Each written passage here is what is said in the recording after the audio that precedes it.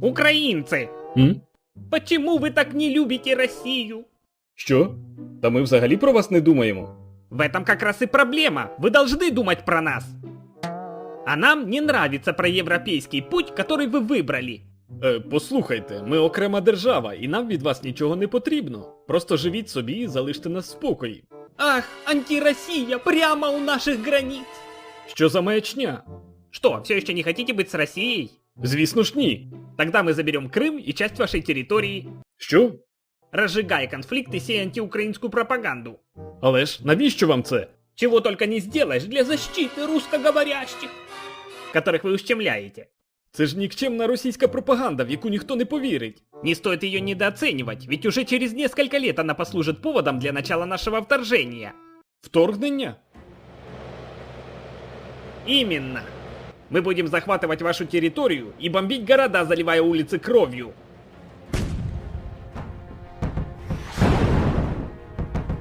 Кляті виродки, ми вас знищимо!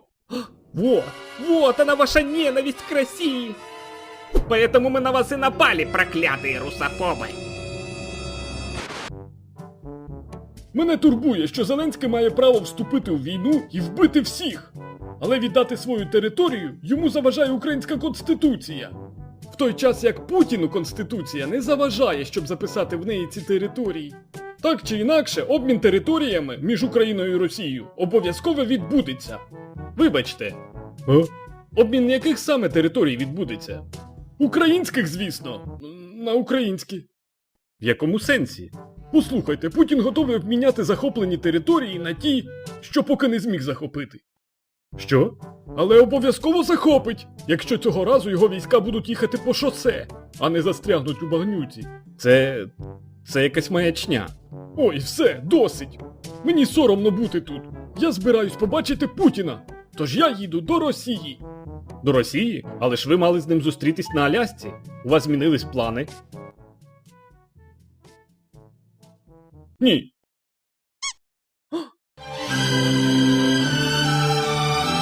Добрый вечер, это программа 60 секунд ненависти, ежедневная правда о том, кто же мешает нам жить и почему это Украина. Тым-тым-ты-ды-дым. Уже 4-й год, как НАТО коварно и подло напало на Россию в Украине и ведет кровавую войну руками самих украинцев. А ведь народ Украины просто хочет стать частью России. Но преступный, нацистский, фашистский, русофобский, людоедский, сатанинский режим Зеленского продолжает мучить и угнетать собственный народ, который мы ежедневно пытаемся освободить ценою сотен беспилотников и ракет. Тым-тым-ты-ды-дым. Переходим к ситуации на фронте. Россия продолжает героически, а главное полностью в одиночку, воевать против всего Запада и США. А наши бравые солдаты уверенно продвигаться вперед, выполняя боевую задачу по освобождению украинской территории от украинцев, тем самым приближая долгожданный русский мир. Тым-тым-ты-ды-дым. Это были 60 секунд ненависти. И помните, если вас повсюду окружают враги, значит вы в миролюбивой России.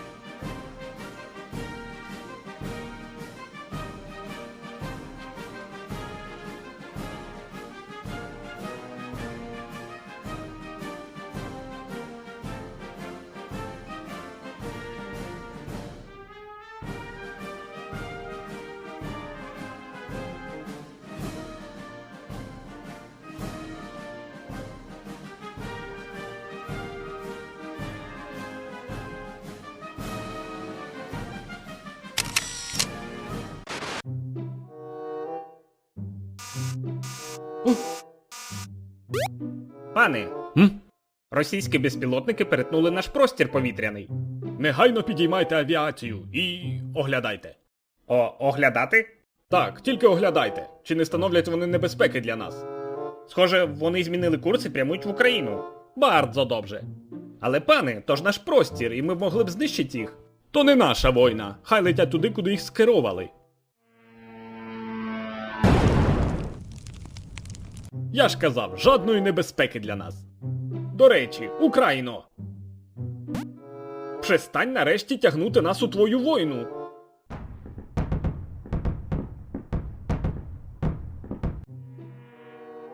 М? О, курва! Задачу поняли? Быстрый захват и смена власти в Киеве. И не забывайте, Украина наш главный ресурс для будущих войн в Европе. Есть верховный говнокомандующий! Владимир Владимирович, М? к сожалению, сообщаю, что быстро захватить Киев не удалось. Что? Но ведь должно было пройти все гладко, как с Крымом. Быстрый захват, пара жалких санкций от Запада, глубокая обеспокоенность, и все снова бегут покупать нашу нефть и газ. Все бы так и было, но возникла небольшая проблема. Какая? Ну, в общем...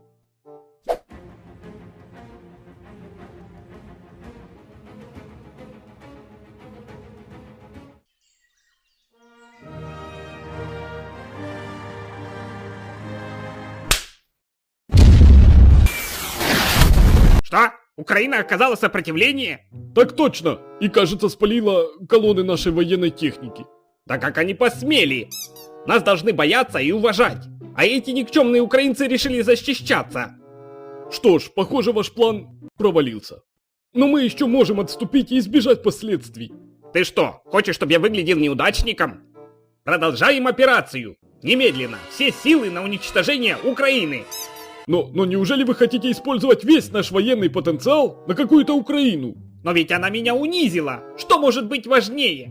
Но, Владимир Владимирович, если мы продолжим наступление, мы понесем десятки, нет, сотни тысяч жертв. Что ж, невелика цена ради сохранения моего лица. Оу, но как же последствия? Какие к черту последствия? Мы же великая сверхдержава. Ну что может пойти не так?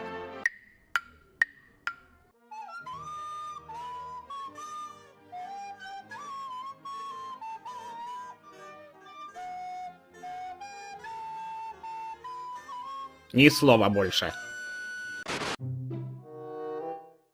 Україна почала війну, бо думала, що переможе. Але не можна перемогти країну, яка в 15 разів більша за вас. Ви ж пам'ятаєте, що не Україна почала війну?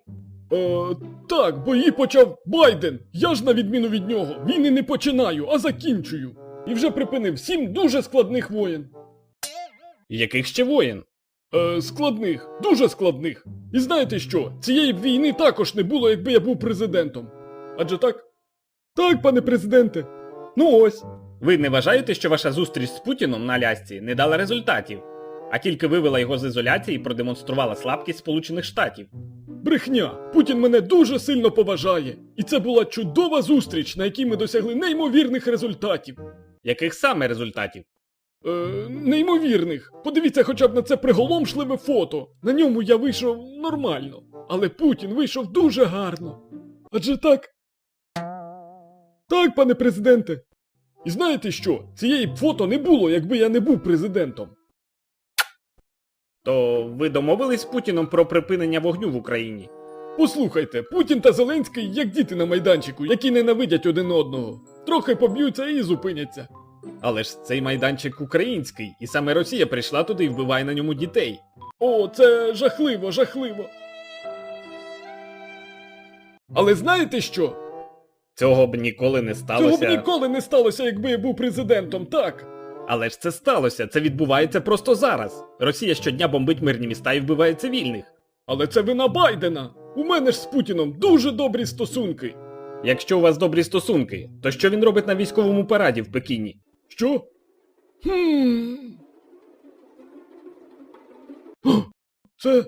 Це все через слабкість попередньої адміністрації.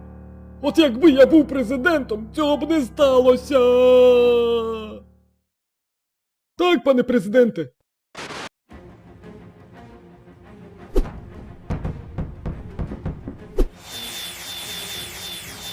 Вырубим украинцам свет, пусть сидят в темноте. Перекроем им тепло, пусть замерзнут. Обесточим всю страну, пусть Украина приползет на коленях. Еще чуть-чуть, и Украина будет просить пощады. Без света, без тепла, без...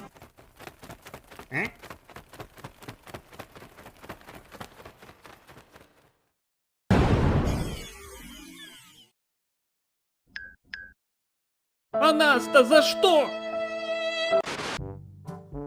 И тут я ему говорю: Дональд, ты настоящий гений. Если бы ты только был президентом, этой ужасной войны никогда бы не было. Ну что за кретин? Владимир? А? Дональд? Что ты тут делаешь? Да так, проходив повз, почув сміх. Схоже, ви тут гарно час проводите. А я так полюбляю подібні вечірки. Прости, Дони, это закрытая вечеринка. Оу, шкода.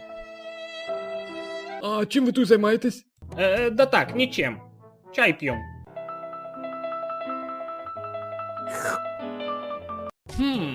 Зачекайно, а це що таке? А? Ви що, плануєте змову проти США? Хочете правити планетою і зруйнувати все, на чому тримається цивілізований світ, замінивши свободу диктатурою? Можна з вами? Нет. Оу. Все должны бояться Россию, ведь у нас есть орешник.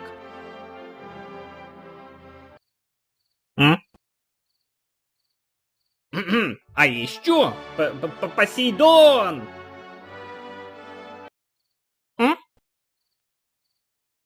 Буревестник. Да что ж такое, никто не обращает на нас внимания. Есть еще ракета какая? Владимир Владимирович, так как мы боремся с нацистами, позвольте представить нашу новую разработку. Антинацистская баллистическая ракета «Денацификатор». Оу, оригинально. А как она работает? Благодаря системе распознавания нацистов, ракета автоматически наводится и поражает цель. Что? И мы как раз готовы к испытаниям. А может не надо? Не переживайте, ракета полностью исправна. Этого как раз я и боюсь.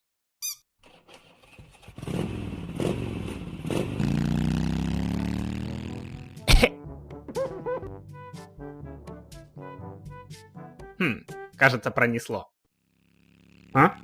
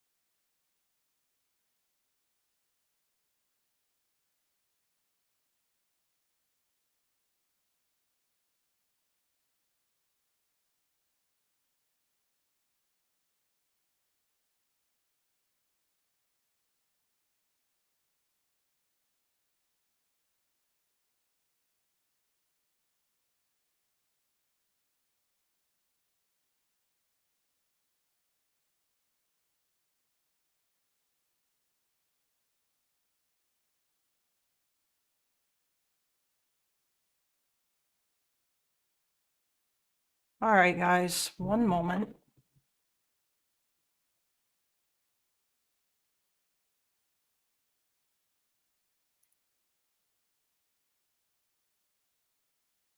Let me just ping the Discord here. Also, how y'all doing today?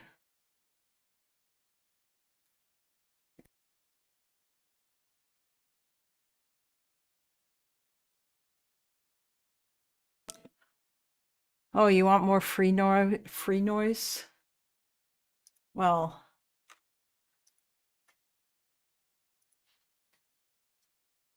you can find him here. But really, you can actually find him here. Or her.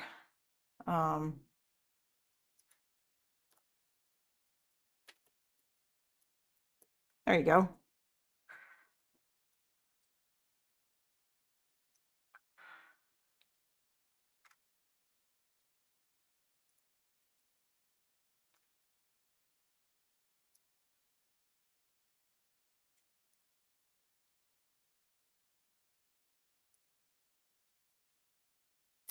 I'm not sure why that is doing that.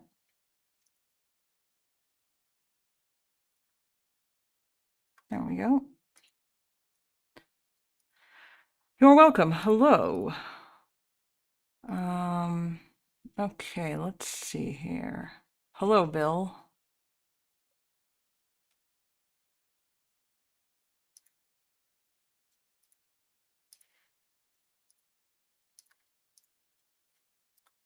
We'll see what we are doing today. But first, let me ping the Discord.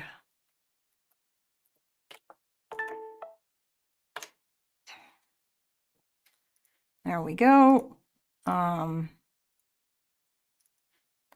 Okay, so yeah, yeah, this guy makes really adorable cartoons. I am quite fond of them. Oh, 28 points to capitulation. What's this one? Україно! Oh, right. I need to actually be able to listen because I can't hear it while you guys can. So I'm going to make my camera just a little bit smaller. There we go.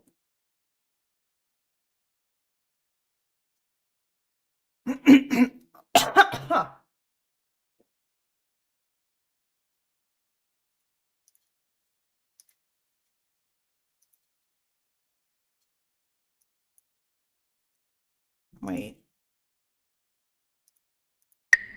Oh, there it is. I can hear it now. Україно! Віддайте свою ядерну зброю Росії. І ми гарантуємо вашу безпеку, суверенітет та недоторканість кордонів.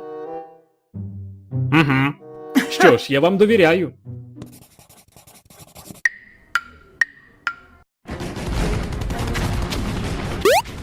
Україно! Схоже, ви в складному становищі, тож я прийшов тиснути, тобто допомогти вам. Невже ви нарешті вводите санкції проти Росії, щоб вона не змогла продовжувати цю криваву війну? Ні, краще. Приніс вам 28 пунктів капітуляції, тобто мирної угоди з Росією. А може замість нової угоди ви з Росією просто виконаєте попередню? Не розумію, про що ви. Не потрібні 28 пунктів, щоб Росія просто забралася з України, і війна одразу закінчиться. Що ж, бачу, вам не вистачає мотивації для угоди з Росією. Тож, дивіться, що це там таке?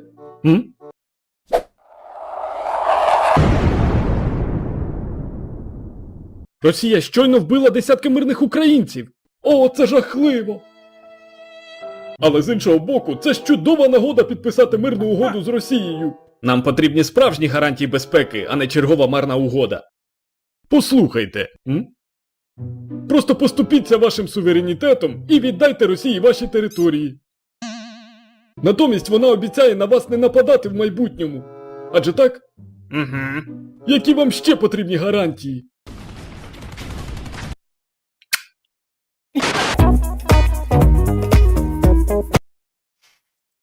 That's pretty good. Hello, hello. Yeah, if you want, yeah, I don't know. Everyone should subscribe to this guy. He makes really funny cartoons. Okay.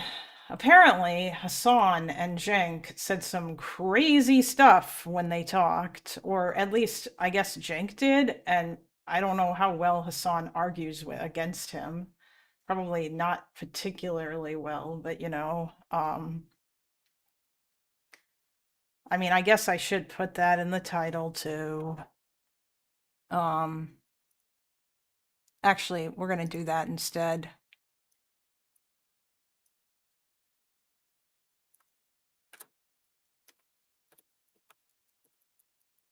But we'll see how long it lasts, because I might get particularly bored of that because it's Hasan, and, you know, how much do people really care about Hasan? Slop brings in the people, you should advertise it. Yeah, I know. I know. Well, I mean, I changed the title, so, you know, I mean,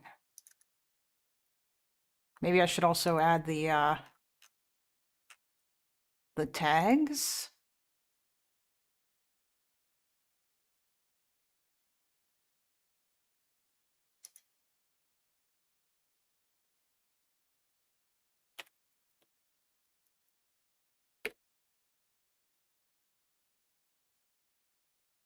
Sure, why not? I don't know if it matters. I don't know how the algorithm works. Yes, there will be slop. Um, the nuclear disarmament is the strongest argument for Ukraine support that everyone ignores. Hello, Lannis. Yeah, I mean, I'm not sure about that. I've heard when people talk about that agreement, they will often say stuff about it, like, well, it's not explicitly worded that the West will come to Ukraine's aid or whatever. I mean, you know what? Why not? Let's just look it up.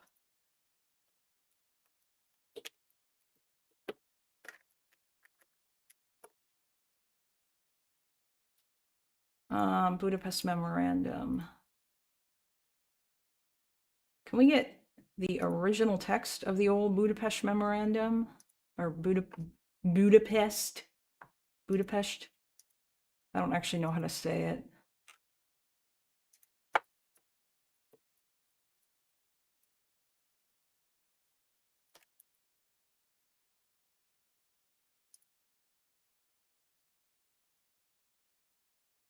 Really? Really, Wikipedia? All right, fine.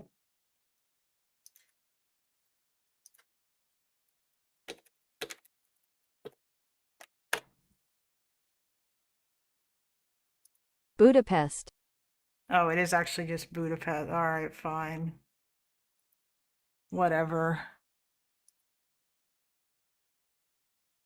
Don't make the sh loud. It will embolden the Hungarians. We don't want that. Oh, okay, so I should just say Budapest instead of Budapest. Even though I'm assuming that Budapest is actually how they would say it, or Hungarians, but I don't, whatever, I don't speak Hungarian. I'm not going to try to, yeah, I don't know. I'll just say it like a dumb Westerner, and it'll be funnier that way. Okay.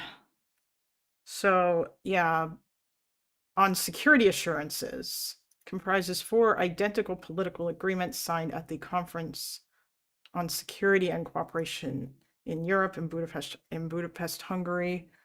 Yeah, this was from 1994 to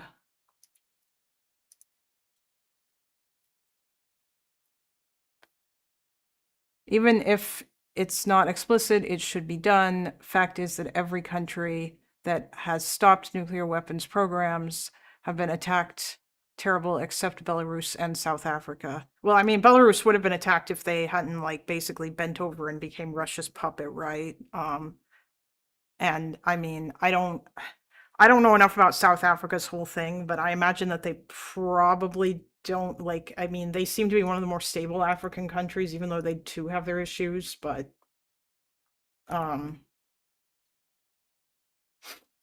so content. Respect the signatories' independence. Okay, according to the 3 memoranda, Russia, the US, and the UK confirmed their recognition of Belarus, Kazakhstan, and Ukraine becoming parties to the Treaty on the Non-Proliferation of Nuclear Weapons and effectively removing all Soviet nuclear weapons from their soil, and that they agreed to the following: respect the signatories' independence and sovereignty in the existing borders in accordance with the principles of the CSCE Final Act, the Helsinki Final Act.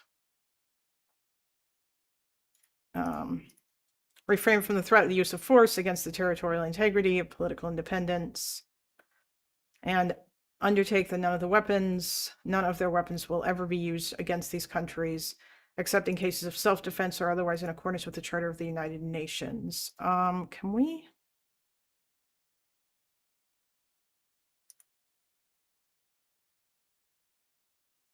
Joint declaration.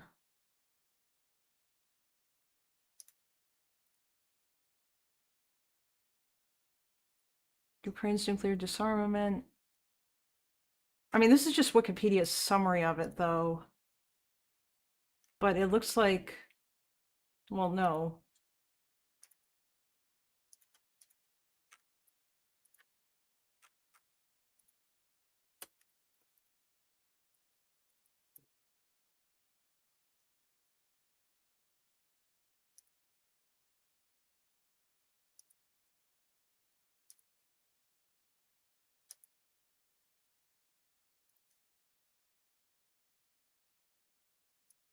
Memorandum on Security Services. 16 pages. Ukraine, Russia, the United Kingdom of Great Britain, Northern Ireland, and the United States of America. Memorandum on Security Assurance in connection with Ukraine's accession to the Treaty of the Non-Proliferation of Nuclear Weapons. Budapest 5. Okay.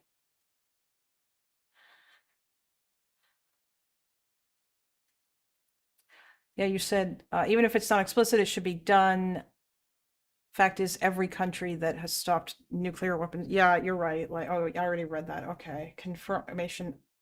Okay, so Ukraine, the Russian Federation, the United Kingdom of Great Britain, and Northern Ireland welcoming the accession of Ukraine to blah, blah, blah, taking into account the commitment of Ukraine to eliminate all nuclear weapons from its territory within a specified period of time.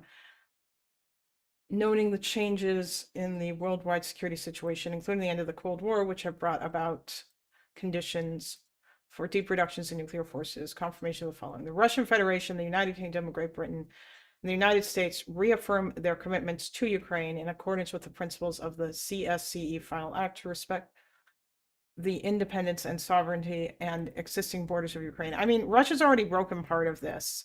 I mean, in some ways I can kind of see, like, I don't know if the language in this is particularly strong, but although you could certainly cite this as like the US and the UK and Northern Ireland all saying, hey, we will we like commit to like respect your independence and sovereignty. But like, I don't know, that seems, but hold on, let's, the Russian Federation, the United Kingdom, blah, blah, blah, from their obligation to reaffirm the threat or use of force, obligation to refrain from the threat or use of force against the territorial integrity and independence of Ukraine, and that none of their weapons will ever be used against Ukraine, except in self-defense or otherwise in accordance with the Charter of the United Nations. Yeah, see, this is it's like, this is so weirdly worded because it's like this is assuming that the US would attack Ukraine, which is silly. I don't like, no.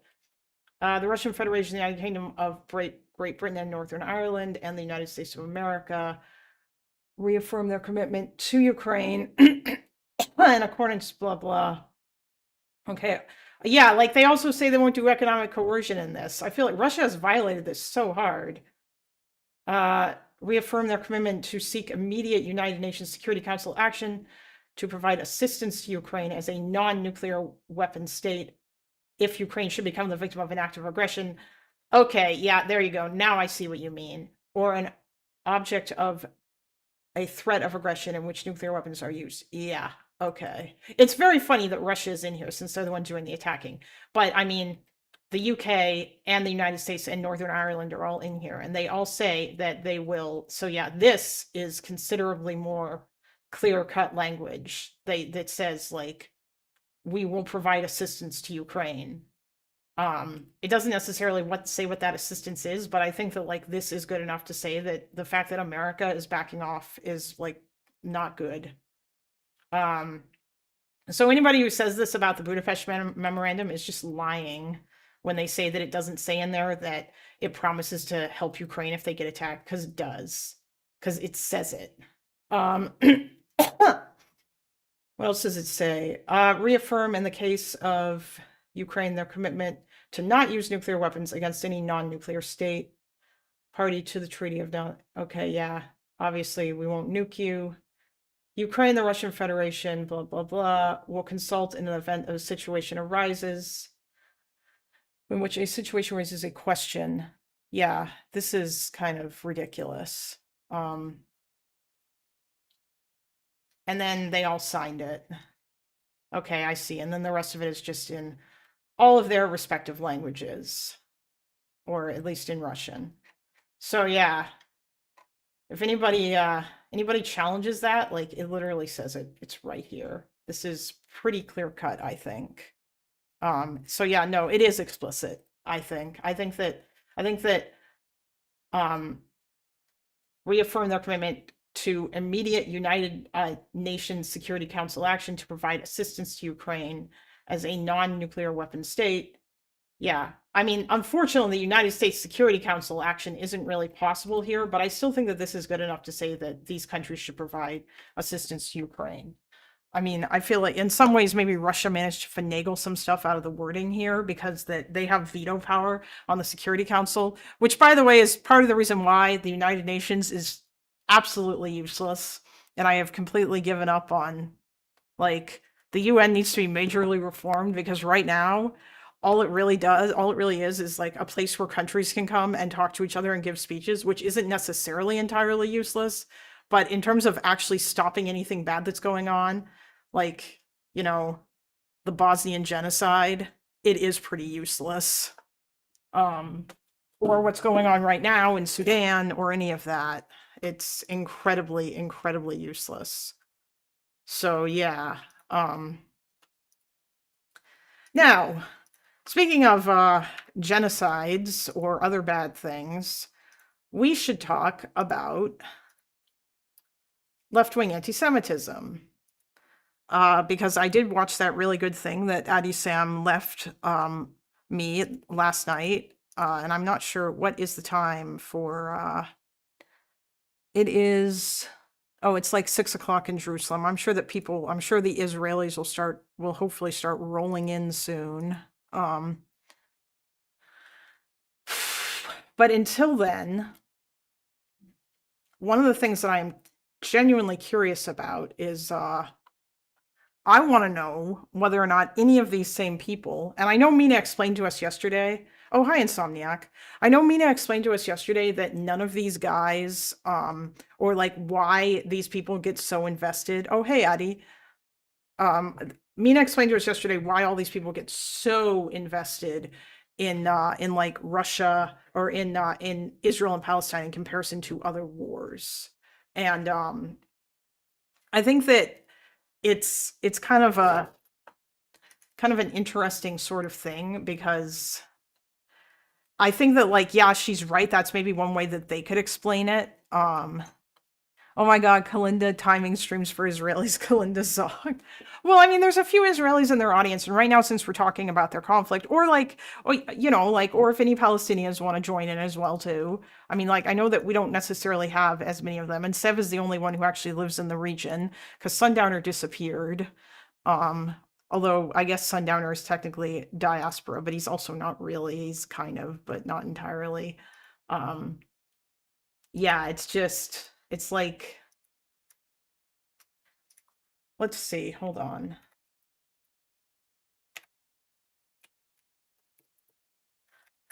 I want to watch this because there's something in here that I thought was useful, although there are parts of this that I disagree with. Sundowner is probably in a Jordanian prison at His Majesty's pleasure.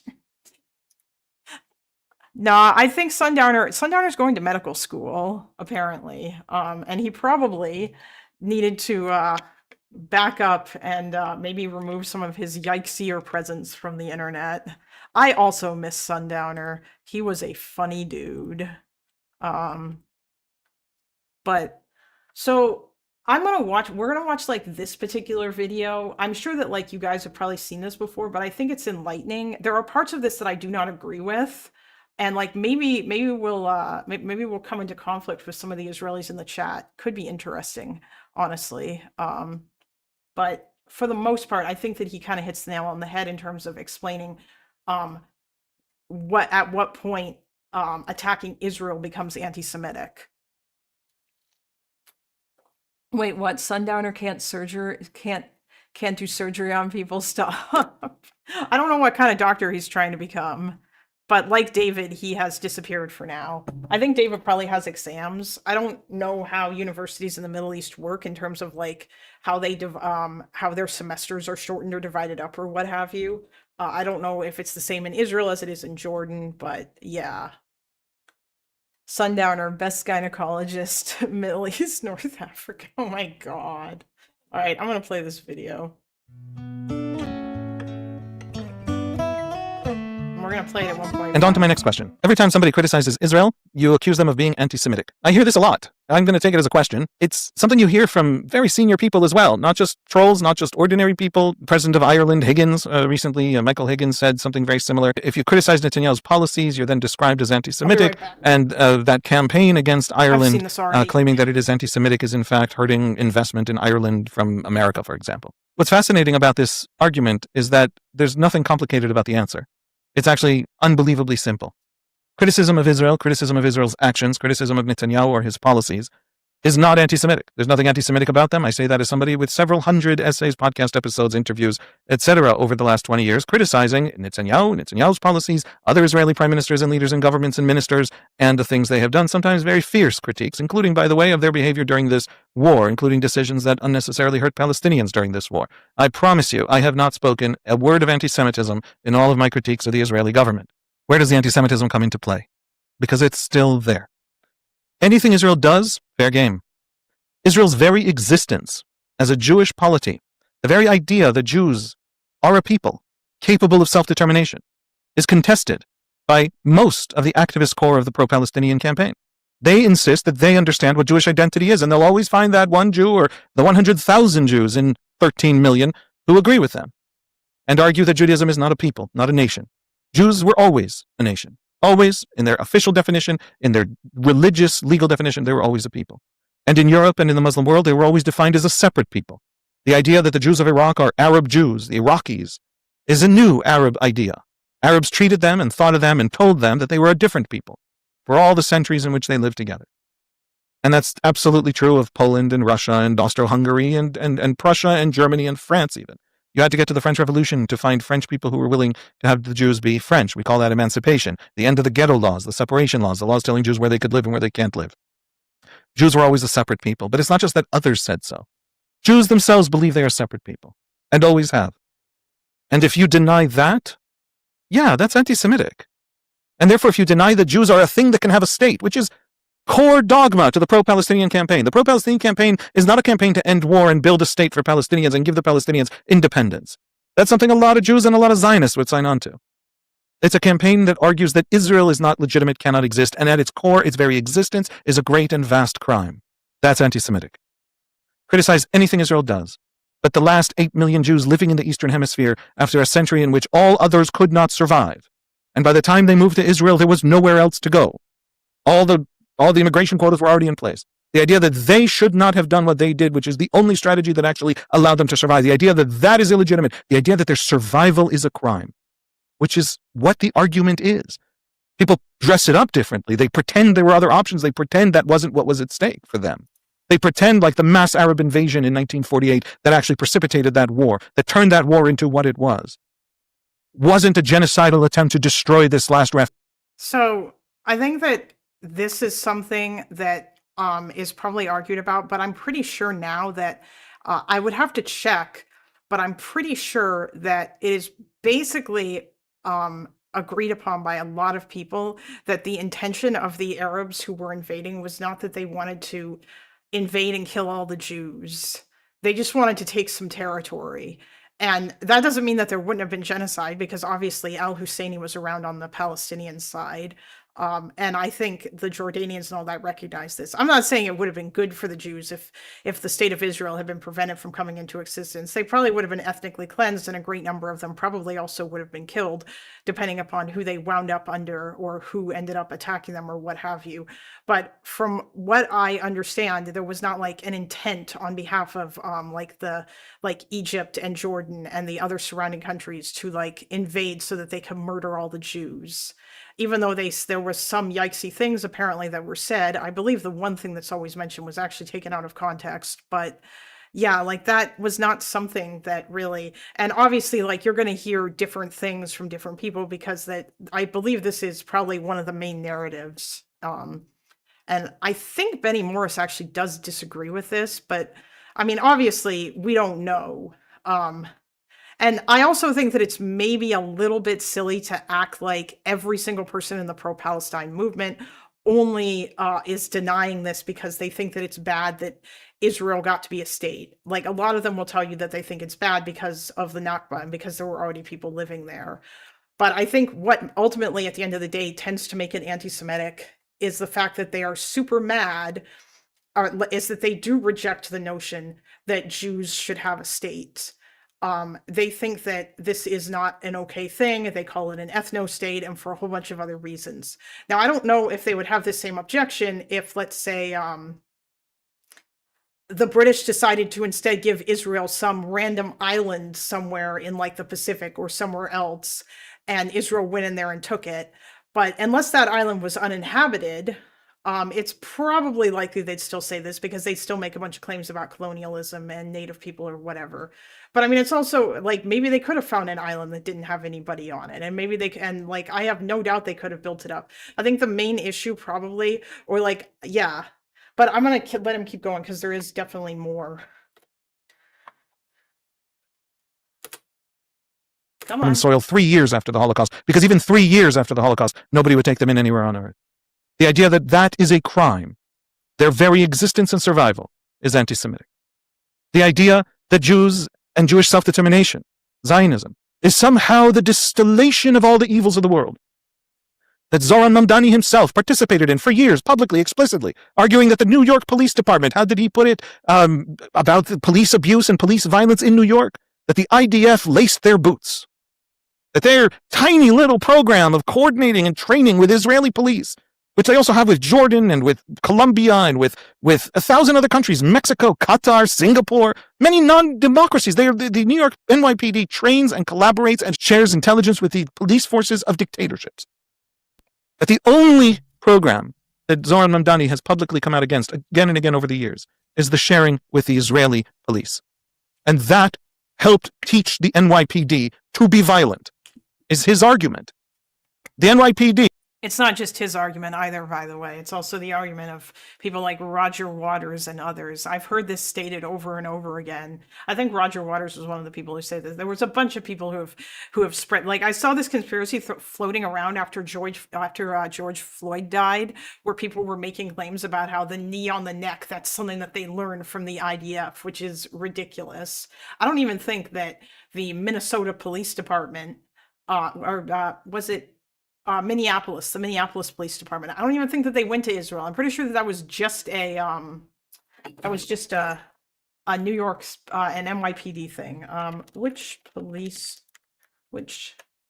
American police departments trained in Israel? Oh God, Amnesty International, really? Why would the IDF even learn that tactic? They're a military, not a police force. There's no logic there. Oh yeah, I know. That's also very silly as well too. Like, I believe that like Haviv goes on to explain here that a lot of these programs were not necessarily like that. It wasn't even with the IDF necessarily.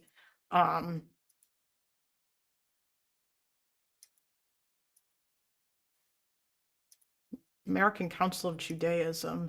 Special Interest Report, American Council for Judaism. Who are these guys? I honestly, I would just like to express my frustration once again. Because, my God, it is so annoying to have to learn anything about this conflict, because it's like I have to check every source to make sure that they don't have some sort of crazy bias, and then you kind of have to go back. I don't know how LearnerBox does this shit. There's a whole bunch of stuff that I'm gonna have to learn with regards to this. It is so much easier learning about World War II because I don't have to deal with this crap. Hold on. Lana says you should look into the 3Ds of the anti-Semitism of Nathan Sharansky. It defines. I mean, last night I watched the video that Adi gave me about the with where Haviv basically interviews the Russian history lady, and she talks about the Soviet origins of anti-Zionism and how anti-Zionism became so much more anti-Semitic with the Soviet, like the extent to which that they start to connect it immediately. And also like from them too, like Stalin wrote something about how the Jews don't deserve a state, or like Zionism is illegitimate. And then he decided that he liked Zionism when he recognized Israel in 1948, but the only reason was because that he saw that they were leftists, that like Ben Gurion and co, like those guys were all socialists, and he thought that Israel could be a Soviet puppet state. But then when Israel rejected that notion because they wanted to be best friends with the US and Britain and like the UK and like, you know, like the Western countries or whatever, then at that point the Soviets like basically turned around and made alliance with the Arab countries instead. Although the Arab countries were never really their puppets either. Like, I think like Nasser, I'm pretty sure Nasser was part of the non-aligned movement, and he kind of played this game where he played both sides. Like he was never like a full-on Soviet puppet, although he was friendly with the Soviet Union. But like from what I remember, I don't think that he was ever, you know,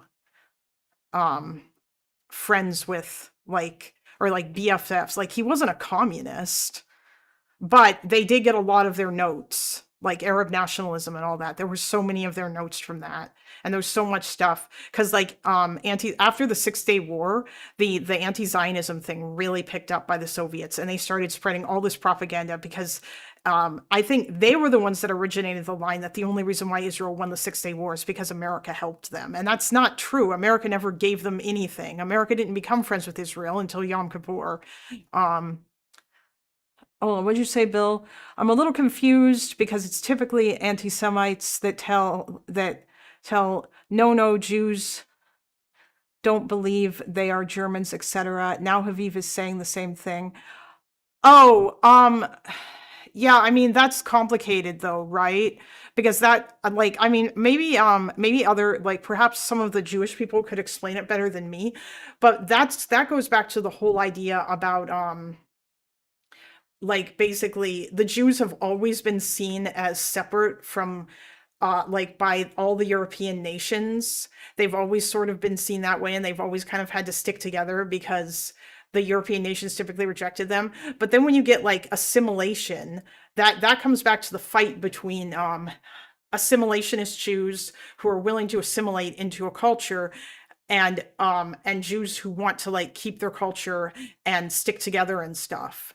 And the argument between this argument went on between Zionists and non-Zionist Jews, where they were like, no, assimilation doesn't matter. They still hate us. Nothing's ever going to make them stop hating us.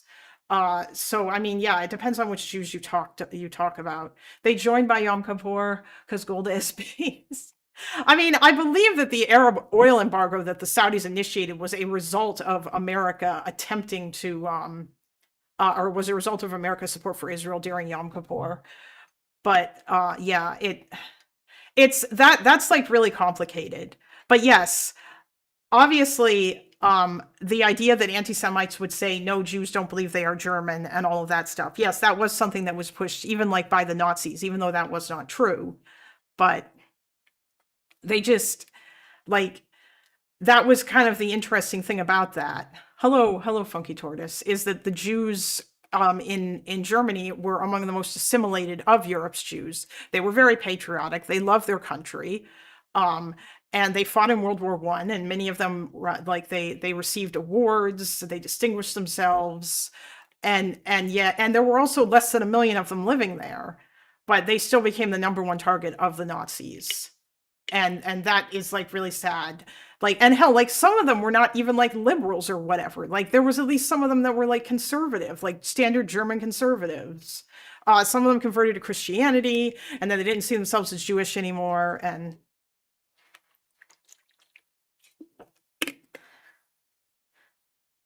oh yeah, Addie says, yeah, it became a big debate between Jews about if it was possible to assimilate. Guess who won?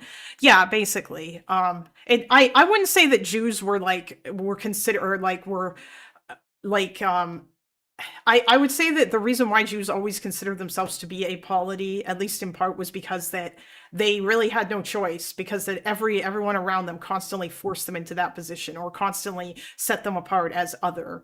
And assimilation of Jewish people did not really start until like I think the 19th century, basically. And at some point, religious anti-Semitism changed from into like racial anti-Semitism.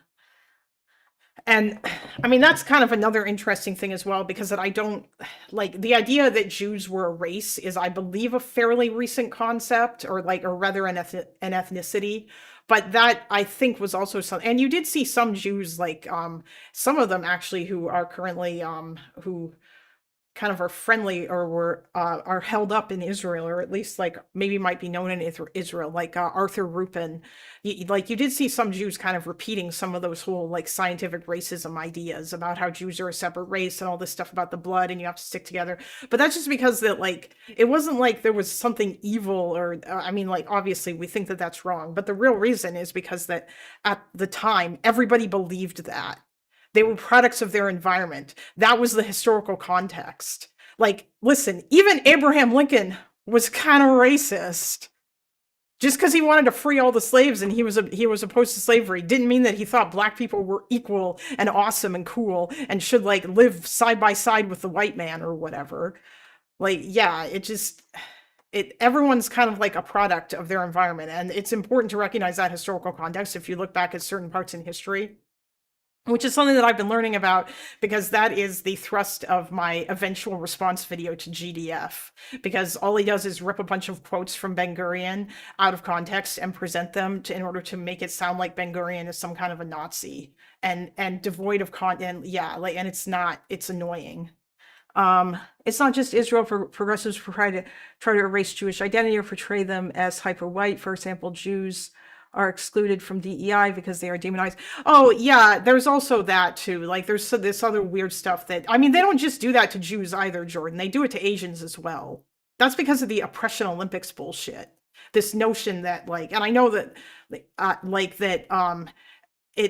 it's the whole like black indigenous person of color thing, where black people and indigenous people are the most oppressed and everyone else just gets consigned to person of color. Like Asian people, the number of Asian people that are allowed into or admitted into universities is limited because they get higher test scores, and really that's just because that they are there's like cultural aspects to that. It's not like they inherently as a people are smarter or whatever. They value like education and are very like driven and stuff. And so yeah, like it's literally just like a cultural thing. The same thing with Jews, like it's because Jewish culture values education as well. But it's just, oh, Lincoln was more than kind of racist and didn't. Yeah, I don't know as much about Lincoln, but I do remember in my U.S. history class when we were told about Lincoln, apparently he wanted he wanted to like, he wanted after the slaves to be free, he wanted them to like leave, or that was something that he talked about sending them away somewhere else.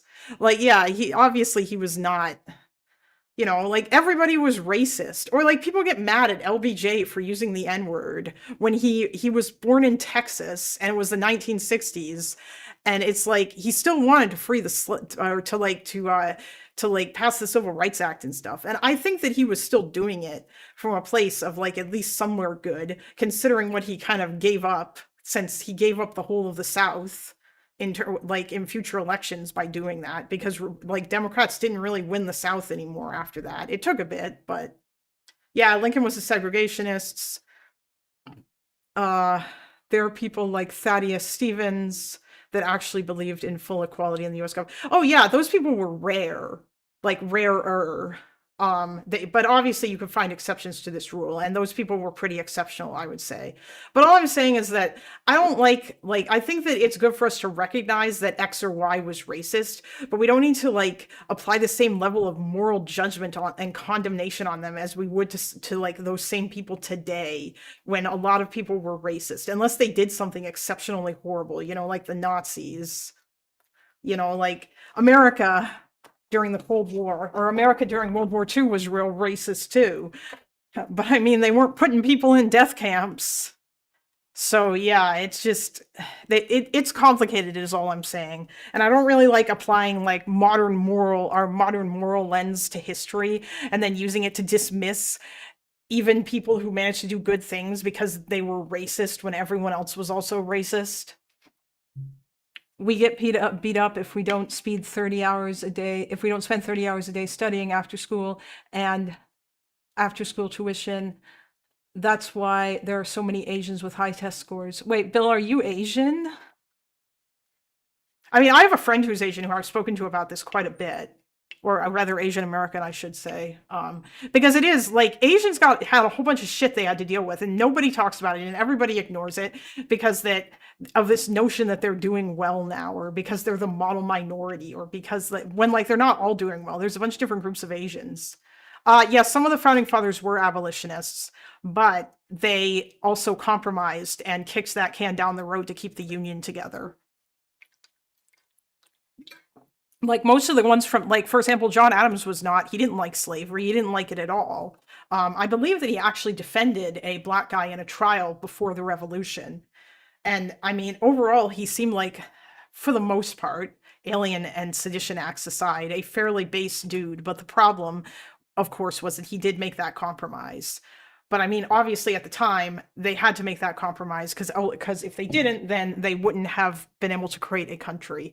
But I guess the hope was that they would figure it out, especially given the wording of the Constitution and the Declaration of Independence. It feels like the United States, the way in which that those things were worded, it kind of gave interpretations for things to be able to change as the world changed later. And I think that maybe Adams and co were kind of hoping that later on the slavery question would be addressed when things when the time was right or what have you. And it was, even though it was crazy. Oh man, we got off track here. Okay, hold on. Let's go back to Haviv. What is going on with my computer? The NYPD Come on.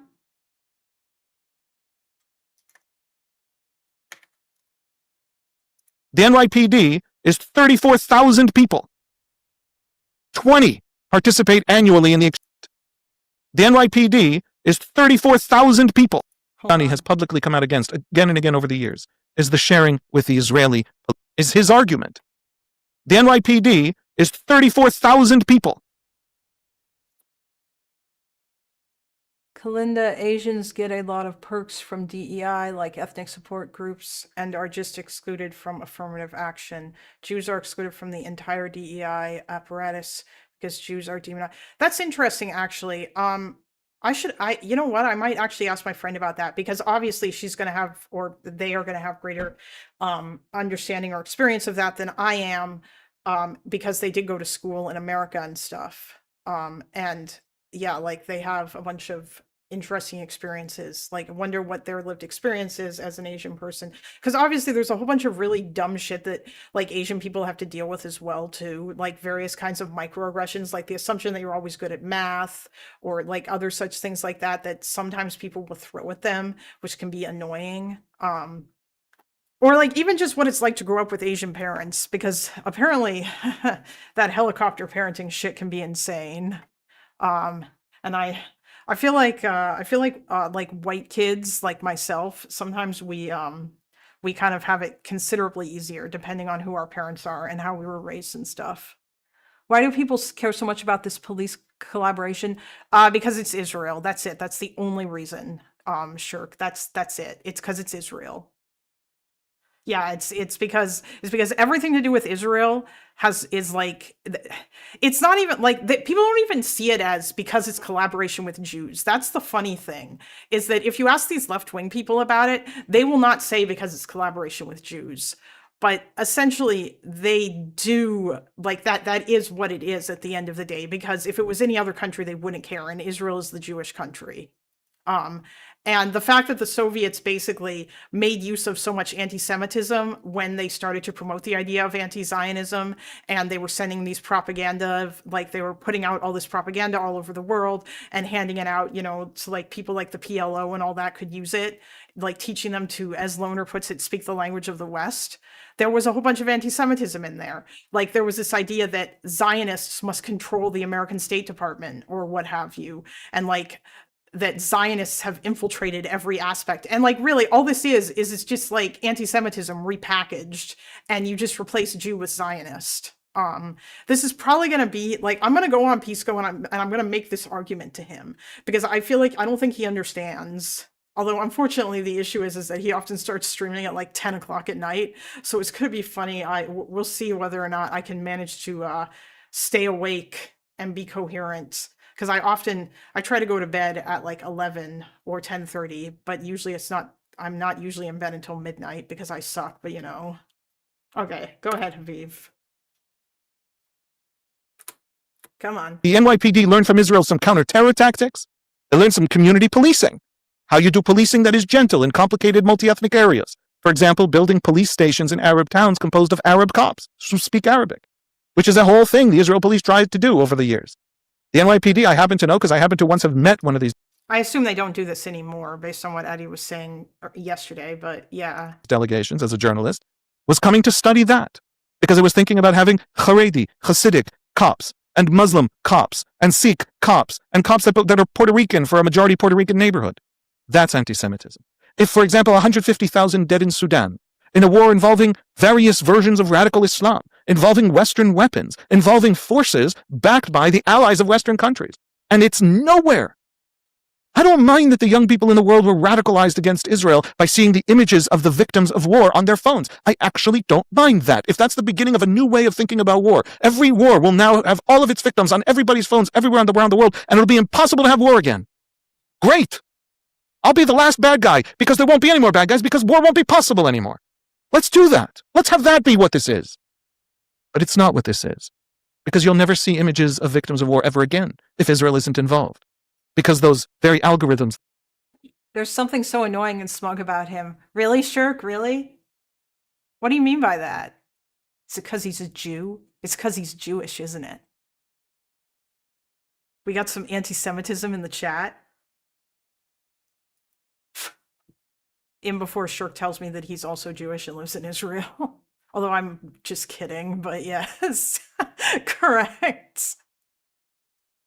When I talk about DEI support groups, I'm mainly talking about jobs in the workplace, not universities, but there is a huge problem with universities. Yeah, I mean, I would have to look further into that. Although, yes, Jews are seen as white by Western, and really, I don't think there's anything wrong with saying that Jews are white. Because white is a stupid, amorphous, ridiculous concept that's whatever. But like, I guess like I don't think there's anything wrong with saying that like Western Jews who live in Western countries are white if they, I guess, look white, because white is a whole feeling thing. And, but my problem with that is all the baggage that comes with that. And when leftists say that, they're saying that because that they are trying to say that means that Jews are just like white people and they have the same privileges and don't experience any issues whatsoever. If he seems smug, it's because he is Jewish. Well, you know.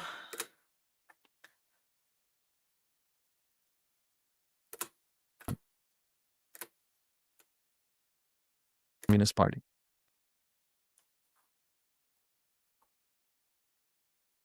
Why are you like this? Okay, maybe it's because of this. To drive the images from Gaza to your phone. Hide images of Syria and Yemen and Sudan. Great! I'll be the last bad guy because there won't be any more bad guys because war won't be possible anymore. Let's do that. Let's have that be what this is. But it's not what this is. Because you'll never see images of victims of war ever again if Israel isn't involved. Because those very algorithms that drive the images from Gaza to your phone hide images of Syria and Yemen and Sudan. Because TikTok actually is manipulated by the Chinese Communist Party. Because social media is not the breaking of structures of power, it is used by those very structures to manipulate you at a mass scale. Any criticism of this war, a terrible war in an urban setting with mass numbers of civilians. I want to talk about Hamas's strategy of hiding in tunnels. It built the most comprehensive bomb shelter system in the history of war, and not a single Gazan child was allowed into those bomb shelters in the entirety of the 2 years of war. But you don't have to forgive me that. You don't have to listen to that. You don't have to let me exonerate myself that way.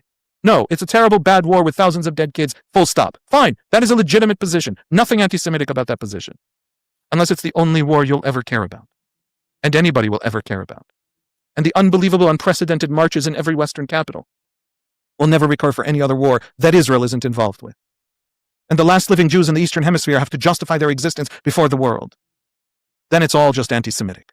And even your love and decency that were mobilized by those images, by those manipulations. But you were manipulated into only seeing the right images. Because the people manipulating you don't care about war and they don't care about dead kids. We saw in this 2 years images from Syria of murdered children laundered on TikTok as images from Gaza and getting millions and millions of views until it was floated up to the top of the comments that this is actually an image from 3 years earlier in Syria. And then the image disappeared, faded away. Nobody cared anymore. Nobody wanted to advance it anymore. It didn't matter anymore. So it's about Jews. If you have marches that dwarf anything that ever happened in Vietnam, anything that ever happened about apartheid South Africa, in regularity, in scale, in coordination, the exact same rituals, the exact same vocabulary, the same signs. The signs are all in English. Even if they're in other countries that speak other languages, the signs are in English. Every name was deployed at Israel. Colonialism, imperialism, apartheid, genocide, ecocide. There's no word invented for evil that hasn't been deployed at Israel. Is Israel really that much worse than every bad thing that has happened to the Muslim world? Now, in the last 10 years, full-on genocides with 10 times the death toll of Gaza? Is Israel really the worst thing on earth? Or is this a vast campaign, which is what it feels like to most Jews and most Israelis? None of that exonerates Israel. If you come to Israel with critique in the middle of a terrible war, you are totally legitimate. The anti-Semitism is in the uniqueness of all of this, just exclusively for Israel. And the anti-Semitism is in the demand that millions of Jews not have survived the 20th century. If I give you the benefit of the doubt, I tell you that you're ignorant of our history, so you don't know that that's what you're actually demanding when you're demanding that Israel never be established, or arguing that its establishment was a crime. But ignorance only covers you so far. Ignorance is only a limited defense for bigotry. It is ultimately bigotry. And the people selling you on it, they know. They know. Yeah. So, I mean, I feel like, yeah, okay, yeah, Lana says like this, yeah, these are the 3 Ds. Double standard, demonization, delegitimization. Yeah, that I feel like that, like this is a pretty good sum up of what left-wing anti-Semitism is. Obviously Loner gave a more comprehensive discussion of it, about like how the left would see it and stuff, and the way in which they do these kinds of things.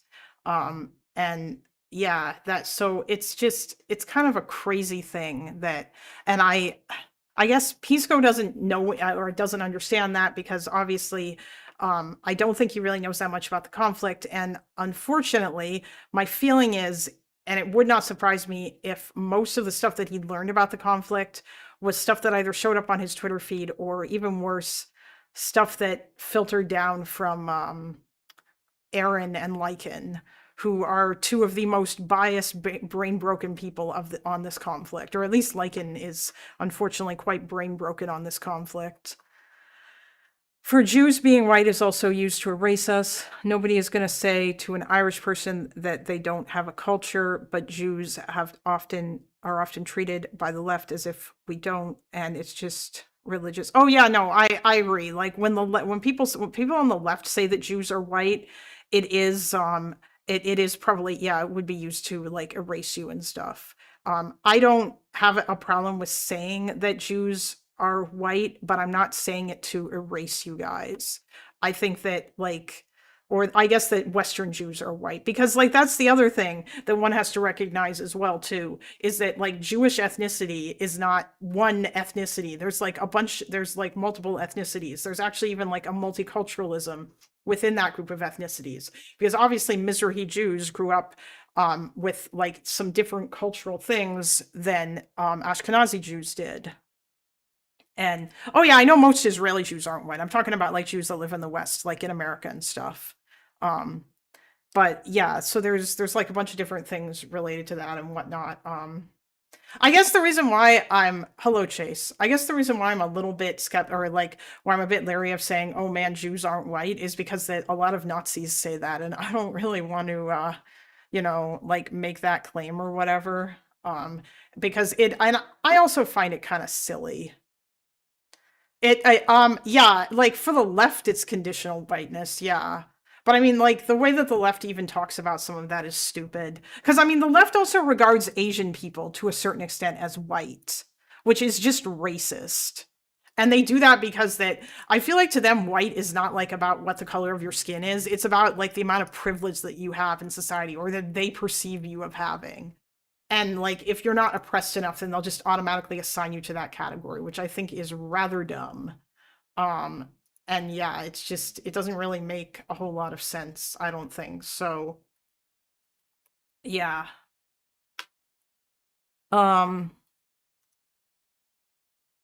It wasn't just Nazis, it was the Europeans in general that didn't consider Jews. Well, yeah, but if we're going to go back that far, honestly, like, I don't even think that the idea of white wasn't even, I'm not even sure if that word was used in particular. Like, I believe that they broke it down differently. Like, they didn't say white people. Like, the British, for example, would talk about, like, Anglo-Saxon people. And, yeah. Oh, the Hasan news is this. I might watch this. The Hasan news is that he had Cenk over and they said some sus shit. I don't know if I'm... As you guys know, it's I don't know if I'm going to watch the entirety of this because it's like an hour and a half and that's kind of insane. But we are going to be looking at other Hasan stuff as well. Oh, and also there is this.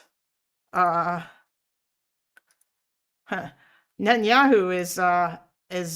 is asking for a pardon from Isaac Herzog,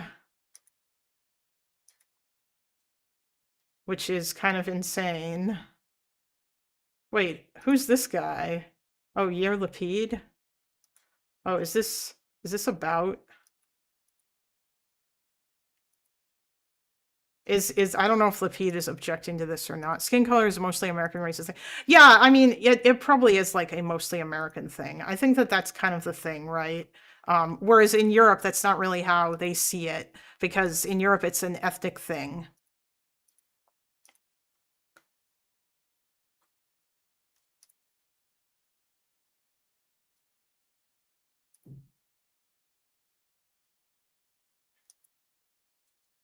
And community grocery shop. Wait, how do I...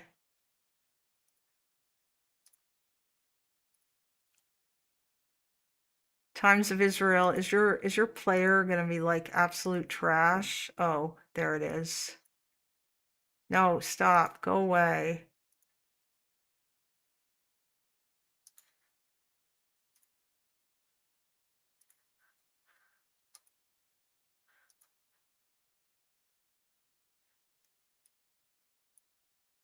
Wow, geez, okay.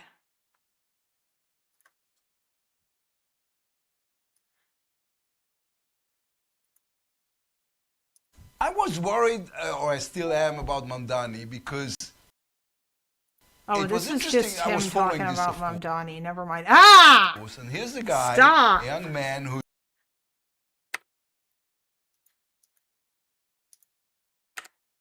I have my ad blocker on. I shouldn't have to, whatever. I read about this morning. Netanyahu is basically asking for a pardon. And he's like complaining that he doesn't have time to run the country because he has to go appear in trial and stuff.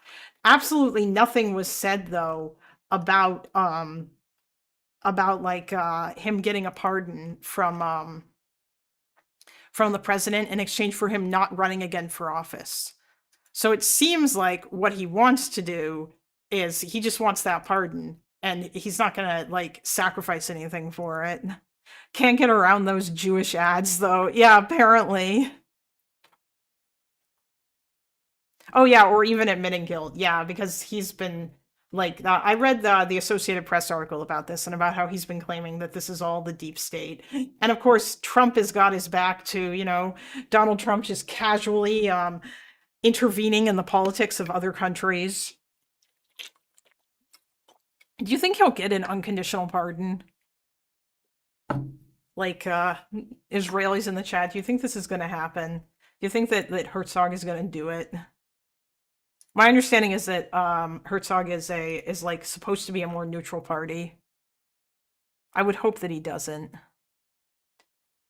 This might be the week that I go insane. Oh no. Oh God, please tell me he's not. You think he's actually going to do it, don't you? Oh no. Oh, he's not at all neutral? Okay, I thought the president was supposed to be a neutral unifier. Herzog is a spineless appeaser of populace. He's neutral but spineless. We probably won't know for weeks. Some reporters are saying that he will for corrupt reasons. I don't think it's possible without admission of guilt. Oh yeah, he's supposed to be neutral. I see, okay.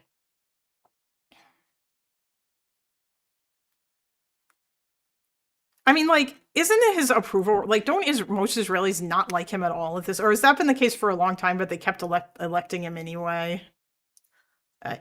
Yeah.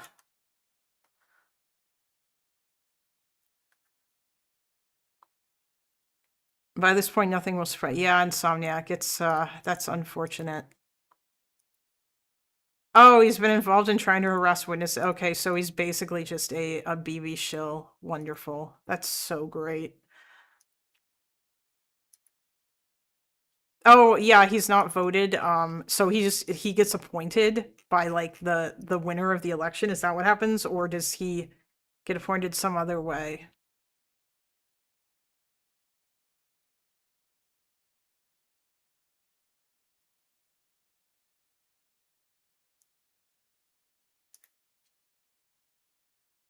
Oh, he gets appointed by the Knesset. Okay.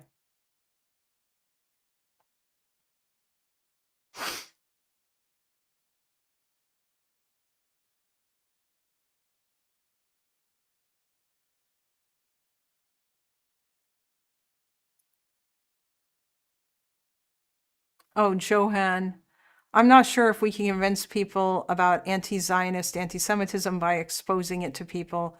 I think it requires a celebration and understanding of Jewish identity. Good luck with Pisco, though. I mean, I don't know. I just feel like I feel like exposing the double standard maybe might help at least somewhat. Even if he doesn't agree with me, at the very least, I could maybe at least try to get him to understand that it's just insane, this double standard. I don't know if I'm going to talk to Pisco soon or not, Chase. Next time he does call-ins, I might try to get in, yeah. But unfortunately, he often does call-ins really late at night, like at like 10 o'clock for me, and that's usually when I want to go to bed. So yeah, it depends. But no, Lannis, I have not talked to him yet. He streams at a bunch of different times, and sometimes he'll stream really late at night. But yeah. Okay, so this is what we are gonna do.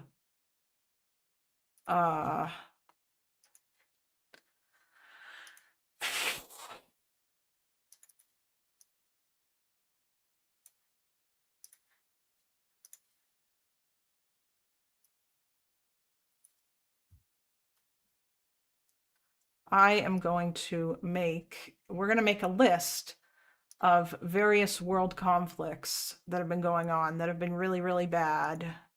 Okay.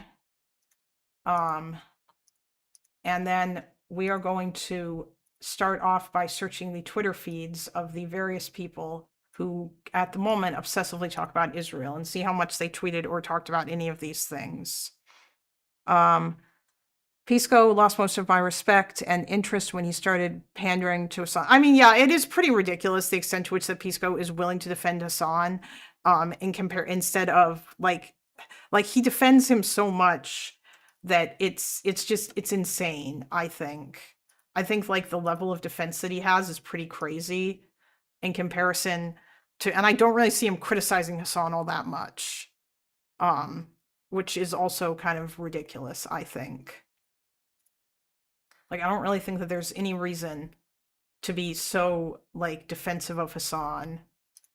But,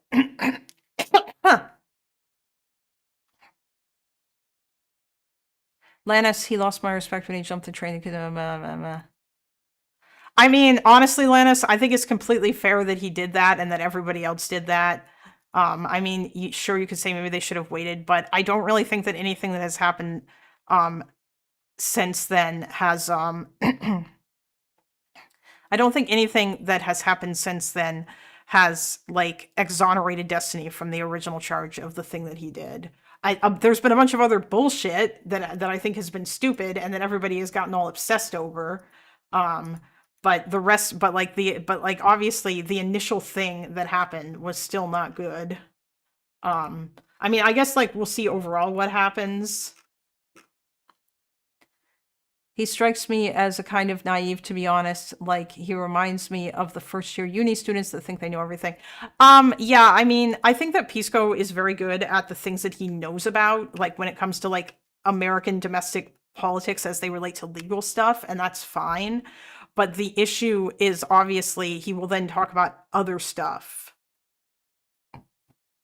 And I don't, and like that's the thing that's annoying, because that I don't think that he's going to take the time. I don't think he cares that much about foreign policy, so I don't think he's going to take the time to learn about it. But the problem is that he will then repeat things that he probably hears from other people like Aaron and Lycan, or that he sees on his Twitter feed because of the circles that he runs in. Yeah, when it comes to other stuff, yeah, I think that's fair. Like, he's just, and I don't know, like, for example, I very much doubt that he's read very much about international law, yet he confidently proclaims that Israel is doing genocide in Gaza, and it's likely he's just decided that because of the usual line about all the authorities saying that that's what they're doing. And I don't really want to have that argument anymore, because honestly, it's pretty exhausting to argue against the dumb appeals to authority. And like, it is very annoying that all of that has gone on, because it's like, I don't know, it sucks that all these human rights orgs have gotten to this point, and it just, yeah. And no, Chase, I don't think Pisco is doing it to try to flagellate himself for once being friends with Destiny. I don't think that's why. Although Pisco does have some sus people in his chat. Like, I feel like his chat seems to be full of like anti-Ethan people. At least anytime he covers Ethan, they all show up there. Cause like I went in there one night and all there were so many of those people in there. And they just came right out to defend Ethan and to attack what happened to the Save a Fox girl and how she killed herself, to try to claim that no, it wasn't, she didn't do it because of snark subreddits, even though like I believe her husband literally said that one of the reasons why she did it is because of the harassment that she got online. And obviously some of that harassment was coming from places like snark subreddits. So yeah, I mean, I stand by what I said. I think that's like snark subreddits, if they're being used for coordinated harassment against people, they should just be banned. Like, I don't really think that it's one thing like to have a subreddit where you are being critical of people's politics or whatever, which is fine, I don't care, but it's another thing to have a subreddit that is just dedicated to hating on somebody in the most vile ways possible and making up lies about them, like what the Ethan Snark subreddit does.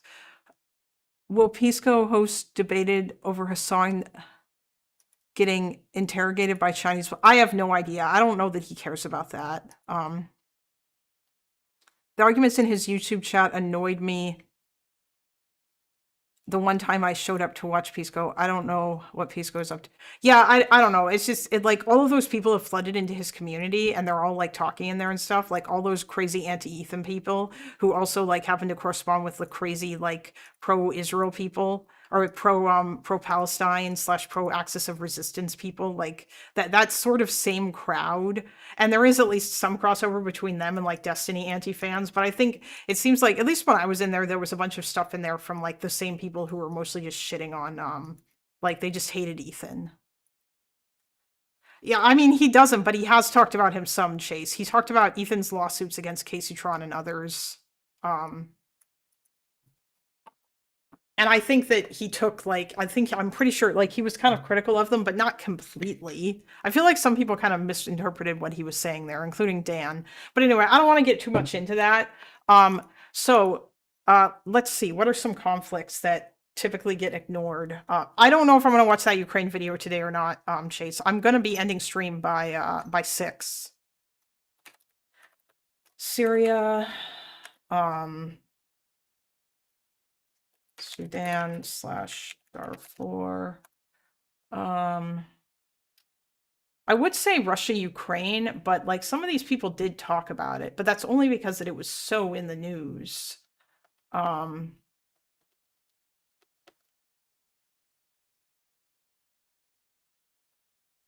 Oh yeah, Myanmar. That's another one that we never hear anything about.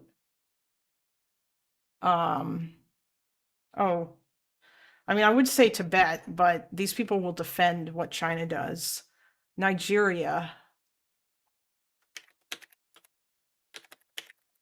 Oh, what about Somalia with the is that where the Boko Haram shit is happening, where they kept kidnapping those girls? I think that there was like one case of Yemen. I'm just making notes of, because I'm gonna look and see how much these people have talked about these things.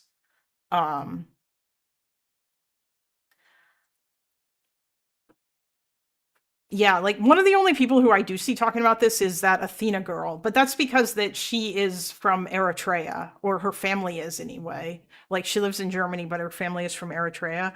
And I think that's probably why in her case, because she actually feels some kind of tie to it.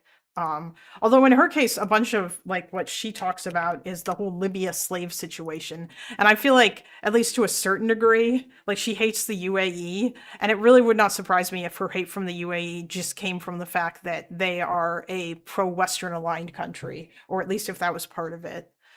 You know, because like I don't know, like it's very the double standard is all over the place with all of these people. Oh, I put 2 eyes in Syria. Whoops.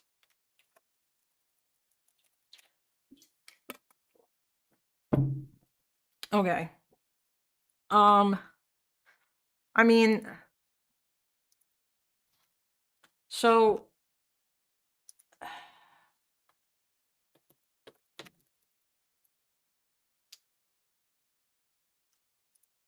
when did the Syrian civil war start?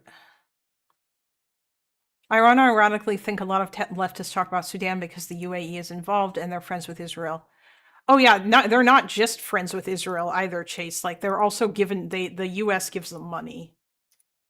Oh, Venezuela? The Venezuela thing is an interesting thing, Addie, because leftists are pro Maduro and they think Maduro is based.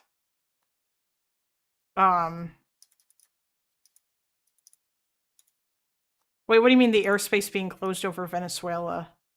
Are you talking about like the recent stuff? Oh, they're going to be talking about that because Trump and America are doing it. Like that'll be a thing that they will discuss.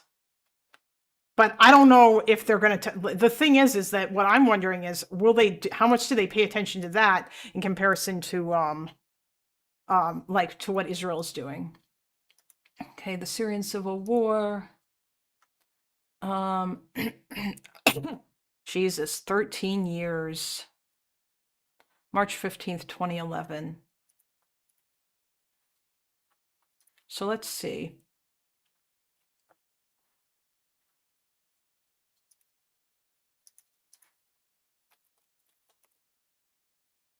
How long has Hasan been a... Oh, June 2011. Okay. But I mean, he was still in school.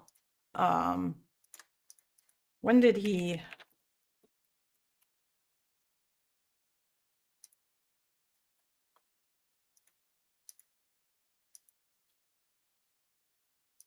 When did he attend school? Education.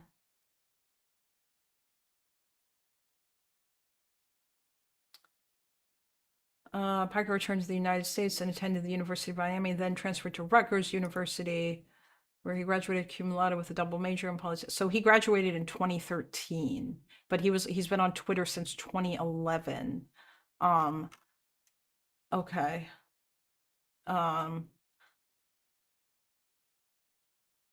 speaking about Hasan, somebody over in DGG wrote this. Oh yeah, the Yemeni civil war. Yeah. Oh, actually, well, yeah, that's on here because of Yemen, and that will be a thing. Some people definitely talked about the Yemeni civil war on the left, obviously, because America was giving weapons to Saudi Arabia that they were using to blockade Yemen. So that's definitely like if America is involved, then there's talk about it. But like my thing is that how much have they talked about it in comparison to what they're talking about now? Because at the very least, based on friend of the stream and I guess liberal correspondent Hutch Orbiter Conduit's explosive investigation of Hasan, it seems that Hasan talks about Israel and Palestine every goddamn day. What about the Kurds? I mean, that depends on how far back we want to go, Chase. Like, I mean, I could honestly go all the way back to and dig into things Noam Chomsky said about stuff, for example, like how did the American left react to the Bosnian genocide and things like that. But it really depends. I really want to know how passionate they are about Russia, Ukraine. Oh God, pragmatic American, you don't even like that was honestly when I feel like the tanky rot of the left began to be exposed to me was when Russia invaded Ukraine, and the number of leftists who came out basically either being like who were basically just like completely against America helping Ukraine and who were pushing the narrative that it was all NATO's fault and that it was the West's fault and that Russia was provoked into the war. There weren't like very many like full-on pro-Russia simping people. That was mostly just like people like Jackson Hinkle and what was that guy's name? The one who got outed for all the weird sex stuff that ran the that he ran that one thing that a bunch of those young leftists were friends with him over. I can't remember. He worked for RT and he flipped out when he had Russian state media attached to his thing. He debated Vosh at one point about China. Caleb Maupin, there you go. Thanks, Chase. I knew you would know that. Yeah, like people like that who are just openly and blatantly pro-Russian tankies. Yeah, but a lot of them, like Kyle Kalinske and the Majority Report and those guys, they basically just took this weird we just don't like war, you guys, and like this weird Iraq PTSD crap about how America shouldn't be involved in anything ever, which I thought was silly. But anyway, I'm bouncing all over the place because I have ADHD. I'm just gonna read this real quick because I think this is interesting. Somebody posted this in the Destiny subreddit, and they provided like some receipts, possibly, but they did give information about this. I don't know how accurate, but this is like Hasan when he was in college. Like Hasan Piker. There he is again. There he is with like a girl. That's yeah, and this is the fraternity that he was part of. Being pro-Russia but pro-Ukraine is the weirdest combo. At least pro-Ukraine, pro-Palestine makes sense. Oh, being pro-Russia but pro-Palestine is the weirdest combo. Yeah, I agree with you, pragmatic American. You're right. Like it does make sense to be like pro-Russia or pro-Ukraine and pro-Palestine. But a lot of these people are not. And like if you it feels like there's just not any sort of there are certain like for example creators on YouTube whose entire existence was completely taken over by Gaza as soon as that war started, and they talked about nothing else. And like just the dumb insane conspiracy theories that these people were pushing that you never saw them really pushing to the same degree. Oh yeah, Russia's a big enemy of Israel, so the tanky brain, it makes sense. Yeah, that's the issue. It's all just the tanky brain. Actually, you know what? If you guys want to look this up later, can, because I don't even know how true this is, but it probably is. Although I feel like anybody could potentially dig through social media and find these images, but I mean, I think it's pretty well established at this point that Hasan is lying about his thing. Basically, like, what he said was that, or what this mostly reveals is that Hasan was in a member of TDX, which is a fraternity at Rutgers, where like it was like one of the largest and wealthiest fraternities. And they have like $1 million mansion, and these guys were like horrible to women and stuff. They would like hold crazy parties and whatnot. And Hasan was a member of this frat house. And we all know that Hasan was like a crazy frat boy at university, and he has admitted to some insane shit. So, all right, so Hasan Hasan made his Twitter in 2011. So the Syrian civil war lasted from 2011 to 2024. When was the biggest aspect of it? When everybody was talking about it, though. Overview and timeline. The peak of the violence, 2012. Protest, civil uprising, armed insurgency. Yeah, I feel like it was during the Obama administration that it became the biggest thing. Yeah, 2014. So we're gonna look for from 2011 to, I don't know, let's say 2016. So we're gonna do that. All right. Syria.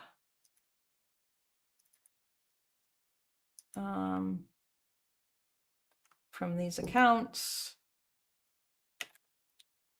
Hasanabi.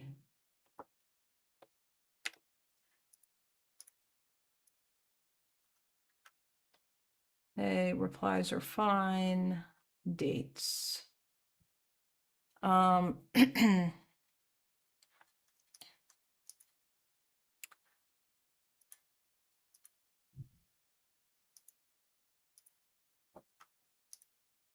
March 2011.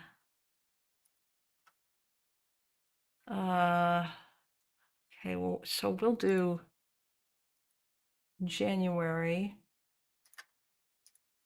1st, 2012 to January or December 31st, 2016. Syria.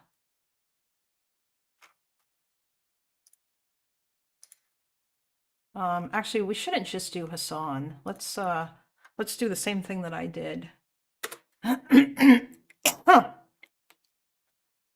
Hello, MS 2222202. What about the conflicts in Armenia? I listen, I don't want to broaden this way too wide, okay? Because some of that stuff is stuff that was like, I'm talking about what I would like to do is I would like to just discuss like things mostly that have made international news. Like, yeah, the Armenia thing did make international news, but I mean like that were talked about within the news cycle for a bunch of times, or there was like a huge thing. And one of the things that was like, I would argue that the biggest ones were probably upon this list would probably be like Sudan, Syria, what's going on in Myanmar, and like I guess Yemen and Libya. I'm not sure about Congo and Nigeria, but yeah, like probably like any of those African conflicts. I don't, yeah, India and Pakistan, maybe, although that lasted like 5 minutes. So I'm not sure if that's really something that anybody or that I would necessarily go into too far. A brief message for all my haters.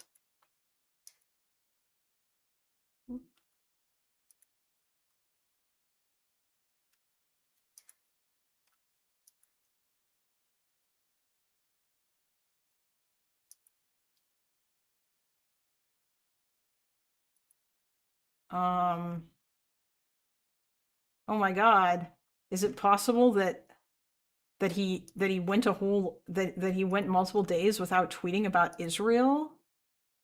Oh God, of course he has to retweet History Speaks. Okay.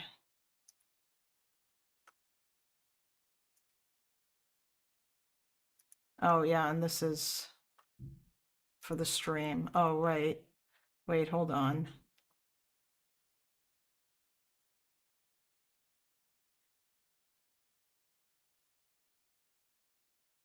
Oh my God, it looks like maybe there was a stream where he didn't talk about Israel. Oh, Gaza ceasefire, trigonometry pod, yeah. Gaza ceasefire, Ukraine peace plan. Well, wait, really? He actually, okay. Shank looks like Kevin James in that shot, maybe. Okay. You know what? Let's just stick to Hasan for now because Pisco was saying that Hasan wasn't anti-Semitic. I can probably prove it with other people, but let's just see. Wait, what? What are we doing now? What's happening?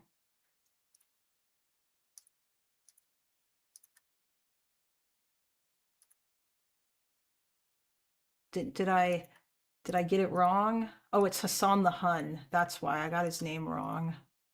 Duh, I feel dumb. Okay, there.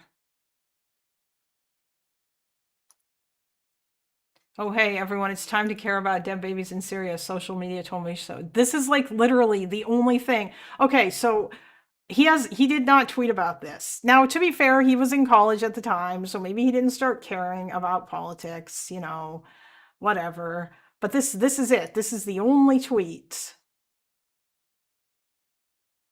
It is so crazy that this is the only tweet. Oh, I killed well over 200,000 Arabs and no one cares because I am not a Jew. Yeah. Basically. That's pretty crazy. Yeah, so Hasan did not give a shit about Syria at all.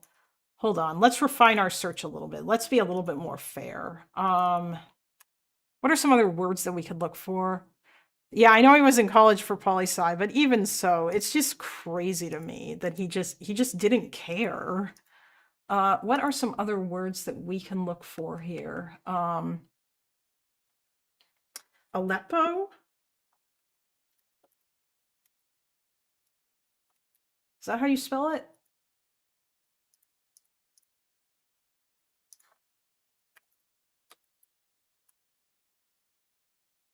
Yes, it is. Damn, war Aleppo. Okay.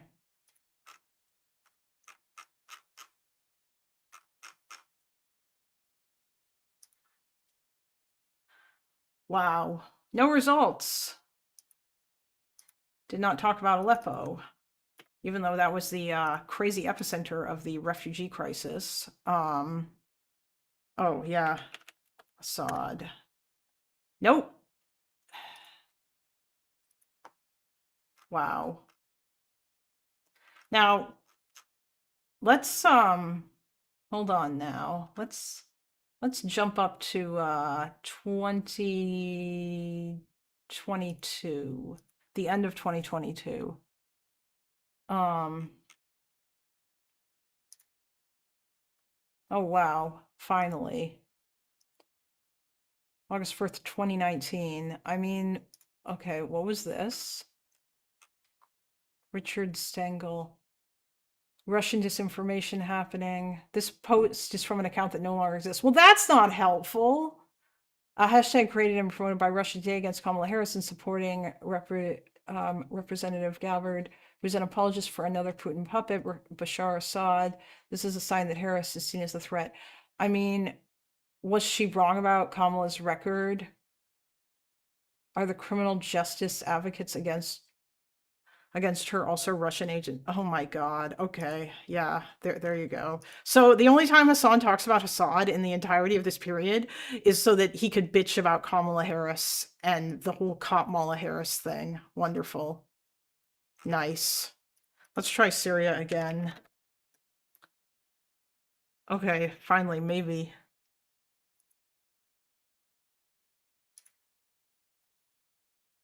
$2021. Jesus, look at this. This is insane. I did write about Syria.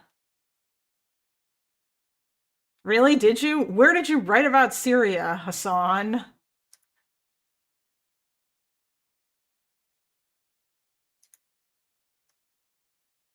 Can someone find where Hasan wrote about Syria?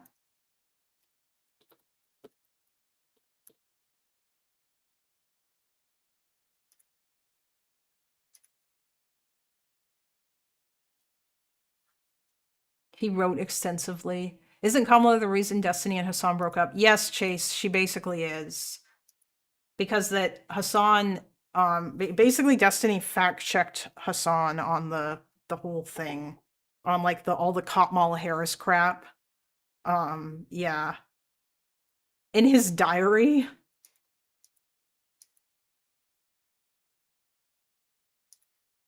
Wait, what's this?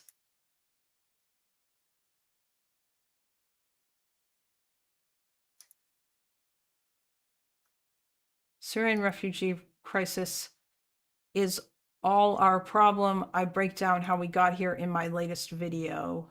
What? Okay.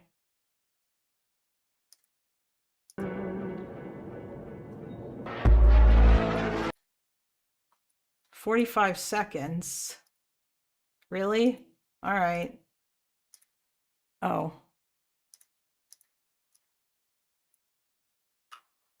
$250,000 Syrians have lost their lives in 4.5 years of armed conflict. Why does it keep crapping out like that?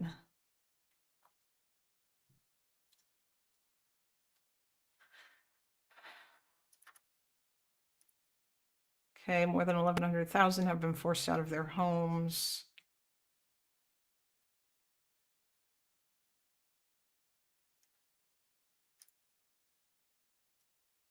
How did we get here? That's a very good question. I'm sure this video has sound, but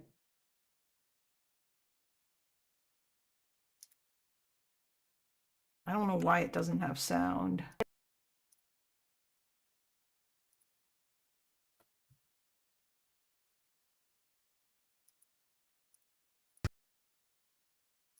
All right, hold on.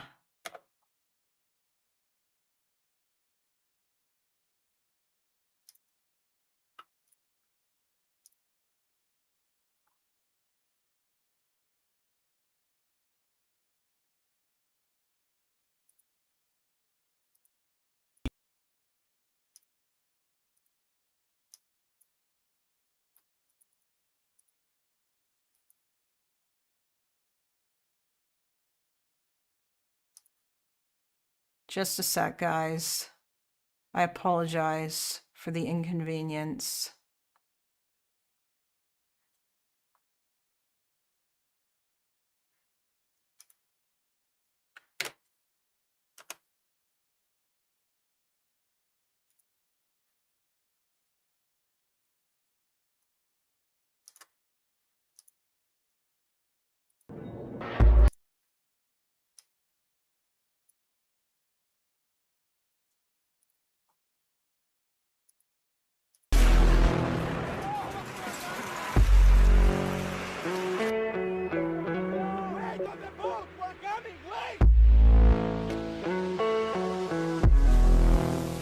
In 2015, more than 1 million migrants and refugees reached Europe after braving terrible and often deadly conditions to cross borders and treacherous seas. A significant percentage of the refugees are Syrians fleeing civil war who cross the border into Turkey and then seek refuge in Europe. But that's the hundreds of thousands of innocent civilians who survive this dangerous journey, because thousands of others do not.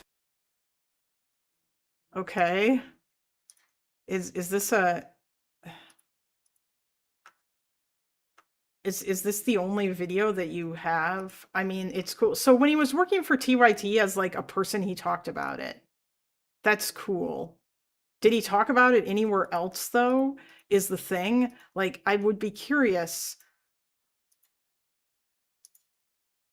Like, he's certainly not tweeting about it. Really, the real question is, did he talk about it on his stream? Because after he started his stream, it was, yeah.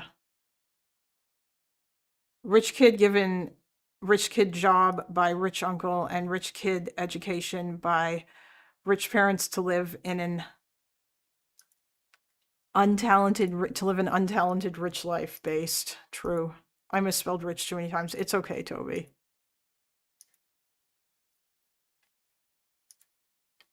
I believe, yes, Toby, Hasan has written articles.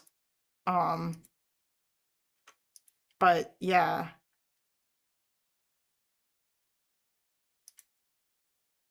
It just,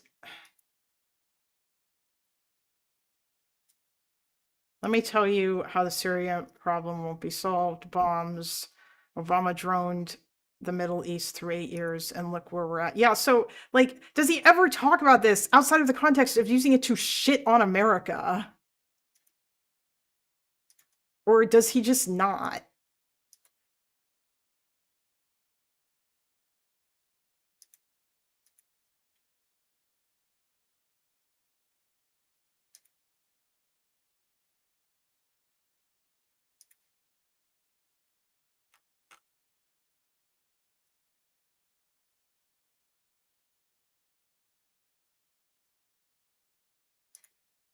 Like, and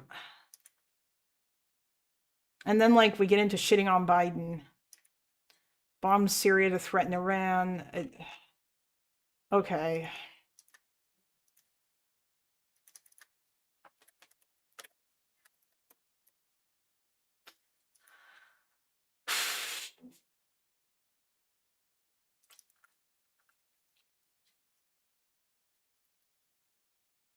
Oh my God. Wow. Would you look at that? Israel. Look at how far down we go. 2017. Tall Eastern European woman lost in Israel. Last seen with very creepy orange guy. Oh, yeah, okay. I mean, this is about Trump, so I'm not necessarily going to count this, but. Breaking, the Israeli media reports say police recommending Netanyahu indictment on corruption charges, including bribery. Oh, hey, I remember when this news story broke, when I was at work in the Best Buy. Oh, I know he's always hated Israel, but, like, you'll note the level of obsession over, like, the amount that he has talked about it here in these years from, like, basically from, like, 2012 to 2022 in comparison to, like, every other things that we were looking for, you know. Like, I feel like this kind of makes the argument that I was trying to make. Like, it confirms what I had already thought. Now, obviously, Twitter is only one source, and I guess, like, another thing that we could go look up is we could go on Filmmod and we could, like, look at his streams and see how much he mentioned or talked about Syria. And yeah, like,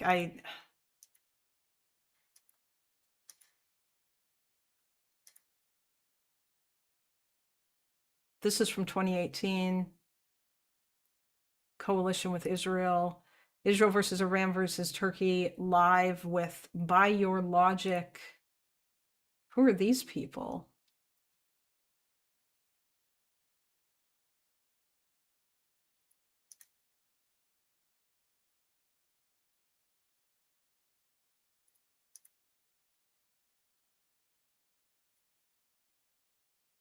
Okay, some Iranian person.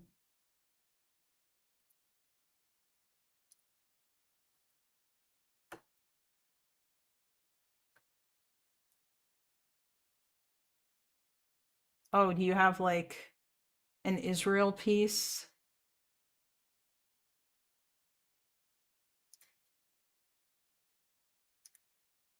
Very interested in the unbiased, blah, blah, blah. Yeah, I mean, like, there's just a whole bunch of stuff here.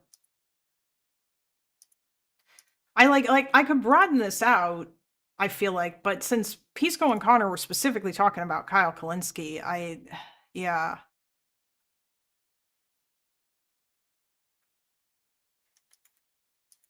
I feel like this kind of gets to the point in general.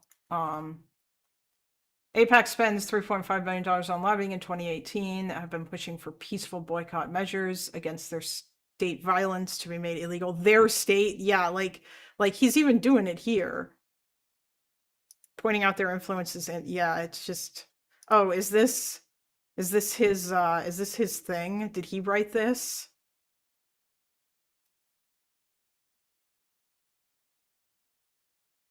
No, he didn't. Okay, somebody else did. This is just something that he wrote. The new Israel Anti-Boycott Act is still unconstitutional. Yeah, I mean it would make sense for the. I need to look more into the whole like why did they boycott BDS stuff? Because that I would be curious to know if there's like any actual real reason for that. But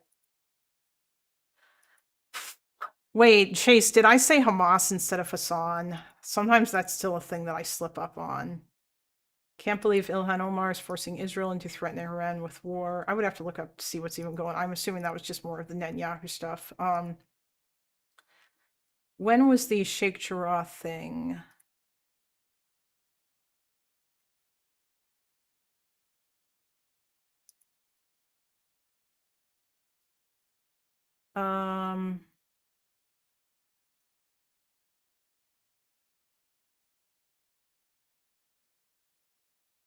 Can't believe Jewish Virtual Library is doing blood libel, so much hate.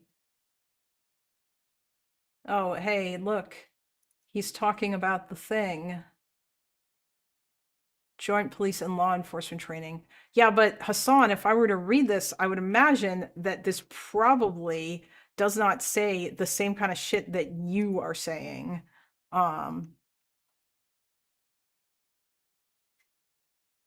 Oh, okay. This is when Israel started bombing Gaza, like in the 2020 or the 2021 like incident.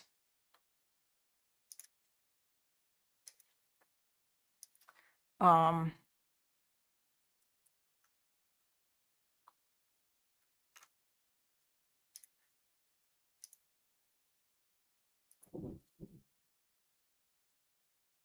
This looks like to have an iron dome or shelter to top off Israel. This is what it looks like when you don't have an iron dome or shelter. To top it off, Israel controls your trade in water. This is what it's like to be a civilian in the world's largest open air prison. I don't know about you, but it doesn't seem like such a complicated issue to me. Jesus Christ, Hasan. Yes, how about we add to this? This is what it looks like when your leaders don't care enough about you to build any bomb shelters for you.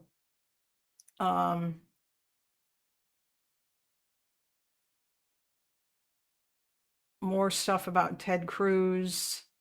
Biden's literally offering unconditional support to Israel, murdering kids every day. Well, yeah, so he's been saying this for a long time. This has always been his stuff. But yeah, so you'll notice, like, look at how much he was willing to talk about Israel. 2021 during the whole thing.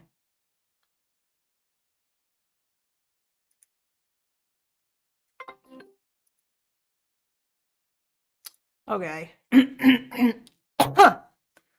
Please explain to me how it's anti-Semitic to demand for an American congresswoman to demand accountability for Israel, our ally, as we offer them billions of dollars of support to continue killing Palestinians. Yeah, so he's been saying this for ages. I'm actually curious. Did he talk about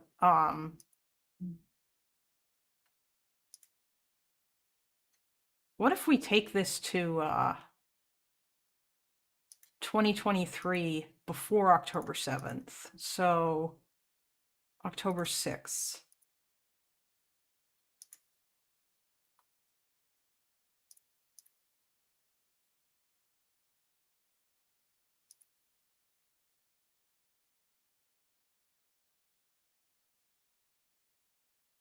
Israel and Pakistan updates. Okay, that's just his.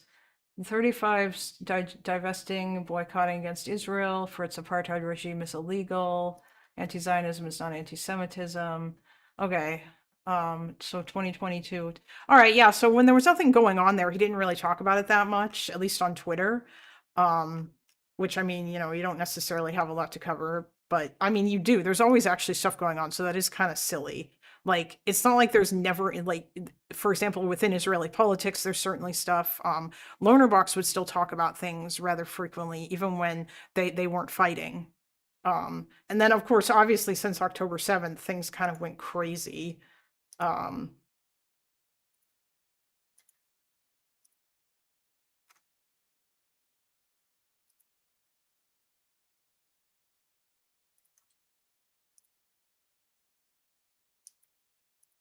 Israel calls for blood in Gaza. And yeah, just it's all gonna be.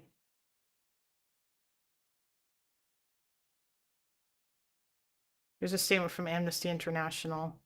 I wonder if people will consider why Haaretz, Amnesty International, an IDF veterans group, the father of one of the Israeli women held hostage, and hundreds of other organizations, correctly recognize the root cause of the violence as Israel's occupation. Oh my God. It's really, really hard to sort of hone in on the whole, like, what was the root cause of October 7th. But I feel like when people like Hasan do it, I guess like it depends on the context, you know? Like when people like Hasan do it, they are clearly doing it, and then at the same time they will dismiss any of the bad things that that Hamas has done, or they will hold Hamas up as a resistance organization. But like I feel like you can say that Israel does that, like, or rather not Israel, but the government of Israel shares the blame for October 7th happening, because that they continuously kicked the can down the road and underestimated Hamas. They didn't keep an eye out and all of that other stuff that Loner is always mentioning, right? And so you can absolutely say that to a certain extent, yes, like the fact that they thought that they could endlessly delay on dealing with the Palestinians whilst at the same time continuing to expand settlements, getting US support for moving the embassy to Jerusalem. And yeah. Kalinda, I'm curious, why are you a liberal instead of a leftist? Because socialism and communism are cringe, utopian bullshit. That's why. That's why I am not a leftist. And yeah. Why, are you a leftist, Scotty? If so, like, is there, yeah, I don't know. And also there's like other reasons too that I'm not particularly fond of it. Funky Tortoise, oh, 100% BB shares all the blood on his hands. Okay. Yeah, like, I mean, if you want to talk about it, Scotty, we totally could, if you think there's a reason why I should be a leftist instead of a liberal. But I mean, feel like there's a whole bunch of reasons why I don't, like, I'm just not. Yeah, it's not just the economic stuff, although that is at least a part of it. Because honestly, at the end of the day, because I'm an empiricist and I have seen no evidence that socialism works. You know, you don't have to be a commie to be a leftist. I mean, yeah, you don't have to be a commie, but like you could also be a socialist. When I say leftist, I'm talking about socialists and communists. That's what that term means to me, and that's what it seems to mean for, to, I guess, like a lot of people on the internet. If you think leftist means something else, that's fine. That's within the modern aspect of it. That's what it seems to be. Yeah, like I'll call myself a liberal. I also would accept the label of social democrat. But like I'm not anti-capitalism, is, I think, you know, and it seems like leftists are anti-capitalism. I'm not anti-capitalism. I think capital or regulated capitalism can work. And I'm also a pragmatist, and I don't think that the creation of some perfect utopian world is possible unless we invent technology that currently does not exist. Liberalism is a center-right ideology. Liberalism supports capitalism, private property, individualism over collectivism. I don't know. Liberalism's not a center-right ideology. Like, maybe neoliberalism is, although that's a word that people throw around. Liberalism's only a center-right ideology if to you, anybody to the left of Lenin is, like, right-wing. Or, like, or, yeah. That's silly. No. I do not think liberalism is a center-right ideology. I feel like if you think that, your Overton window is kind of fucked. Like, maybe you could say that neoliberalism is, because neoliberalism kind of does, like, it definitely combines more centrism, depending on how we're gonna define neoliberalism. Yes. Yeah, yeah, I'm sorry. Anyone to the right of Lenin. Did I say to the left of Lenin? You know, feel free to laugh at me if I misspeak or correct me. Yeah, I'm sorry. Yes, I meant to say to the right of Lenin. But Lenin is really, really, really far in. I mean, what do you think of Lenin and Stalin and all those guys, Scotty? Do you think that, like, do you have opinions about them?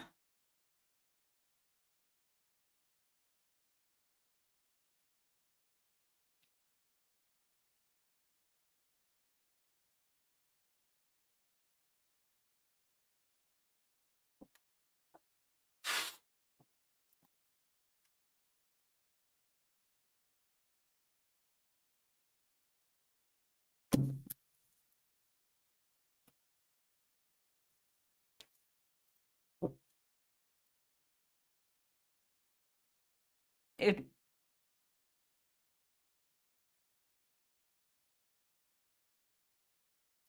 I don't really know what you mean about how it limits the Overton window and marginalizes the far left. Like the far left is marginalized.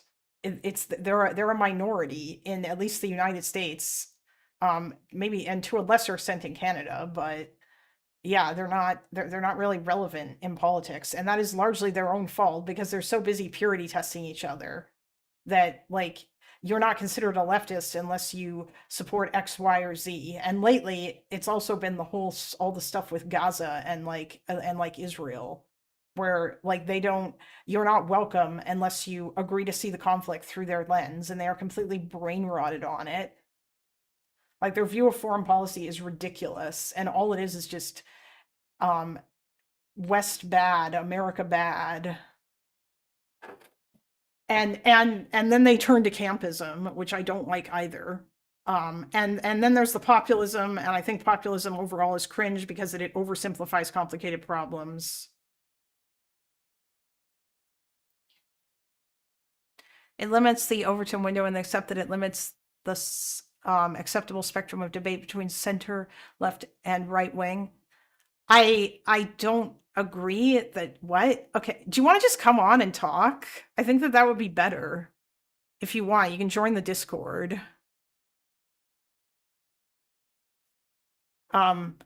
Yeah, there's a link in the description.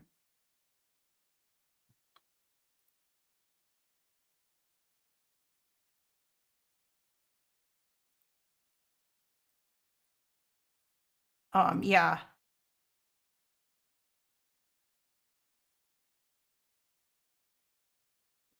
I mean, I don't want to argue with him in chat. Like, I don't want to just like have arguments with people in chat. I'm gonna go and grab some food. If Toby or if someone else wants to like put in, or yeah, Toby, if you want to put an invite to the chat. I'm glad you only have a few hundred subscribers. Go fuck yourself. Oh, okay. You don't actually want to come on and chat then? Wow. That's unfortunate. See, this is what I mean.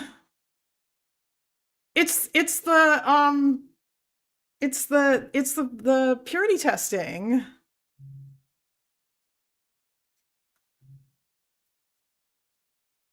That's so funny.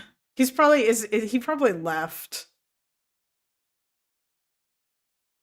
Anyway, I'll be right back.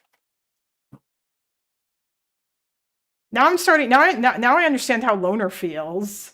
All these people come in and talk shit. I can't believe it. I had my first shit poster in chat and they won't even come on and talk to me. Anyway, I'll be right back.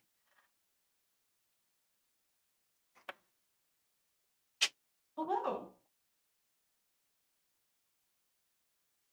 Hello.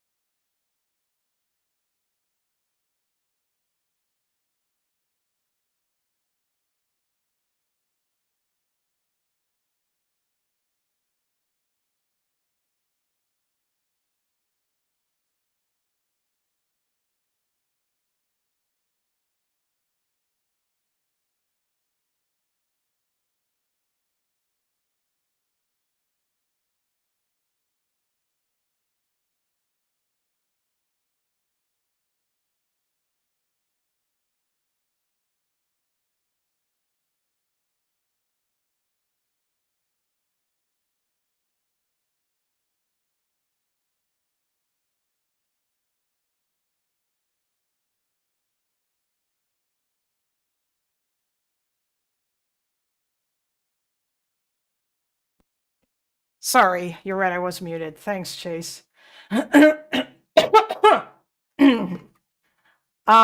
Toby says, I doubt someone who reacts that way has the emotional stability to do much in the realm of practical. Yeah, probably not. I don't think that guy was particularly interested in like doing much of anything, but regardless, that's super adorable. Yes, Chase, I see it.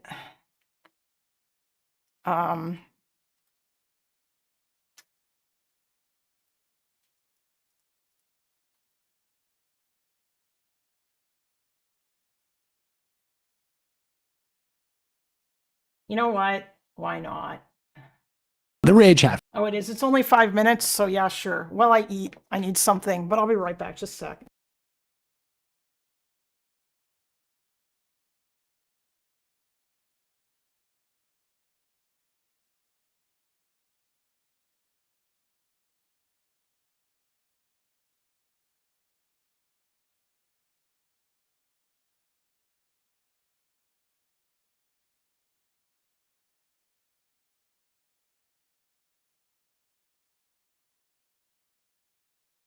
Oh. Hello there. Aw.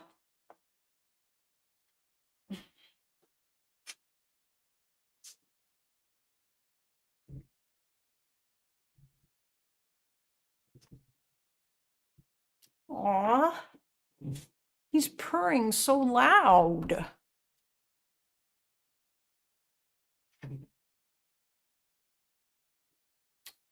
You a sweet kitty. It's really a toddler type of emotional insult. Yeah, I know.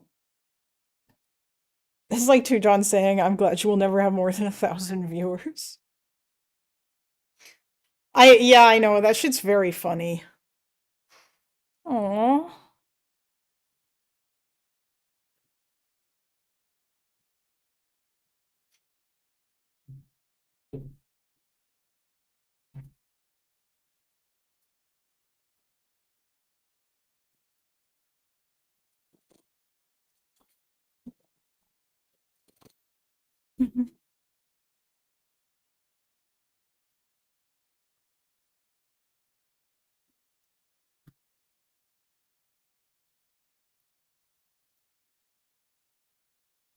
Oh, you're so soft.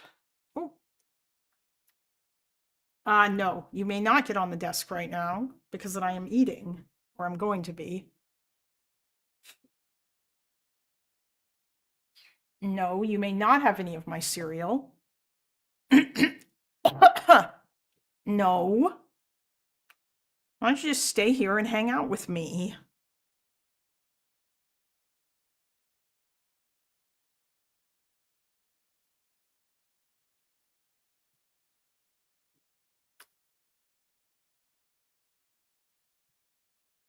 Aw.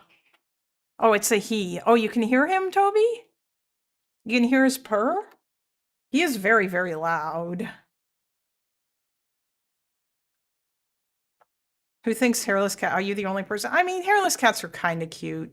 Oh, your kitty's purring really? Oh, you also have your kitty on you right now? Oh, that's sweet. Well, Toby, you need to post pictures in the Discord. The cat tax. The cat tax is demanded. Aw.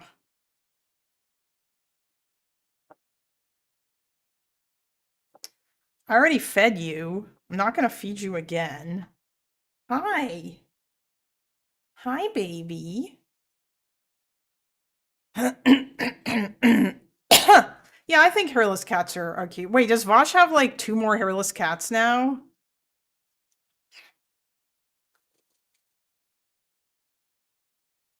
Like, I mean, even if they aren't, they're still cats and they still act like cats.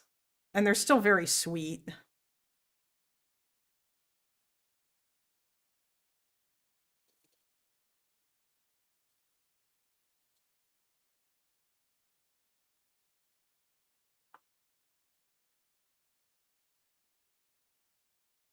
Aw. Hi, baby.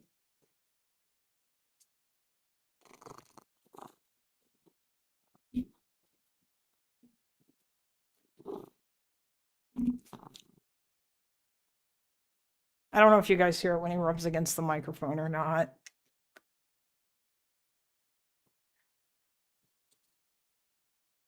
Oh, Maine Coons are adorable. I love them. They are beautiful. I love like their ear tufts.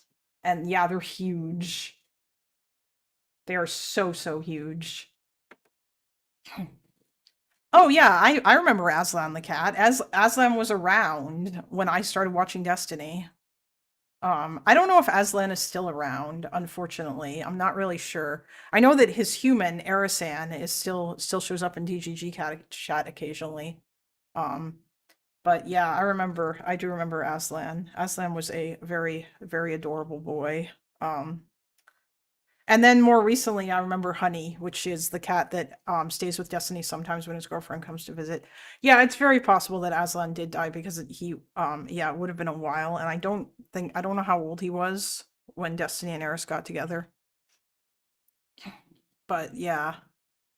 Aw. I don't know. Oh, hello, Ancello. You missed the leftist who came by to tell me to go fuck myself because I wasn't a leftist. It was the funniest thing. Oh, Toby posted her cat picture?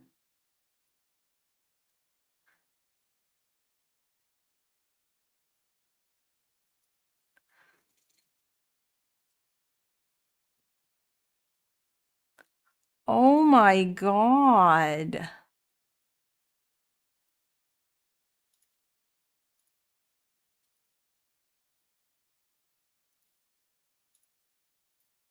Chat, look at this baby.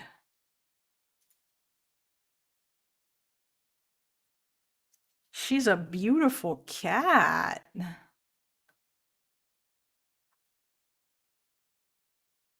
She's so sweet.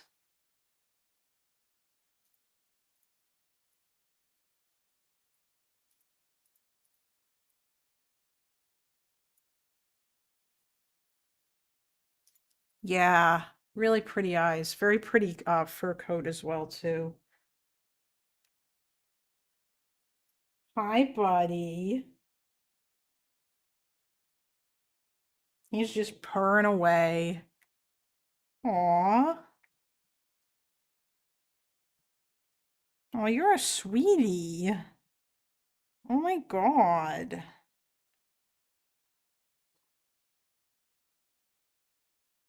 Aw. Such a happy kitty. We will convert Kalinda to at least a sock dem. I mean, I kind of am a sock dem and solo. Like, I'm not against social democracy. I think social democracy is based.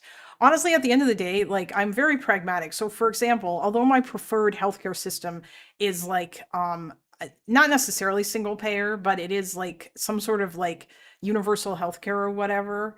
I guess, yeah, like, I guess I could say it's single payer just because we have that here. And overall, I'm pretty happy with our healthcare system.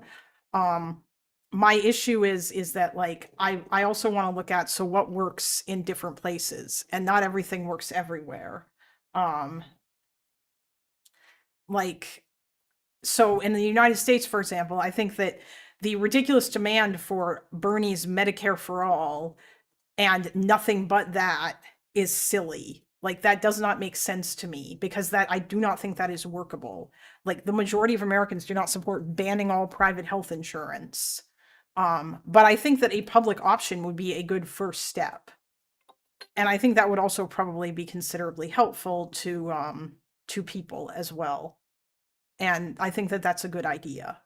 So yeah, like, it really depends on the country. And yeah, in the United States, or like, for example, I don't think that advocating to ban all guns in the United States is a great idea, because it's not going to work, because America likes their guns and their Second Amendment. I think you can advocate for some reasonable restrictions against them, but some of the stuff that people in the US and in the Democratic Party advocate for, like assault weapons bans and stuff, a lot of that stuff is very silly. And I don't think that you need to do that in order to like advocate for things like universal background checks, or even just like enforcing the laws that already exist, or finding better ways to deal with certain things like that.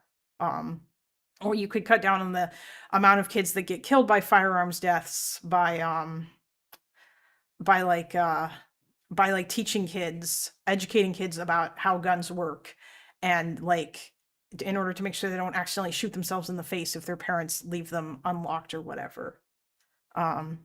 We have the both most ambitious healthcare system and it works well. It's 3-tier, free, subsidized, and private. Yeah, so Funky Tortoise is talking about in Israel. Yeah, like there's a bunch of different ways you can do it, and we know that there are a bunch of different systems that work as well too, which I think is nice. And yeah, like it's a good sort of thing to have, really. Aw, aren't you sweet? Wait, has the chat not been working this entire time? Oh, it hasn't. I'm surprised Chase hasn't complained.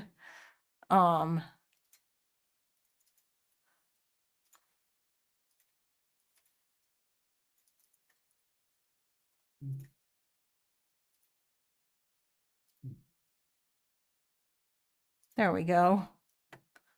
Israel is unironically most of the most socialist adjacent countries on earth, yet leftists hate them. Well, yeah, but that's because leftists don't act. Yeah, and China's not really socialist or communist at all, but leftists love China.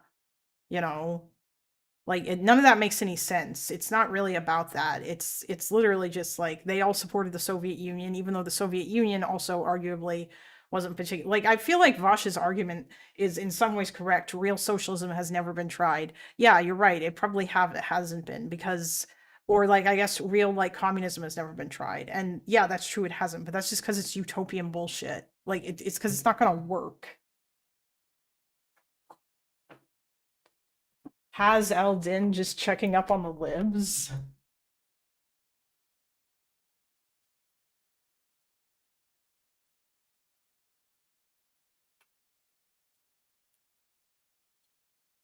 Oh, Johnny the commie. Okay. Okay, buddy. Oh yeah, I know the Soviet Union didn't like the CCP. I'm aware. But that's not really something that the West necessarily knew about until later on. Like they never really necessarily liked each other. Oh my God, is Haas? No, that's not actually Haas. I think that person was just memeing about being like Haas or something. I don't.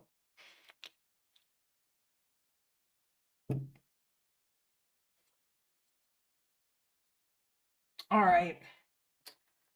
Let's see what kind of insanity these guys have for us today.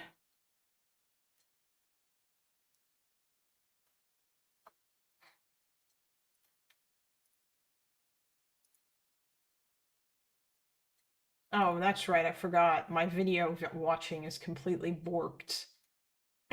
Huh. I guess I can't watch YouTube videos. The Rage Half. What do you think about the fact that even Charlie Kirk began publicly calling Epstein a Mossad? Okay. God damn it. Well, this is what happens when you use the development version of Firefox for your stream browser. Can we get sane progressives for once? I feel like I'm on an island. I mean, I would imagine, I feel like Lonerbox would call himself a progressive. In some ways, I'm a progressive too. It just depends on what you mean by progressive. Like, I feel like my problem is unfortunately that label is also something else that has been hijacked by a lot of like people who are crazy. And there was also a lot of dumb social shit that they did too that I was not particularly fond of. You know, so huh.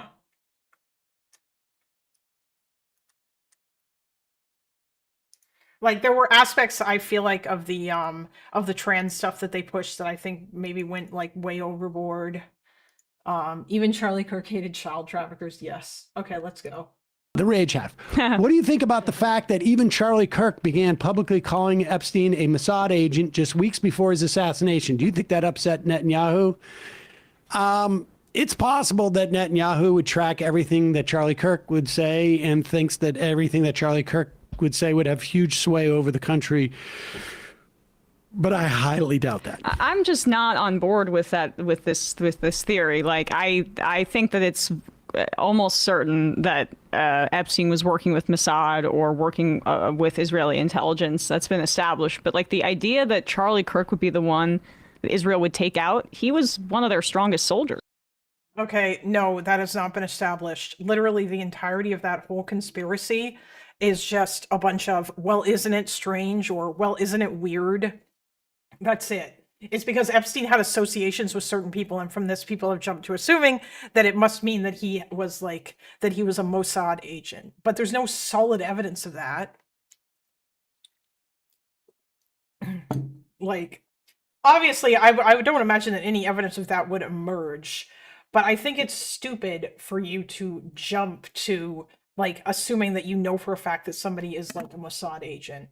I also feel like there probably would be something, maybe, in all of the stuff that we have, actually, like all those emails. I'm sure that if there was like a concrete link there, then there would have been something, or like that people could point to, not just Epstein being supportive of Israel, because that doesn't really mean all that much to me. Besides that one comment. But what is it that people thought was going to happen? Like, Charlie Kirk had been doing what he was doing for at least a decade. Yeah. And it is true within the Trump circles that he was extremely helpful, I think, to getting Trump elected. And I do think he had a massive audience. But, like, Joe Rogan has a bigger audience.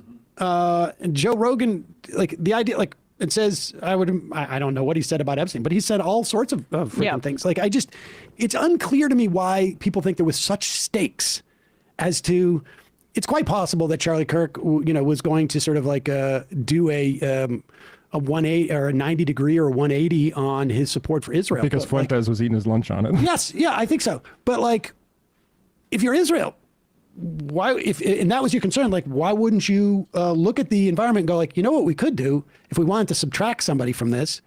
It would be like, who's causing Charlie Kirk, who's nipping at his ankles? Like, it doesn't logically make sense that there was such value to him that Exactly. Well, at least Sam is being more reasonable here.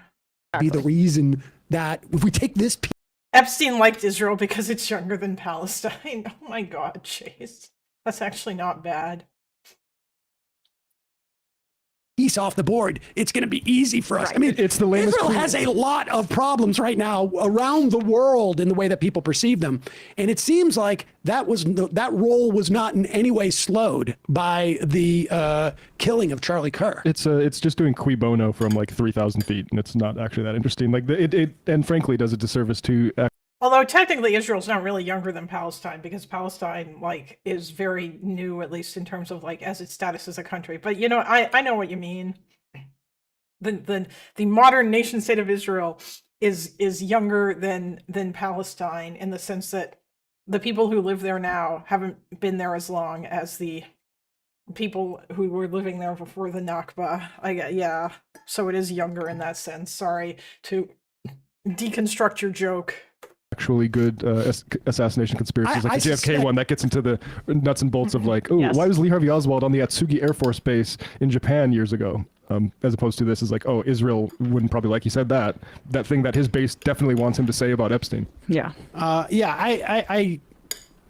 mean, it's not like I feel like. Also, you know who else is pushing Epstein crap now? Bibi Netanyahu. If it hurts his political opponents, which is ridiculous. That talk is particularly destructive, or is at a cost to any agenda that I'm in favor of? I'm like, yeah, go. I think the entire. My suggestion would be, if I had a show that had any right-wing audience, I would spend every day talking about this and talking about how Trump's not releasing the files, or if he is going to, he's in favor of the House releasing the files, it's only because he knows the Senate's going to do it. And if the Epstein files come out and Trump's not implicated, I wouldn't trust it. I think they should be spending as much time as possible talking about this, frankly. Get your clicks and make your money and find the truth. It is out there. It is out there. But I resent people crediting Charlie Kirk with courage that he did not have in life. Yes. Well, stolen valor. It all comes out in the wash. That's what I say. Well, not all. There we go. Oh, yeah. Love seeing that. It's a particularly disgusting color as well. It's because of this freaking thing. Yeah, I don't know. I don't know about that. It looks like curry. No, it's yellow. It's the perfect spot. It's You don't orange. get a perfect spot, Orange. circle like that. Like, actually, no. Put that up. That's not yellow. Put it up to the camera and then put the yellow next to it. It's orange, bro. Yeah, bro. What happens when you put yellow and blue together? Hello, look at your primary color wheel. Okay. You could just color a new spot. Right Kids next to it. today, they don't even learn the basics. Right. I guess you're right. It's me who has a problem. It is. Listen, the date is. Okay. Hey, folks, don't forget to hit the sub. No, thank you, Sam. I don't know what that last bit was about, but whatever. I mean, that wasn't as bad as I thought, although obviously, like, of course, Emma's out there pushing the whole Mossad Epstein thing. I tried to look that up, and it really seems like the only, like, it is all just a bunch of, well, isn't it weird? Is because someone knew of someone, and because Jeffrey Epstein was friends with, I think it was like Ehud, it was Omar or Barak, I cannot remember which, one of the old Israeli prime ministers, and he had business dealings with certain people. And because his wife was, I think her dad or something had like ties to Israel or whatever. And from this, they immediately assume, well, he must be a Palestine, or he must be a Mossad agent, which I don't know. Oh, it was Barack. Okay. Yeah. Like it's very silly. There's not, that's not evidence. It's just, isn't it weird? It's the same thing with the whole Epstein killed himself conspiracy, which is also just a bunch of, well, isn't it weird? And that's basically what the majority of conspiracy theories are. It's all just, well, isn't it weird that an insert thing here that's not really evidence, but that's kind of odd? And then from there, we extrapolate a whole bunch of shit that we don't actually have any evidence for. And we use this to make a claim and say that this thing is undeniable when it's really not. Like, yeah, it's not undeniable. All right, let's see if Dante's around, because I want to argue with him about Russia.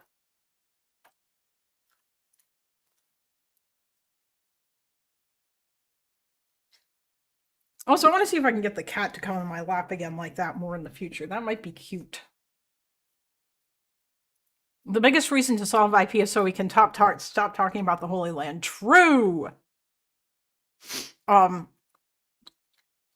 Also, there was some other stuff, too, that people were saying about genocide. No, Dante was comparing Russia to Israel, which is a comparison that I wholeheartedly reject and dislike entirely.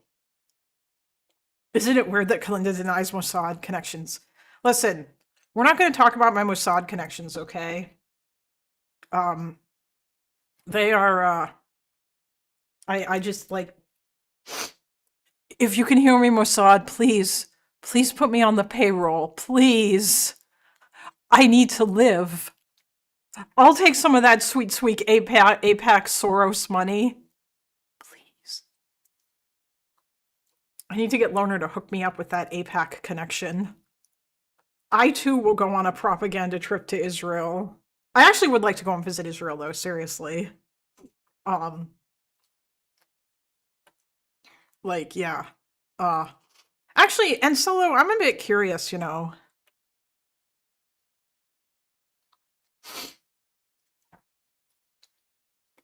As someone on the autistic spectrum, a lot of autistic people, not all, autistic people may at times place a greater emphasis on the outcome of the established rule of an action rather than the actor's intentions or feelings when making moral judgment. I have no idea what you are trying to say there.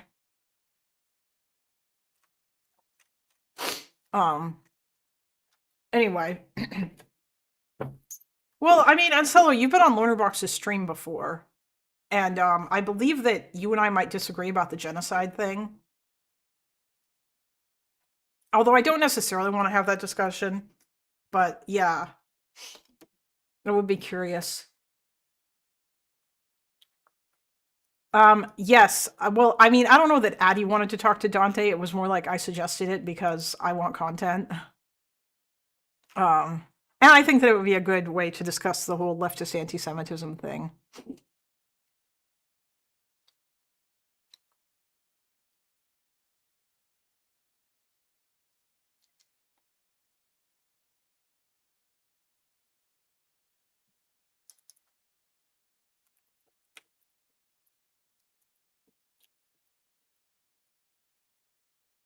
Um,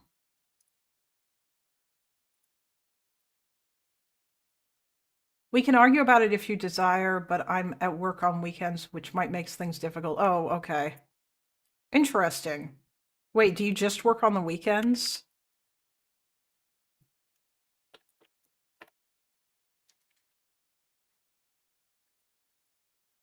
I don't necessarily want to argue about the genocide thing.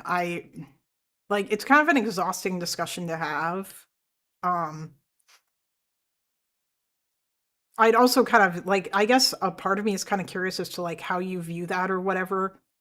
Just because that I know that you're not like super pro Israel, but you do like watch Loner Box and stuff, and yeah, so but I don't know.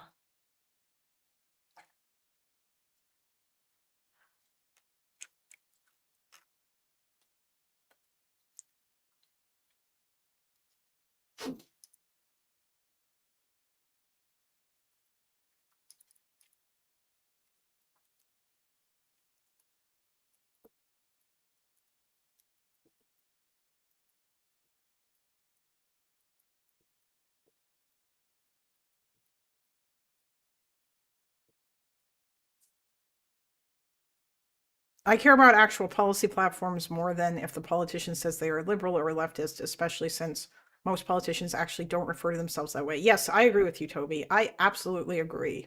I I don't really care about labels. Although to a certain extent some stuff is annoying to me.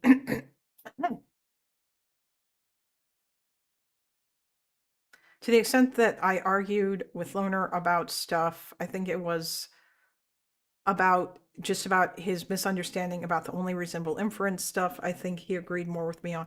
Oh, that I'm still a little unsure about that. I think it seems to me that I thought the idea behind it or what it was saying was that the only is that like in the absence of other evidence of intent, if you look at an action and the only reasonable inference that you could have for that particular action, or the only you could infer the only reason why they did it was because they wanted to like murder or because they had genocidal intent, or that there was no other reason for them to do that besides genocide. That was kind of what I took from that. And I feel like you could say that in a way without necessarily taking away from the idea that you could also be talking about fighting a war. So let's just say, for example, the Srebrenica massacre, right? So there was absolutely no reason whatsoever for the Bosnian Serb army to go in there and massacre all those men, and then later on rape all those women. No reason whatsoever. I just don't other than if they were trying to destroy them as a people. I don't really see why they would do that. And it wasn't just like fighting age men or whatever. Well, critically, it is a evidence standard, not technically related to the nature of the substance. Oh, so you're saying that it's like a standard of evidence rather than it being like about the substance of you're just going to infer things. Oh, hello, irrelevant clips / spider. I mean, nobody's really winning. We're just chatting at the moment. If Dante doesn't show up. Oh, you're trying to get me to watch this this thing with Scott Horton. Yeah, that's something that I can do, I guess.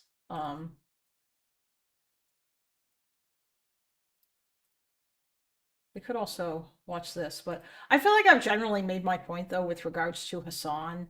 I don't know that I need to like bring a whole bunch of, but I think that I have the general argument that I could probably make to Pisco now, or at least I feel more strongly about it.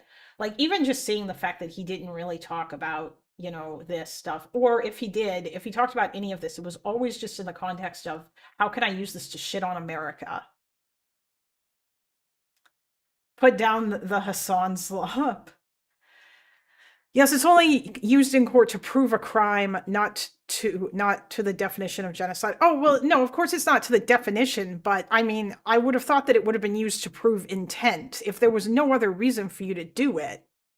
Like, there was no, for example, let's pretend that we didn't have any other evidence of the Holocaust. And actually, no, the Holocaust doesn't even work. Because that there was a whole, because like the Holocaust is such an overwhelming, well, actually, no, I guess it does work. Because like, what other reason would you build a bunch of death camps and then send people on trains to them, take them off those trains, and immediately usher them to gas chambers to kill them if you weren't trying to eliminate the entire people? Like, even just like the industrial scale murder of it all is, I think, like, you could say that is, you could see the intent there. I have a policy: the genocide conversation is not worth having with anyone that was calling genocide before the aid block. I mean, I think that's probably fair. I don't know how many people in our Discord thought that it was a genocide before the aid block.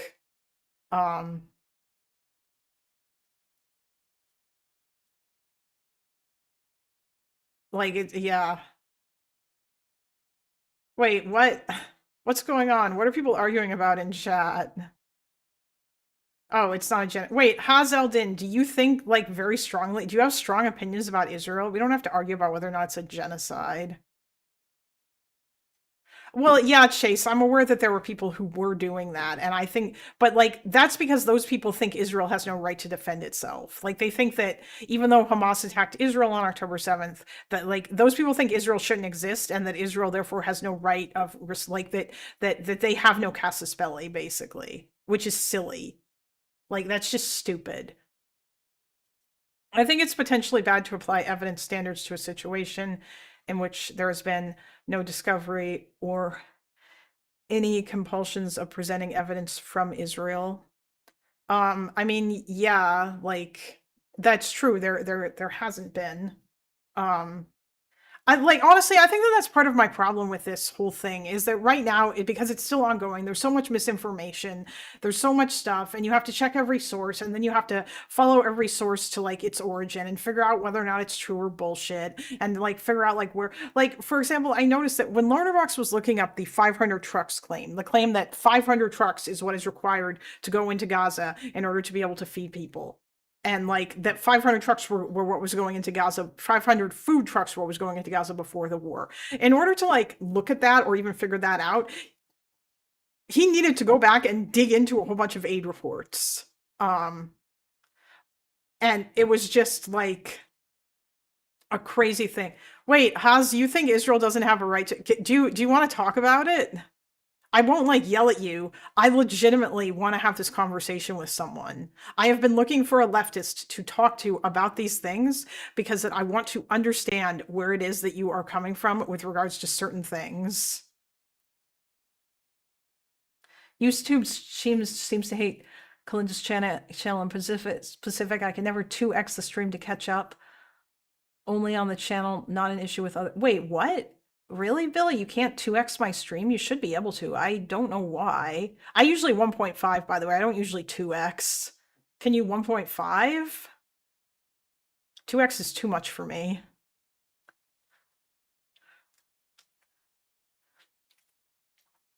Do you stream on weekdays? I can kill. I don't usually stream on weekdays, but I will if something is happening. Because right now, I am a loner box orbiter, and so I have kind of built my stream schedule around when he is streaming. I'm also like kind of all over the place as well in terms of like when I stream and when I don't. Like, I don't stream every weekend. This is actually the first weekend in a while that I've streamed both days. And I think I'm gonna try to keep doing this, at least until I go home to visit my parents. Tentatively, on the 12th of December, I actually have a debate with that Trump voter guy again, that Paco person who was arguing in the Russia-Ukraine channel, because he wants to talk to me about, like, democracy and stuff. And we'll probably end up talking about Ukraine again. And that'll be in the evening.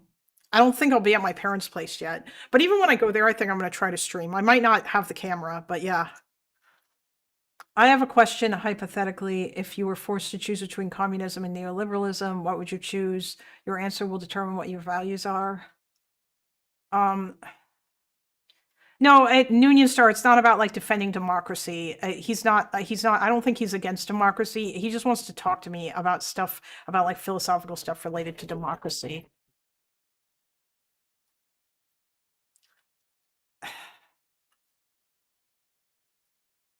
Like, if I was forced to choose between communism and neoliberalism, well, first of all, here's my issue.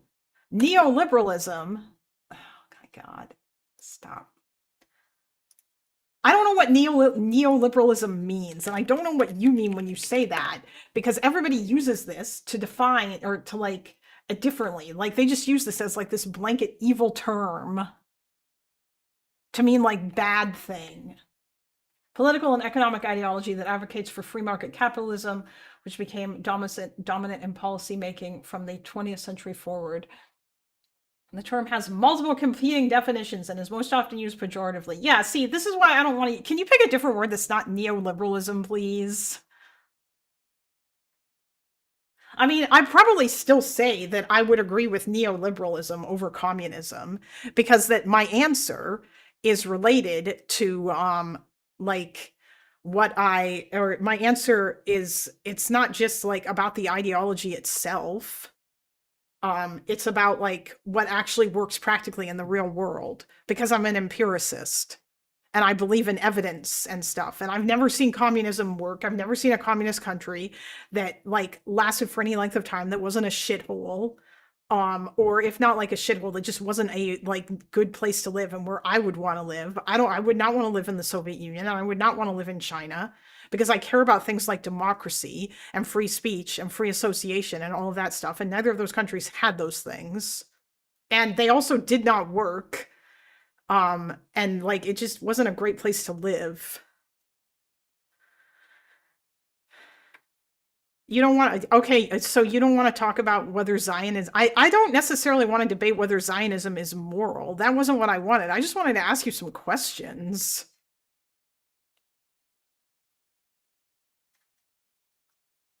And like, also, you're going to have to tell me what neoliberalism means to you.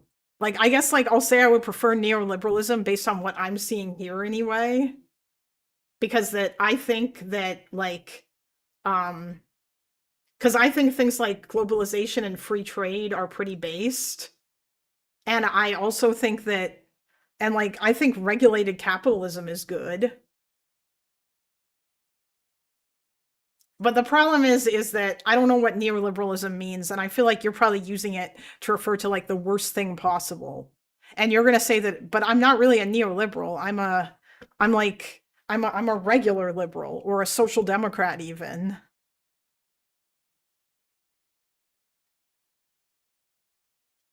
But I don't believe in communism, because that I don't really subscribe to utopian ideologies, because they don't work, because humans are inherently imperfect. Like, and unless we invent a machine where, or like, unless we invent the a Star Trek replicator, we will never not have poverty. That doesn't mean that we shouldn't stop trying to fight against poverty, or trying to like help people who are impoverished. Of course we absolutely should, but that does not mean that, but there's still always going to be people who are going to be poor. The point of the question was, which do you think is more moral, neoliberalism or communism? I mean,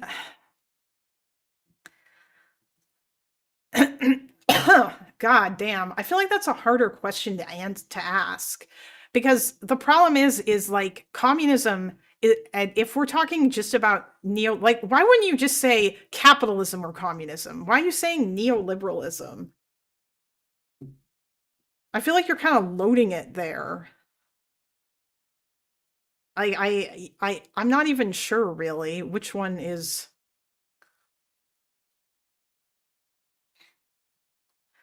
It's, the problem is like, are you asking me communism is like communism like as just like the theory of the ideology and not what it looked like in practice? In practice, I would say that communism was less moral than neoliberalism, because it does not work. if we're assuming, and also if we're just talking about the economic system and we're not talking about like any of the other stuff that oftentimes leftists believe, like obviously I'm a big socially liberal person. I don't even know if that's the right term for it, but what I mean is that like I hate social conservatism. I hate it. I hate it. I hate it. I hate the idea of the government shoving its nose into your bedroom or like telling you how to live your life or any of that. um and yeah, I'm not and so like I mean if that aspect of it is also attached to communism, but the problem is that in practice it wasn't, except for like 5 minutes at the start of the USSR. But like otherwise yeah, like it wasn't really like that. Okay, capitalism or communism, we can say. I don't assign morality to economic systems, though. That's the other problem. Like, I don't think that you should do that.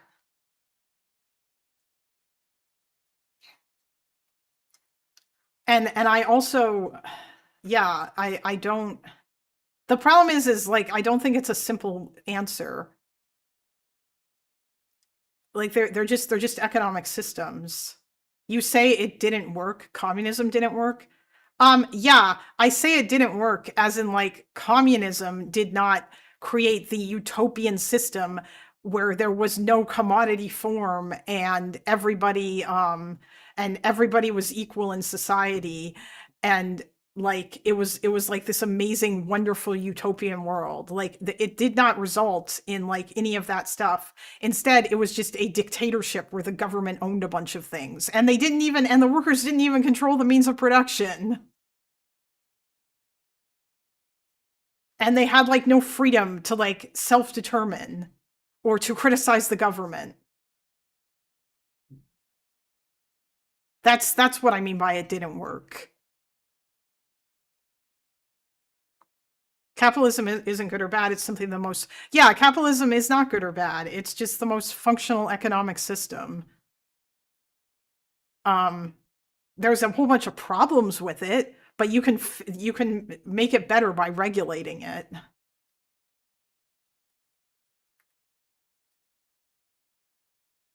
And then like in China, like China became more capitalist and that like made their living standards better. You know, like, yeah, I don't know that I really agree with the notion of like, if you're someone who wants to start a business, that means that you must make your business a worker co-op. Because what if somebody wants to like, take like, okay, what if your workers disagree with the direction of your business? And like that was your business and your dream, and then you get voted out by the workers and you're not even allowed to have that thing anymore, and they do, and then they take your idea and do whatever they want with, you know, like I feel like that just feels kind of shitty, you know. Like, yeah, I don't know. And also there's other dumb shit about, like, I don't think all labor is exploitation or any of that crap. Like, I think you can say that there's some labor that labor is exploitative if you're getting paid so little that you can't even survive and you work your ass off. Or if, like, you get paid barely enough to survive, you work your ass off, you're miserable constantly. And yeah, it just, like, I feel like all of these things just oversimplify. I don't like so much about the whole everything is class struggle. It's all just dumb. And it's never worked. And I think it's silly that people still believe in this. I mean, unions are a better idea. I think unions are better. Just unionize, and instead of this whole like we must destroy capitalism.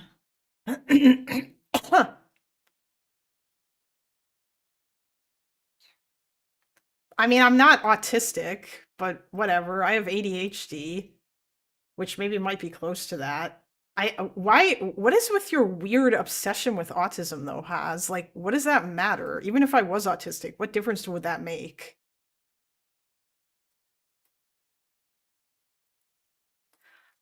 Chase, if you watch that video that Addy posted in my stream suggestions, which I listened to last night, that talks about Stalin's anti-Semitism a whole bunch. But I'm not going to do a big deep dive into it right now because there's a whole bunch of shit. Like there's so much other stuff that I'm doing right now. Yeah, I don't know why Haz is trying to boil people's like political or politics down to autism. That's very strange. Oh yeah, yeah. I mean, I didn't talk too much about it, Chase. It's okay. Um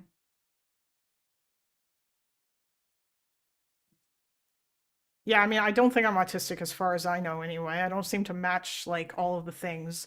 Most of my executive dysfunction is ADHD related. Yeah, maybe Haz is autistic.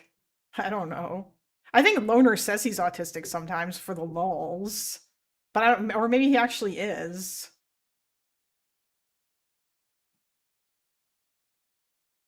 You believe the individual right to own a business than collective ownership. That says it all. What's wrong with that? Like, if you treat your workers well, what's wrong with that? Why does that matter? I don't think that there is any moral aspect to that. I don't think communism or like communism and capitalism are economic systems. I don't like when people inject morality into economics and act like corporations are just like these evil mustache twirling villains who want to screw over all their workers, or that landlords are like these evil people who want to charge you a shitload of money for rent. Like they're all just humans, and they're all just doing like what they are incentivized to do within the context of a particular system. And yeah, that's where like that's why if you object to like people not getting paid enough, then that's where the government comes in to empower unions, or that's where unions come in to negotiate on their behalf. And like if the government empowers those unions, then it balances things out a little bit. But yeah, I think it's very funny that you guys like act like you just get, there's so much moral outrage because oh my god, I don't believe in like your sort of fairy tale system.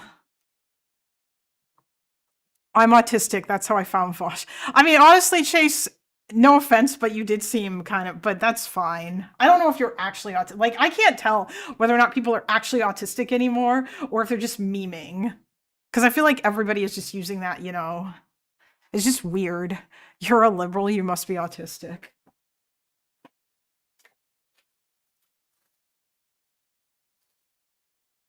Yes, Haz, I'm sure that you think that that's a fundamentally right-wing belief, but that's only because that on your political spectrum, like we stated before to the other guy who was coming in here,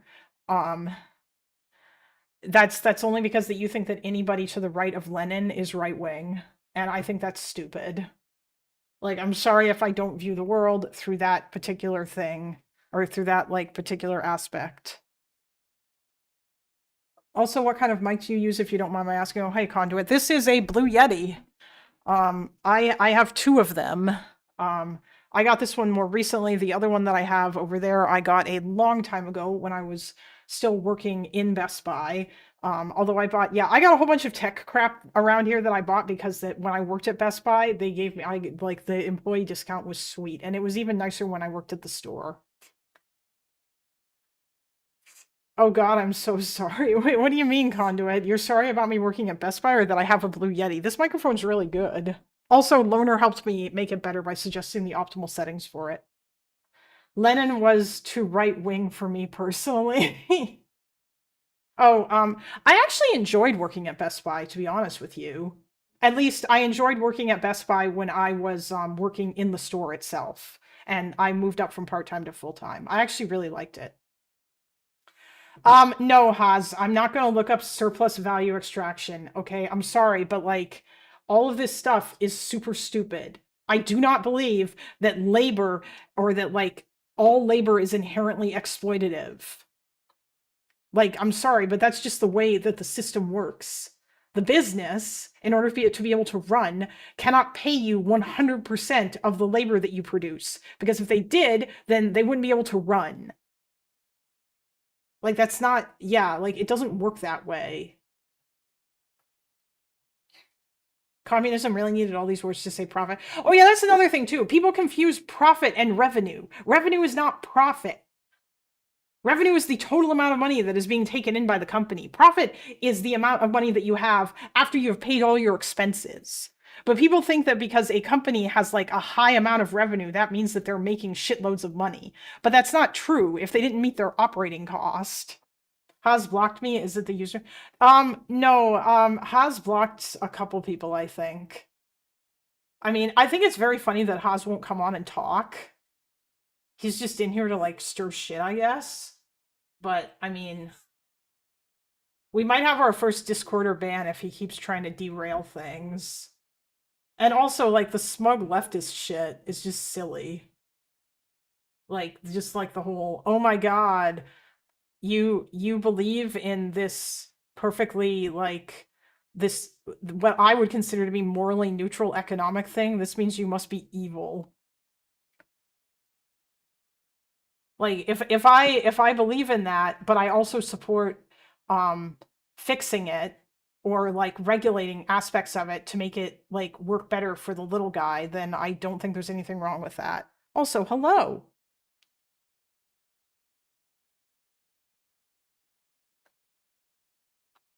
Smugness is a good way to deflect scrutiny. Well, yeah, I mean, leftists are, like, this is one of the reasons why they're often so very insufferable. Like, Jesus Christ, is this what Destiny felt like back in, like, 2016 when half of his audience were, like, a bunch of socialists who thought he was a socialist in denial? Surely you don't think all economic systems are morally neutral? I mean, I think that capitalism is morally neutral and communism, like, I think that they're just an economic system and that they incentivize people to do things one way or another. I think there are aspects of them that you could say, like, you could be an immoral actor within that economic system. But I don't think that the system itself has morality necessarily. I mean, are you going to bring up slavery? Although slavery is not an economic system, so that's not really the same thing. Yeah. The legendary I mean, well, Destiny didn't leave the left, it's just he was always a liberal. But like, I don't know, there was so many, I remember, I think it was, oh no, it wasn't it was like 2017 or 2018, the whole like lefty arc. And it was all just people trying to come on to convince him to be a socialist. And all of it was just them trying to like sell them his like utopian theory or their utopian worldview by presenting a bunch of theories. And it's just boring.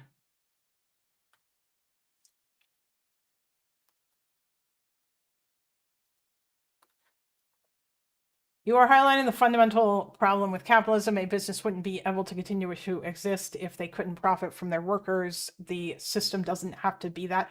Well, then, like, no, it does. Like, what the hell else are you going to do? That's how the world works. What are you talking about? Like, that's how it worked in the Soviet Union, and that's how it works in China, too. Like, you can't... You need money to pay for things. Stuff's not free, dude.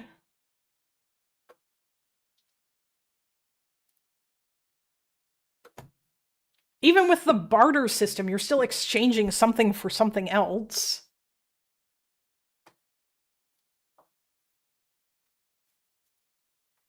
That's why, like, the USSR and China basically just ended up having, like state capitalism at the end of the day, where the government just owned everything.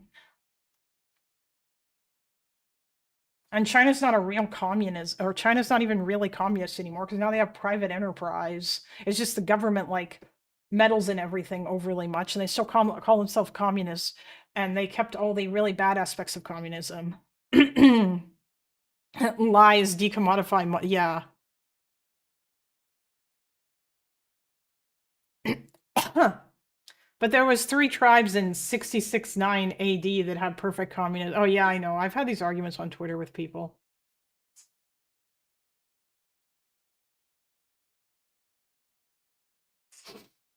Wait, there was somebody in Guy's chat that kept saying anti-Semitism in the West isn't an issue because Jews are white. I said most Israelis are from Arabia. He said they look white too. Oh my god.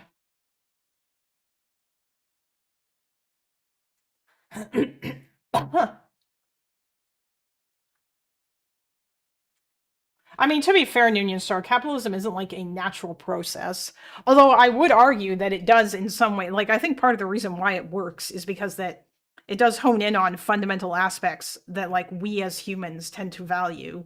Like, unfortunately, it seems like throughout history, greed has been a thing that we like that is just it's just part of us in different ways, obviously. And like if it's not greed for money, then it's greed for like social credit, or other such things like that.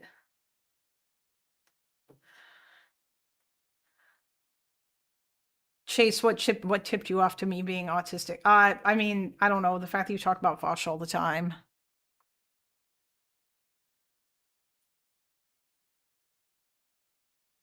Breaking news, capitalism can't be fixed.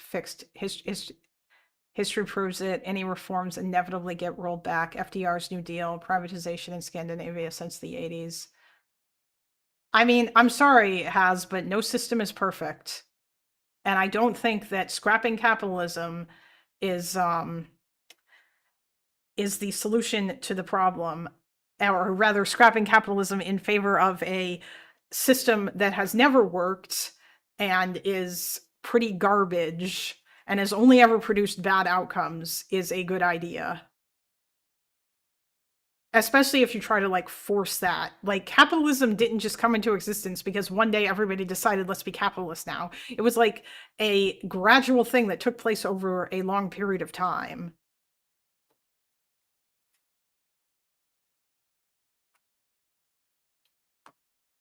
Well, I'm sorry, but no, nothing is perfect, Has. Like, what do you want? Like I said, like that's just the world that we live in. I'm sorry, but I would rather like actually spend time pushing for policies that can help people now instead of pining for some utopian bullshit that's never going to happen in my lifetime or probably ever unless we invent Star Trek replicators.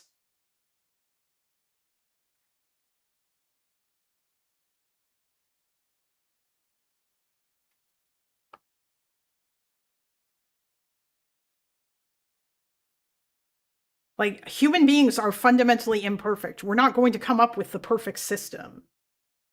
And even if we had AI do it, that's not going to be perfect either because we created that AI and all AI can do is just copy us.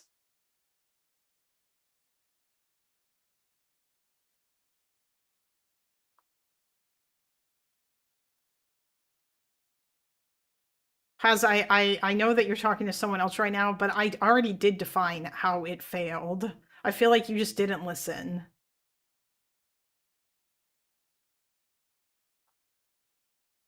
Speak for yourself. I am perfect. Of course you are. You're all perfect, chat. I love you guys. You're so perfect. But you know who's actually perfect? This guy. Cats are perfect. And dogs. They're adorable.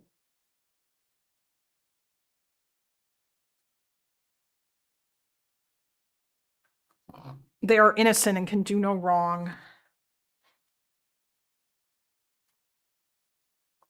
See, this is the problem.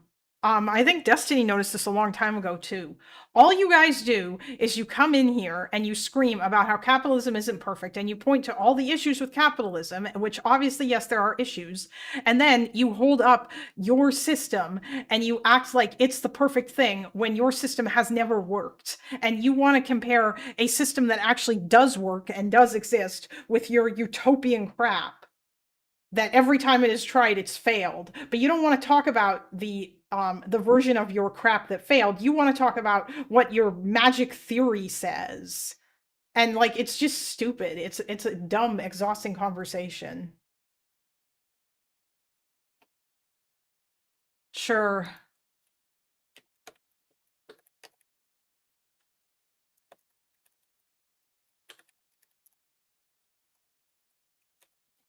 Stop it.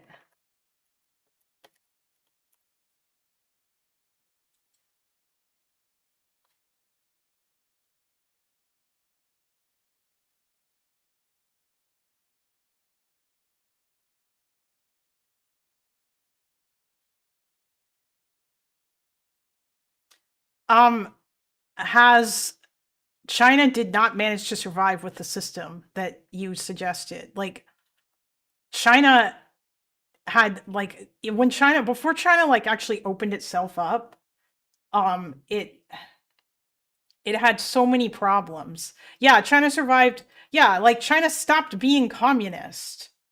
China is basically a capitalist country now.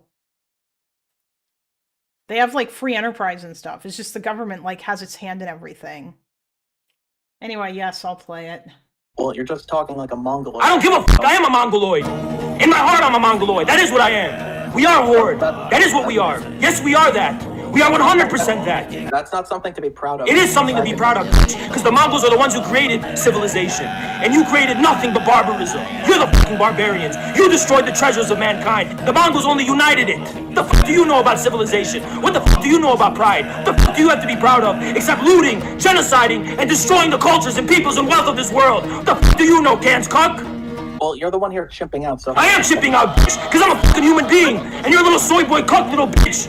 You don't know who the fuck I am. No, I see you. I think you're a Mongoloid. That's what you... I am a Mongoloid. You're right. It is what I am, and I'm proud of being that. Well, it's an anthropological term. It doesn't actually mean Mongol. Okay, so what's your fucking point? You ugly, disgusting, fucking barbarian, smelly piece of shit. You want to talk racism? I can be way more racist than you, Angloid. What fucking civilizations did Angloids ever fucking have? It needed the Romans to fuck all of you in your ass to give you any civilization. You never had any of your own. You want to be racist? I could be way more racist. You want to talk shit about Asians? What the fuck do you have on Asia, huh? I have nothing on it. You have nothing, because you're a Can's cuck, bitch.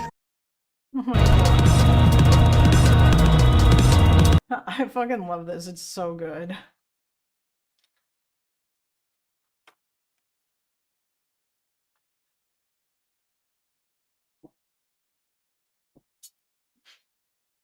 Yes, Haas, on paper, communism. Actually, no, I'm sorry. On paper, communism, or on paper, every system is the least imperfect system. You know, like, on paper, capitalism is awesome too.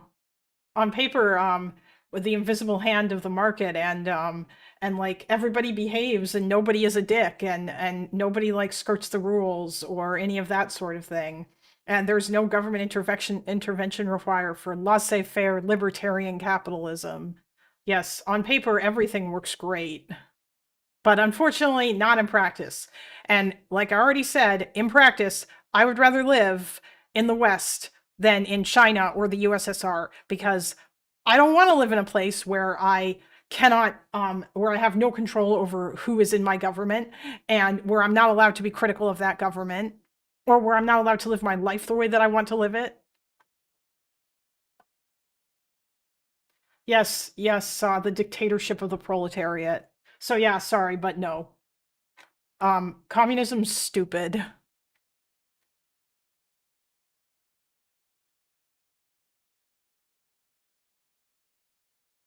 I guess Dante is not here. Boo.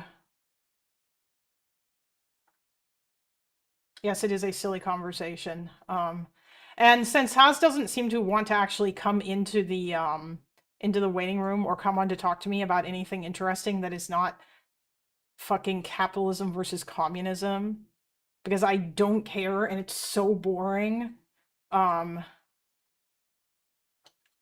I mean, Toby, you can probably just ban him if he doesn't, like, I'll ask one more time, like, Haas, do you want to come on and talk about, like, Israel or Palestine or Ukraine, Russia, or, like, anything else that you might disagree with me on that's not, like, fucking communism versus capitalism? Because I don't care. It's, like, the most boring conversation in existence. I have no desire to argue about your stupid utopian crap and see you, like, contrast it with, like, an actual working system.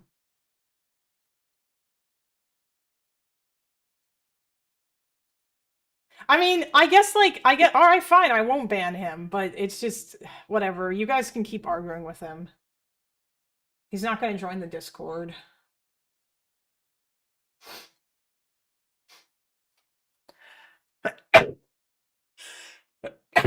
Ugh. Ugh. Yeah, all right, fine, just leave him, whatever. We'll be very okay in this chat. Um,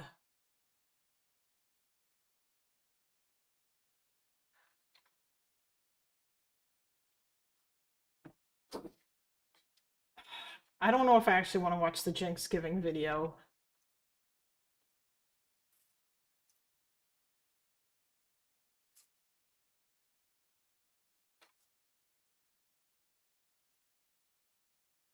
Yes, China is hella gay, except for the part where gay people basically don't have any rights and they have their dating apps banned.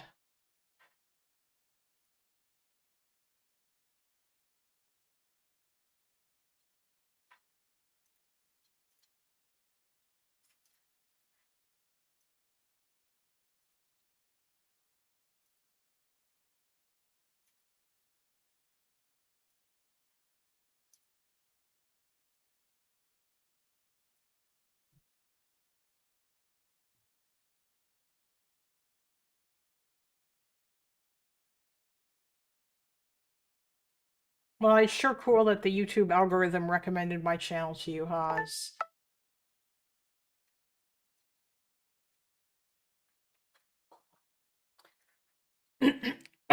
Okay, why not? As you guys know, it's a time-honored tradition every single year since 2018 to have Cenk Uyghur in the building. Okay, let's start off with why you said that you were going to your communist nephew's house. I can't tell if you were memeing or if you're being serious. Have I been upgraded to communist? Okay, actually, you tell me. I'm kidding. But so people are constantly calling you all sorts of names. You go to China, you love it over there. So what should we call you? What are you? I mean, I say I'm a socialist. I'm not like a self-described communist or anything, but I also say that I don't have. How do I feel about the Venezuela stuff? I am pretty angry about it. I think it's all fucking stupid. I think the US is committing war crimes in Venezuela, or at least it sure looks like they are. I think it's insane that they are bombing, or that like they're bombing these ships when there's no need for them to do that. If they suspect that these are drug boats and they want to like perform searches, then just stop the boat, go on there and search, and if you find drugs, arrest the people and confiscate the drugs. You don't need to blow them up. I think they're just being silly when they do that. And the fact that they double tapped that one boat and in order to just kill the survivors, that's just insane. Like, there is no reason to do that. And I mean, Trump is saying that he's preparing that he was gonna do some sort of war or whatever. But not that he was gonna do some sort of war, but that apparently like ground operations in Venezuela will begin very soon. And yeah, I just I don't know if he's actually going to do it or not. I mean, his approval rating went down to, I think, what is it, like 36%? Actually, let's check.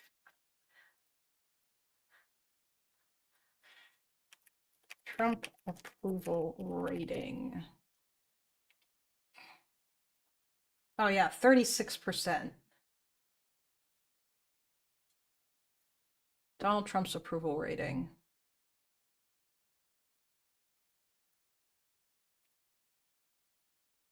Down 1.4 points since last week. 38% approved, 57% disapprove. Yeah, like, it's just crazy.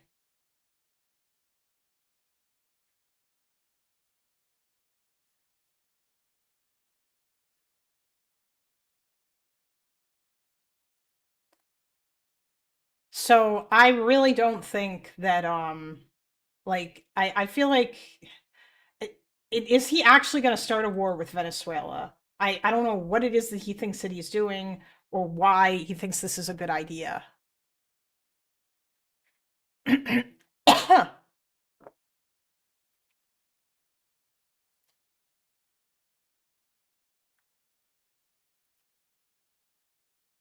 You know, Haz, you don't actually have to stay. Although, I mean, if you want to, you can. But it's not like the evil capitalist overlords forced you to click on my channel. Yeah, like, disapprove 59%, approve 39%. It's not looking good. I feel like if Trump actually goes into Venezuela, that ain't gonna work very well.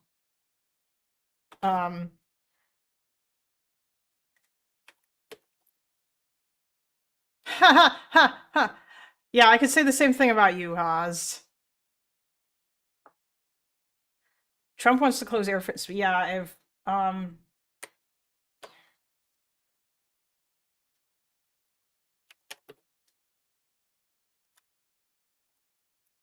Venezuela,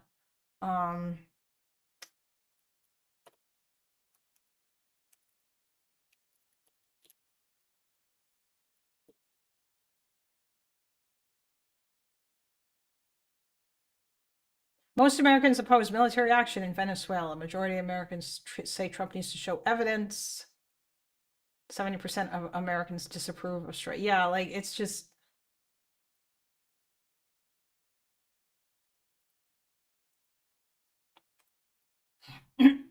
Huh.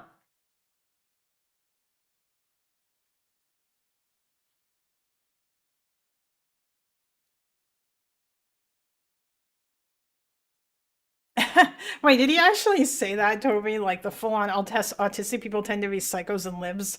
I am autistic, but I am a good autistic, unlike you autistic. Yeah, I, I don't know. That was really weird. Has the Trump admin clearly explained? Has the Trump admin clearly explained U.S. position on military action in Venezuela? No, not done that.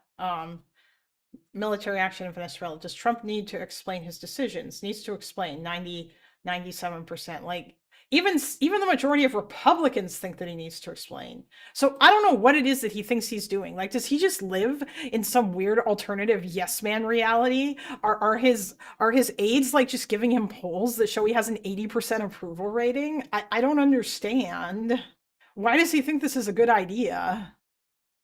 You can't win the Nobel Prize without a war. Like, is Venezuela a threat to the US? Not a threat, a minor threat, 48%. And they probably, yeah, like, I don't know that much about like Venezuela's like drug trafficking thing, but I kind of doubt that the government is working with Venezuela, or that that Venezuela is working with the drug cartels directly.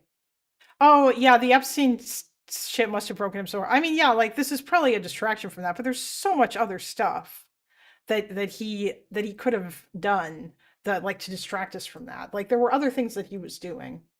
Yeah, only 30% would favor it. And 70% would oppose. So I don't know why he thinks this is a good idea. Using military force to attack boats suspected of bringing drugs into the US. Now this one surprises me a little bit more. 53% approve, 47 disapprove. But that's not even, yeah, it's just like in theory this isn't necessarily a bad idea, but the problem is that you need evidence. You can't just bomb random ships. Does the US need to show evidence boats attacks it carries drugs? Yeah, it does. I still think bombing them is bad.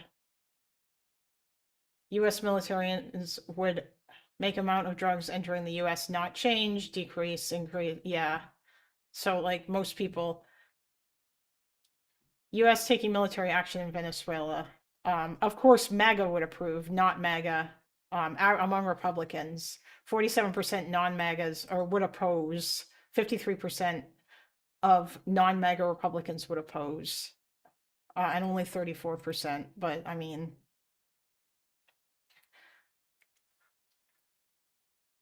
Trump makes things sound better than they really are. 60%. Okay. Saying the economy is good. So this number hasn't even fluctuated.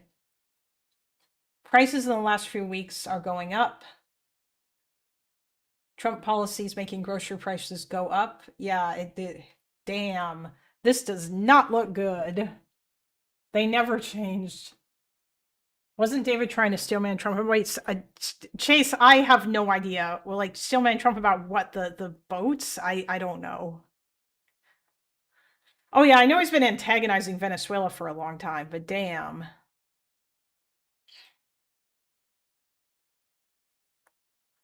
Judging the Trump administration, what's the most important? Yeah, the majority of people think that economy and inflation, immigration and border, government spending, tariff and trade policies. Damn. Foreign policy didn't even make the cut. Economy and inflation, Trump is spending. not enough time on the economy. Yeah, I mean, I'm not, of course not. Proof of Trump's handling of the economy, 51%. Yeah, the number's just dropping. Trump's handling of immigration. Immigration, 55% disapprove. The economy, 64%. Inflation, 68%. And then 60% disapproval, 40% approval. That's what these guys say. Other people have it at 39. But yeah, it's just stupid. ICE is stopping and detaining more people than necessary, 54%. Trump admins program to deport immigrants illegally in U.S. Approve, 90% of Republicans approve, of course. Disapprove, 87% of Democrats. 58% of independents also disapprove, which is nice. That's the really important number. Oh yeah. Loser leader for a loser economy. Yeah, he's just, it's just like there's so much that's just bad. It's not, yeah, the midterms aren't going there, but I mean, but like everybody has been saying, it's not really even just, the real problem is what's going to happen after Trump and what are the Republicans going to do, because we are not in a great place.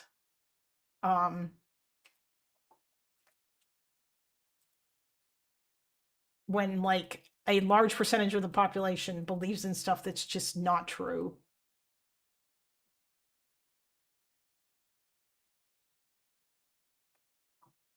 Releasing information on the Epstein case is very important, 55%. Trump admin's deportation program has impacted your local community, no impact for the world. Yeah, so not everybody has noticed an impact. Any information from the Epstein files will probably be true. Too soon to say. Trump handling of matters related to the Epstein file. 75% of Republicans are satisfied. Of course they are. I don't know how you could, but whatever. Although, I mean, the independents are also dissatisfied. Epstein case matters a lot. Yeah, this is very split. Interesting, though. But yeah, most Americans oppose military action in Venezuela. So I don't know if he's actually going to do it. I feel like that would probably not go over well. MAGA is getting replaced by the America First. I mean, I wouldn't jump that far, Chase. I don't think that they are getting replaced by it, but obviously Fuentes and co are trying to like matter. Hello, UNSC. Good morning from Wales. Good morning. Like, I think Fuentes is trying to matter, but he right now he does matter. I think he's probably going to try to take over. But the problem is that the majority of Americans, and I'm pretty sure even the majority of Republicans, don't support the things that he agrees with. Or like what are his actual beliefs are.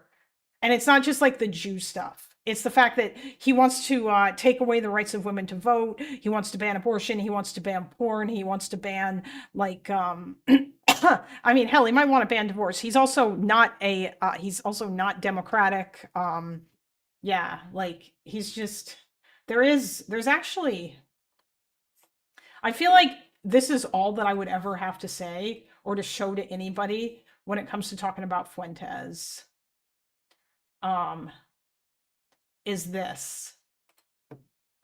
This is it. This is the only thing that matters. This is all you need to do. This is all anybody should have to know that why you acknowledge that your point of view is fundamentally anti-American. From the founding fathers, the framers, 100%. Americanism is a heresy in the Catholic Church. You know that if you do fucking anything. But okay, you get so all then why the fuck are you even in this country? Why not go fucking live in Rome, or go fucking live in the Catholic fucking Vatican, or go live in fucking prehistoric wherever the fuck? Why be in the United States and try to change us into some theocratic regime when that's not fundamentally what the country is about? We want to make it better. We want to improve it. You don't want to make it better. You want to destroy the country. Like, you understand. The funny thing is, you are like as You're literally or worse than the Jewish invaders that you accuse of trying to destroy the country. You are overtly saying that you want to run it as a theocratic regime, that you want religion and God to be the number one thing we answer to and not the Constitution. Yeah, so you're worse than any Jew you accuse of trying to frame their law or their allegiance or whatever. You want to be loyal to the Vatican or whatever, and you say they want to be loyal to Israel. At least Israel is real. Like, what the fuck is the point of trying to say that the United States should be some theocratic regime and then act like you're better than any other group of people trying to change the country? Because one is right and one is not right. You're fuck me. How did I not know that? One religion is right and the other is wrong. You're the first one in history to think of that one, Nick Fuentes. Good one, Chief. Yeah, I feel like anybody like this is the only thing that should be like anybody who claims to care about democracy, all they should do is like just show them this clip of Fuentes basically just openly admitting that he is anti-American.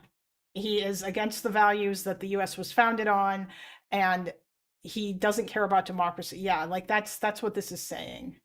And I think that like if people understand that. So yeah, if he's ever in a Republican primary, that particular clip of that debate is what should be shown all over the place, because it's so easy to just like completely like just point out the fact that he's just a liar. The New York Times should have used that, or yeah, they should have. I didn't. Yeah, he is. Fuentes is a fundamentalist Catholic who wants like a monarchy. That's what he wants. He wants America to turn into a monarchy. He does not want democracy. He is anti-democracy. He wants a king, basically.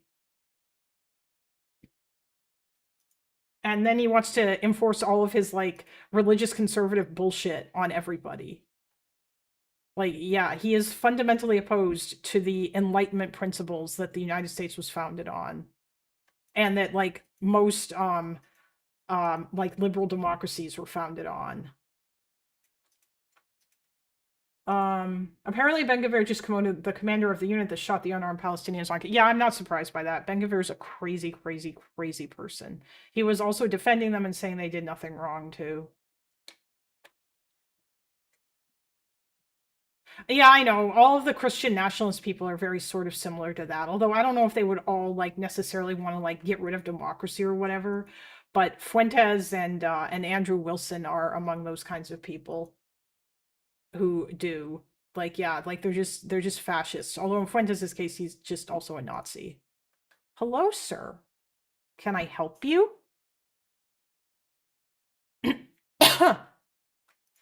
I don't know what JD Vance actually believes, although I think oh wait, no, he's like one of those dark enlightenment people.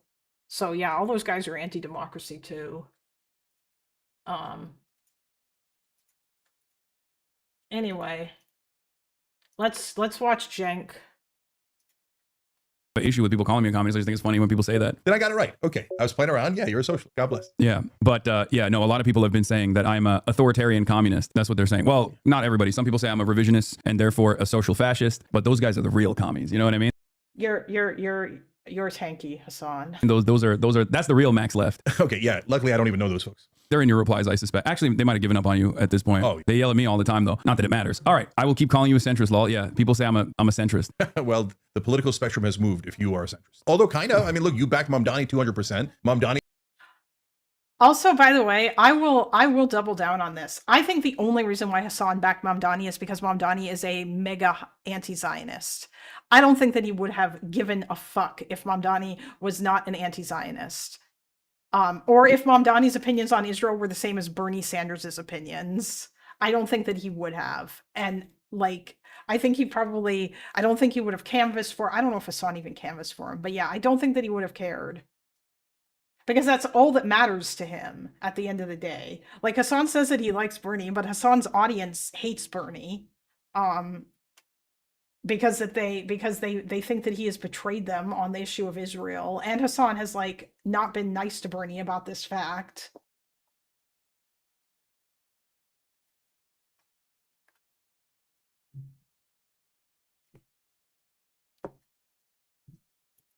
He's now bros with Trump. I mean, if that's not It's the horseshoe. It's the horseshoe. Yeah, by transitive property, I'm homies with Trump. But obviously, we already knew that, and technically you too, because we were far too critical of Kamala Harris. And if you're critical of Kamala Harris, who was the best possible candidate at the time, that means you wanted Donald Trump to win. Yeah, I actually think that.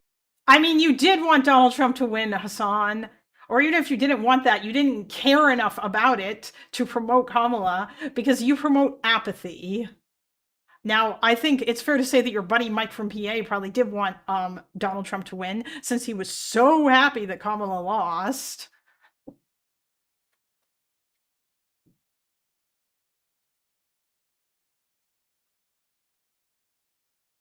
Fuck me, Kalinda. I don't see shit like this. I wouldn't argue about the left if I had. Oh, Con Radical, you missed it earlier. We had like 2 communist haters come into the chat.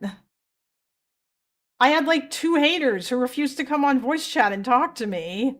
Well, except for the one guy who I guess like probably would have come on if I'd agreed to like have a boring conversation about capitalism versus communism, but I didn't want to because that conversation is boring.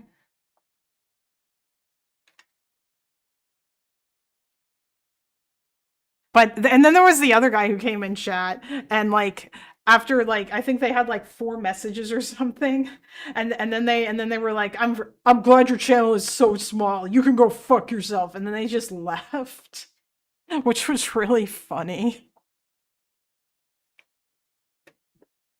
The moralizing. I'm so glad that I got to experience that. I'll be right back. I'm gonna feed this little guy. Here, I'll just keep feeding him, or I'll just keep this going. We have thoroughly defeated those guys. So there's a lot of folks out there that are still in the circle for who might come out ahead, right, in terms of ideology. But the guys who are not going to win, I don't think, are the ones who are like, oh, Kamala was right all along. Like, that's kind of done, right? So the way that makes a comeback is through the form of Buttigieg or Newsom, right? So those guys aren't done. But like the Kamala stands, the beehive is dead, right? There's not a single K-hive, yeah. Yeah, K-hive, right. Yeah, There's no, not a K left in the hive. Yeah, beehive is very much alive. There's a bayhive. Bayhive, yeah, that's the biggest one. But her and Taylor Swift are immortal. But in politics, Kamala's done. All right, so we've had many battles on this broadcast about our disagreements, but I think it's important to start the conversation with our agreements. You've been manning the ship on Piers Morgan every single time you appear, defending Palestinians and Palestinian humanity. Has your attitude shifted on this issue over the last 2 years? Maybe a little bit, actually. That's interesting. So I've always been obviously against all of Israel's war crimes, its occupation, etc. And so October 7th, the day itself was of course bad, and then the reaction has been horrific, and it's an obvious genocide. And we said that from day one. We took a lot of shit for saying it's a genocide early. We took a lot of shit for saying they were doing it to steal land. Oh, trope, blah, blah, blah, right? And they stole the land. It was always for ethnic cleansing. So we've been on the right side of that through and through. The only thing that I'd say is that, you know, I grew up in East Brunswick, which is a kind of a communist safe haven. It's the original Israel. It's a safe haven for Jews. So it was about 40-50% Jewish, right? So I grew up with a culture that believed that Israel was righteous and holy, right? And so I think that through this 2-year process, I've now come to the point where, like, no, it's no question at all that it shouldn't have been formed. And so that's a kind of I wasn't there before. Oh no, I know. Yeah, and of course it's a huge injustice, and I've always known it was a huge injustice. In fact, this is the one thing I used to catch for, you know, because I was against the occupation back in high school, and we went to Model Congress, and I was the only one who got a bill passed, and it was to defund Israel. That was back in 1988. Okay, so I knew that it was a huge injustice. I knew the occupation was terrible all along. Like now, seeing the totality of the circumstances, as much as after the Holocaust, I get the overwhelming need for a safe haven for Jews in the world. It turns out, yeah, East Brunswick, New Jersey. Exactly, East Brunswick was totally fine. And no, it was the original Zionist slogan of taking a people without a land to a land without a people is by definition a horrific injustice, because the land did have a people, and they were the only way that you were going to move them is by killing them, and that's what they did. So Oh, we're talking about Israel-Palestine. And no, Cenk, they didn't move them by killing them. They moved them. You should take care to differentiate between ethnic cleansing and killing them, although some people did get killed. Or rather, like, I don't know the exact number. It was like, maybe it was 500 people. I have to look to see how many people died from all the massacres. He got a bill passed in Model Congress. Yes, Tuckman, he did. Also, thank you for the raid, Spider, if you're still here. Thank you very much.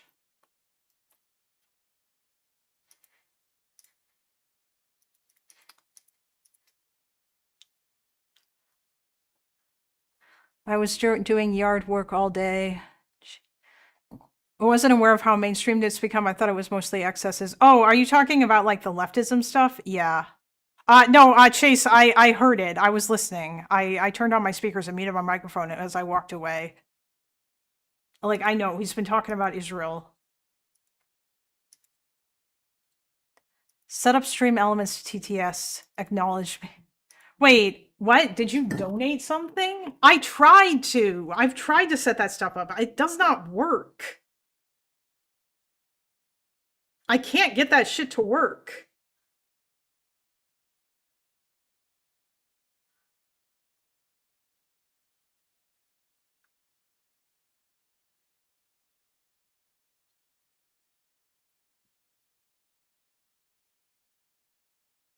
Thank you for the $5, buddy. Thank you very much.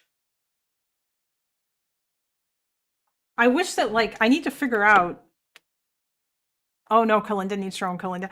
I don't understand. I mean, I did set it up. I have the alerts box in here.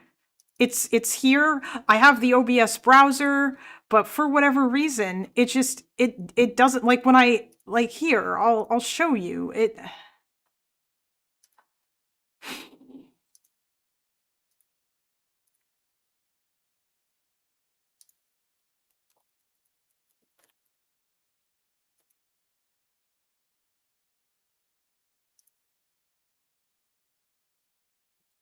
Wait, why?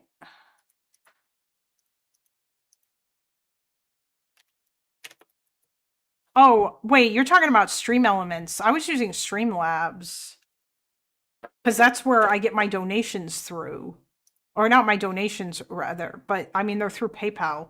Maybe I need to set up Stream Elements instead? Usually Kalinda helps Lonerbox. Can Lonerbox help Kalinda? The world is upside down. I don't know if Lonerbox could help me. L Streamer, if you only had a friend who is a professional.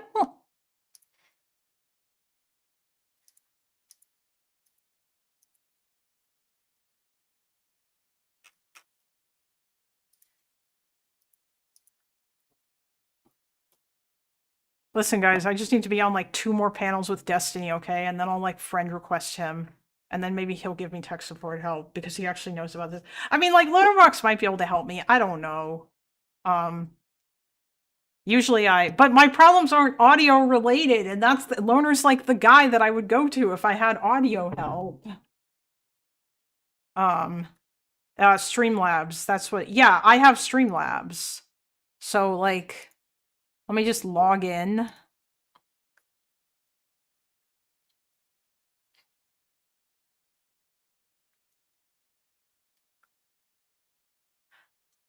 And then I also couldn't get the chat box to work either, which is weird. And then we just go to the alert box.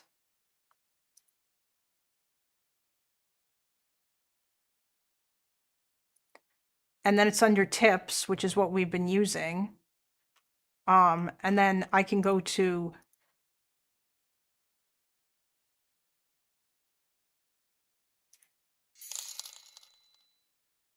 Kevin donated $3. This is a test donation for $3. Yeah, like, it shows up now, but when someone donates to me, it does not show up, and I don't know why.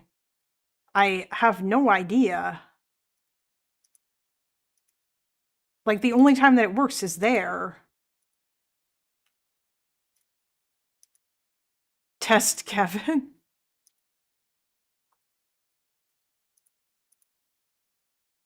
Sev could help. No, Sev can't help. Sev doesn't use OBS. Sev uses Streamlabs OBS. And that's not what I'm using. I'm using normal OBS.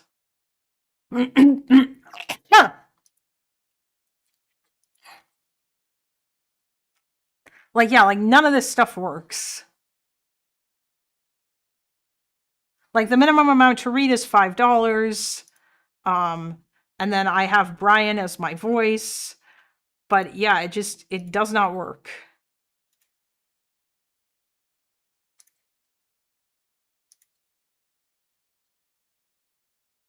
And I guess, like, I mean, would you guys donate money to me more if it actually did work? Use the clankers? Oh, you want me to ask ChatGPT to fix it? Oh boy. Is that what we're doing? We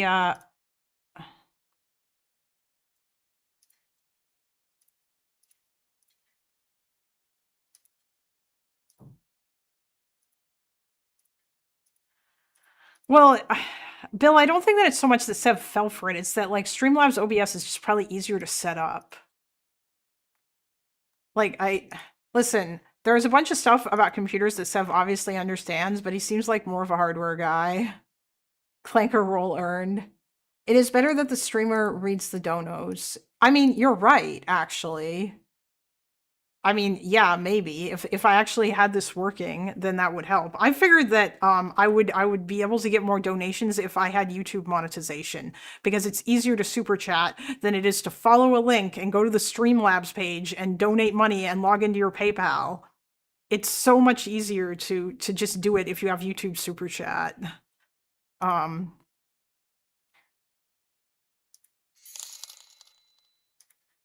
Kevin donated $37. This is a test donation for $37. Yeah, like I can see it, it's right there, but obviously it doesn't work when people do it, and I have no idea why. Obviously, like I should realistically I should actually try to troubleshoot it. Try to figure out what is going on. Because I have my PayPal connected to it, and it should work, and it should read out the dono, and yeah, but it just doesn't, and I don't know why. And I imagine, I don't know that Loner would know either, because I don't think he gets most of his money through PayPal. I'm pretty sure he gets most of it through YouTube. Streamlabs has a better split for you though. Yeah, that's probably true. It probably does. Yeah, TTS is cute. I mean, hell, I was even thinking of setting up that Tangia thing that Hutch uses, but I also can't like necessarily figure out how to get that to work. I don't know why. The other problem too is that I'm not using Windows, and that might impact things as well, even though it shouldn't, because I feel like all of these other, like every other like overlay that I use that requires like the browser plugin, it all works fine. The Discord one, the Fujitech one, the chat. It's only the Streamlabs ones that don't work. Look, you need to take a page from Spider. Yes, I am a based Linux enjoyer, and DM Hutchin as just DM. Wait, what? Oh, DM Hutchin ask about. I don't know if Hutch would necessarily. I would rather Google it. Also, I have DM'd Hutch before, and he doesn't answer DMs because he probably gets 3 billion. He basically like Hutch has never answered a DM of mine.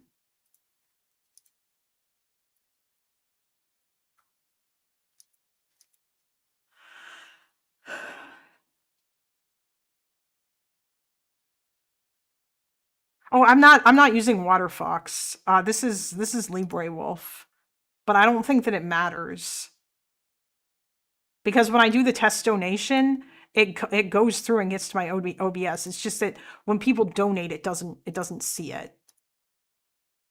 I mean, I could check and make sure that.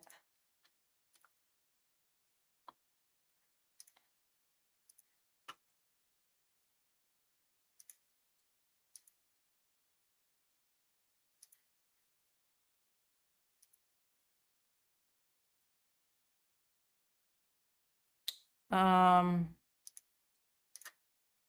1948 honestly was land theft. 1967 was definitely land theft. And by the way, this is the propaganda that unks like me grew up with. We were taught that 1967 defensive war. Yeah, no, not even. We were taught that Israel was attacked. Just flat out. Yeah, lie. The greatest military conquest of all. Right. That's the way it's taught. Yeah. So it was taught to us that. I mean, you're leaving some stuff out there, guys.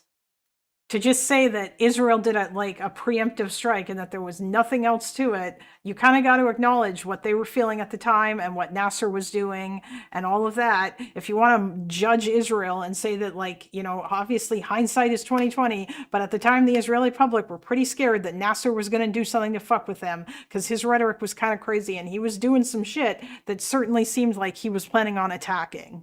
even though he didn't even necessarily want to, and he was mostly just swinging his dick around. But like, kind of got to look at it from their perspective. And also, like, it's not like Israel decided to just go in and take the West Bank. They only did that because Jordan attacked them. I'm not saying that they should have done it. They shouldn't have done it. It was a terrible idea. It was a terrible mistake. It was really stupid. It was like one of the worst things that they could have done. We were taught when by who. Did you learn about that in high school? I doubt it. Oh yeah, I have no idea where Cenk would have learned that. Also, didn't Cenk grow up in did he grow up in America or Turkey? Cenk's an American citizen now, but he wasn't born in the United States. Oh yeah, the vague narrative we were taught, like a Western imperialist lie they were programmed. Yeah, I don't know where that even comes from. It's very strange. Oh, Con Radical, that's why I tell you guys to do Slop sometimes, because my exposure is limited to economic leftists, like people who understand the concept of pragmatism, not this populist utopia. Yeah, unfortunately, Con Radical, populism has taken over so much. Oh, Cenk did grow up in the US. Nasser literally framed himself as the guy who was going to destroy Israel and free the Palestinians. Yeah, he did. He had like all kinds of crazy rhetoric. He was the Arab nationalist guy. He wanted to unite all the Arab countries under, like, you know, like he was like their leader and everything, or he wanted to be that. Yeah. I mean, I don't know that much about Nasser, but from what I recall learning about him, he was one of those it seems like he was one of those like really good political maneuverers. Like the way that he got stuff from the Soviets, but he was never a communist puppet and all this other kind of stuff. Do they teach about Israeli wars in American high schools? Probably not. I have no idea. I mean, I kind of doubt it. They probably just teach about American history. I think it's just an appeal to exclusivity. Like, people genuinely think America is historically good or holistically good. I mean, yeah, like really no country is holistically good. America is less bad than China and Russia. And therefore, I think it's fine for America to be the world's global hegemon. Because at least when America does bad shit, we all end up finding out about it. And I think the values that and the culture that they spread around the world are overall good, and certainly better than like more imperialist ideas that you probably get from like Russia or China. Do they teach in America's schools? I never noticed. I don't have an American education, so I couldn't tell you. That Israel was attacked, and they had no choice but to destroy the air force of all of the neighboring countries, to destroy their militaries, to defend themselves. No, but that's what I'm telling you, Hasan. They didn't even add preemptively. They just lied to us and said that the Arabs went first, okay? Which is just a flat out lie. Yeah. And then they said, and I believed it at the time, I'm a kid, right? That they had to take buffer zones, and that's why they originally took the West Bank, Golan Heights, Sinai, and Gaza. But no, now I realize, no, the Greater Israel Project was from day one. They attacked, and they... Really? Is this, hold on, is he gonna push the, oh god, I'm gonna get so annoyed during this video, aren't I? Oh wait, of course, Cenk probably actually believes in the full-on Greater Israel, what is it, like, from everywhere, or like the Greater Israel that goes all the way into Jordan and like takes South Lebanon and all that. Like, I'm pretty sure that in Israel, maybe one of the Israelis in chat can correct me if I'm wrong, the whole Eretz Israel shit, which I'm probably pronouncing wrong, basically just means that Israel is all of historic Palestine, so it includes Gaza and the West Bank. It's not whatever the fuck these people are talking about.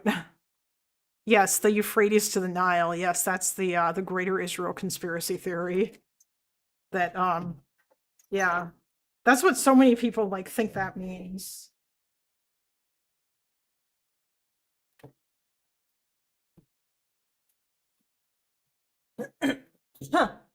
From the Nile to Samaria. I thought it was from the Nile to the Euphrates. Yeah, of course, Vash promotes that. All these guys believe that, even though, yeah, I mean, I've been told that that's not really a thing, that nobody really believes that. Like in Israel.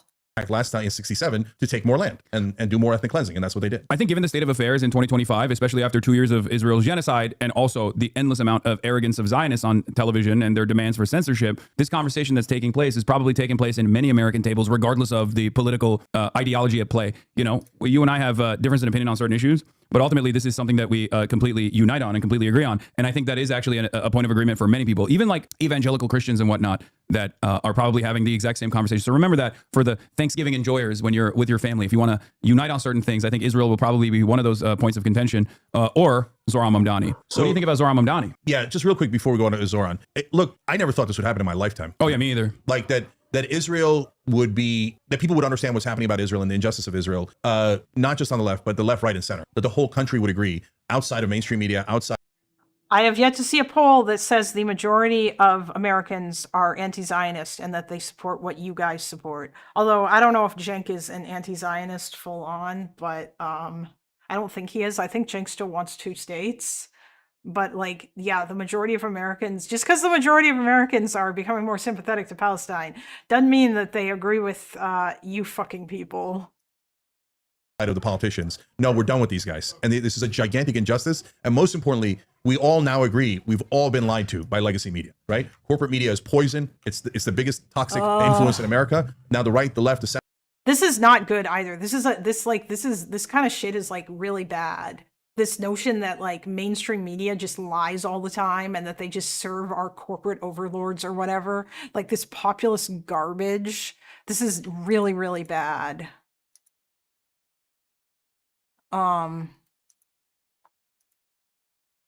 Okay, so like I see all of the tips that people have sent me.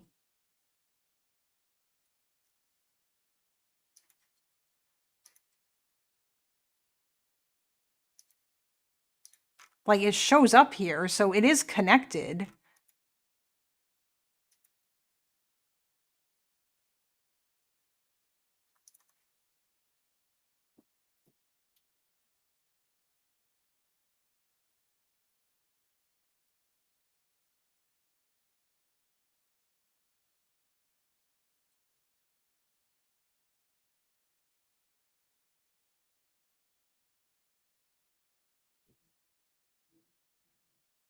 And yeah, nice.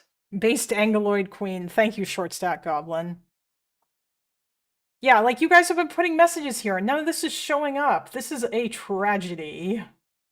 Saying Israel shouldn't have been created is a non-statement. It was, now what? I mean, yeah, like it's just silly. It's like saying that America and Canada shouldn't have been created because of all the really bad shit we did to the natives. Like we were created. Now what are you gonna do? You missed the bit when Cenk said he thinks Israel shouldn't have existed to begin with. Oh, okay, so he did change his mind. I mean, like, he might think that, but that I don't know if that means that he is no longer a two-stater. Because it does seem like Cenk isn't a two-stater. Stop saying Canada, we are Turtle Islanders. Oh, okay, I'm sorry. I apologize.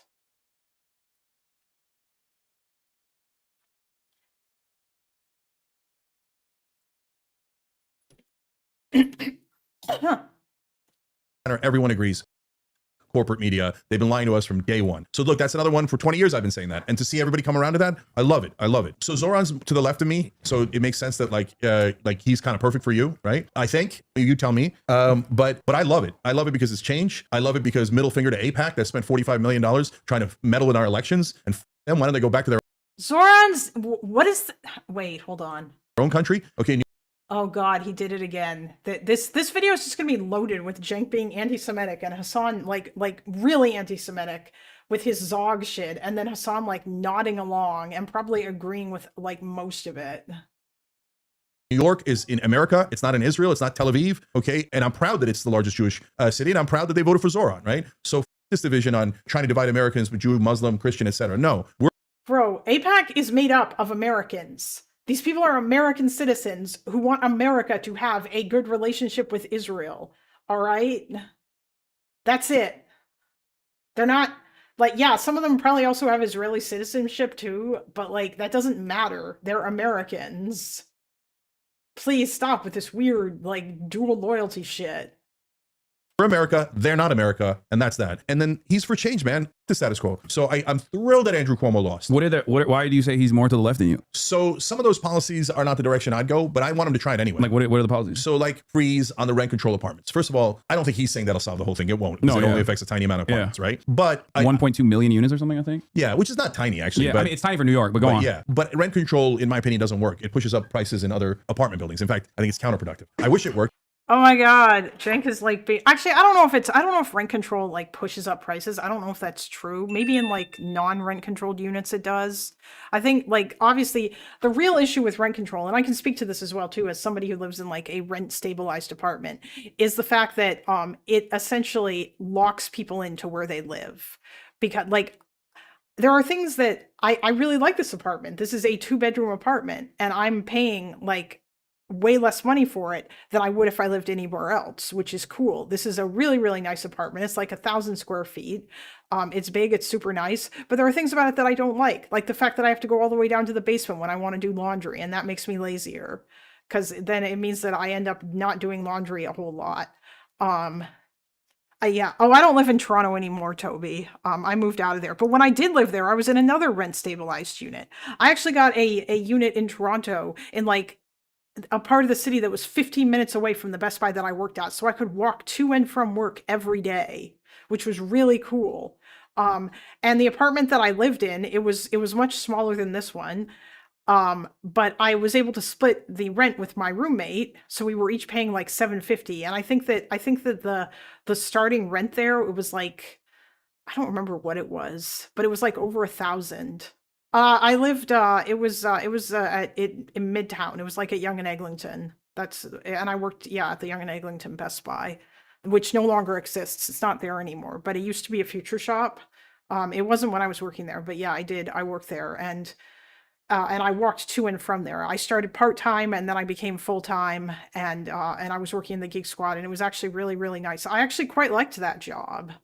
But yeah, like it was, I mean, my roommate and I split the rent and I think we were each paying $750 and it was, all the utilities were included, but it was a pretty small apartment. It was like, I was in the bigger room and my computer was in my room and she had her own room. And then I put the projector in the living room and it was fine.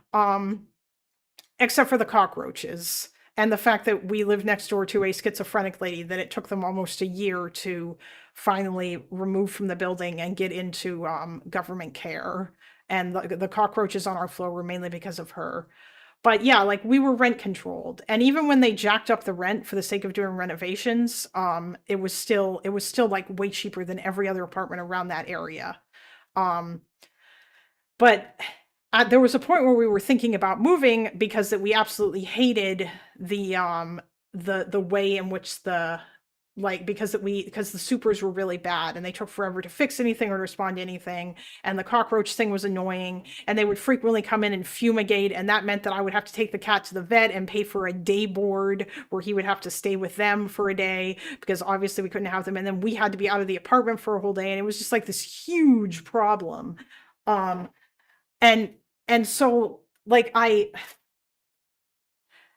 and then like they changed supers at certain points in time and it just got really annoying. So we started looking around for other places to move, but all of it was way too expensive. And any place that wasn't too expensive was like so far away that I would have to commute for like an hour or for like 2 hours or whatever to get to work. And I didn't want to do that. I liked being able to walk to and from. It was nice. Like I put on a bunch of weight during the pandemic, but before that, I was at like 125 pounds and I continuously, and like I managed to keep up that weight, even though customers would do things like bring me delicious pound cake, or I would go across the street to Tim Hortons and eat stuff. And that's just because I was on my feet all day. And so it offset it. And I was walking to and from work so I was more physically active and that helped considerably.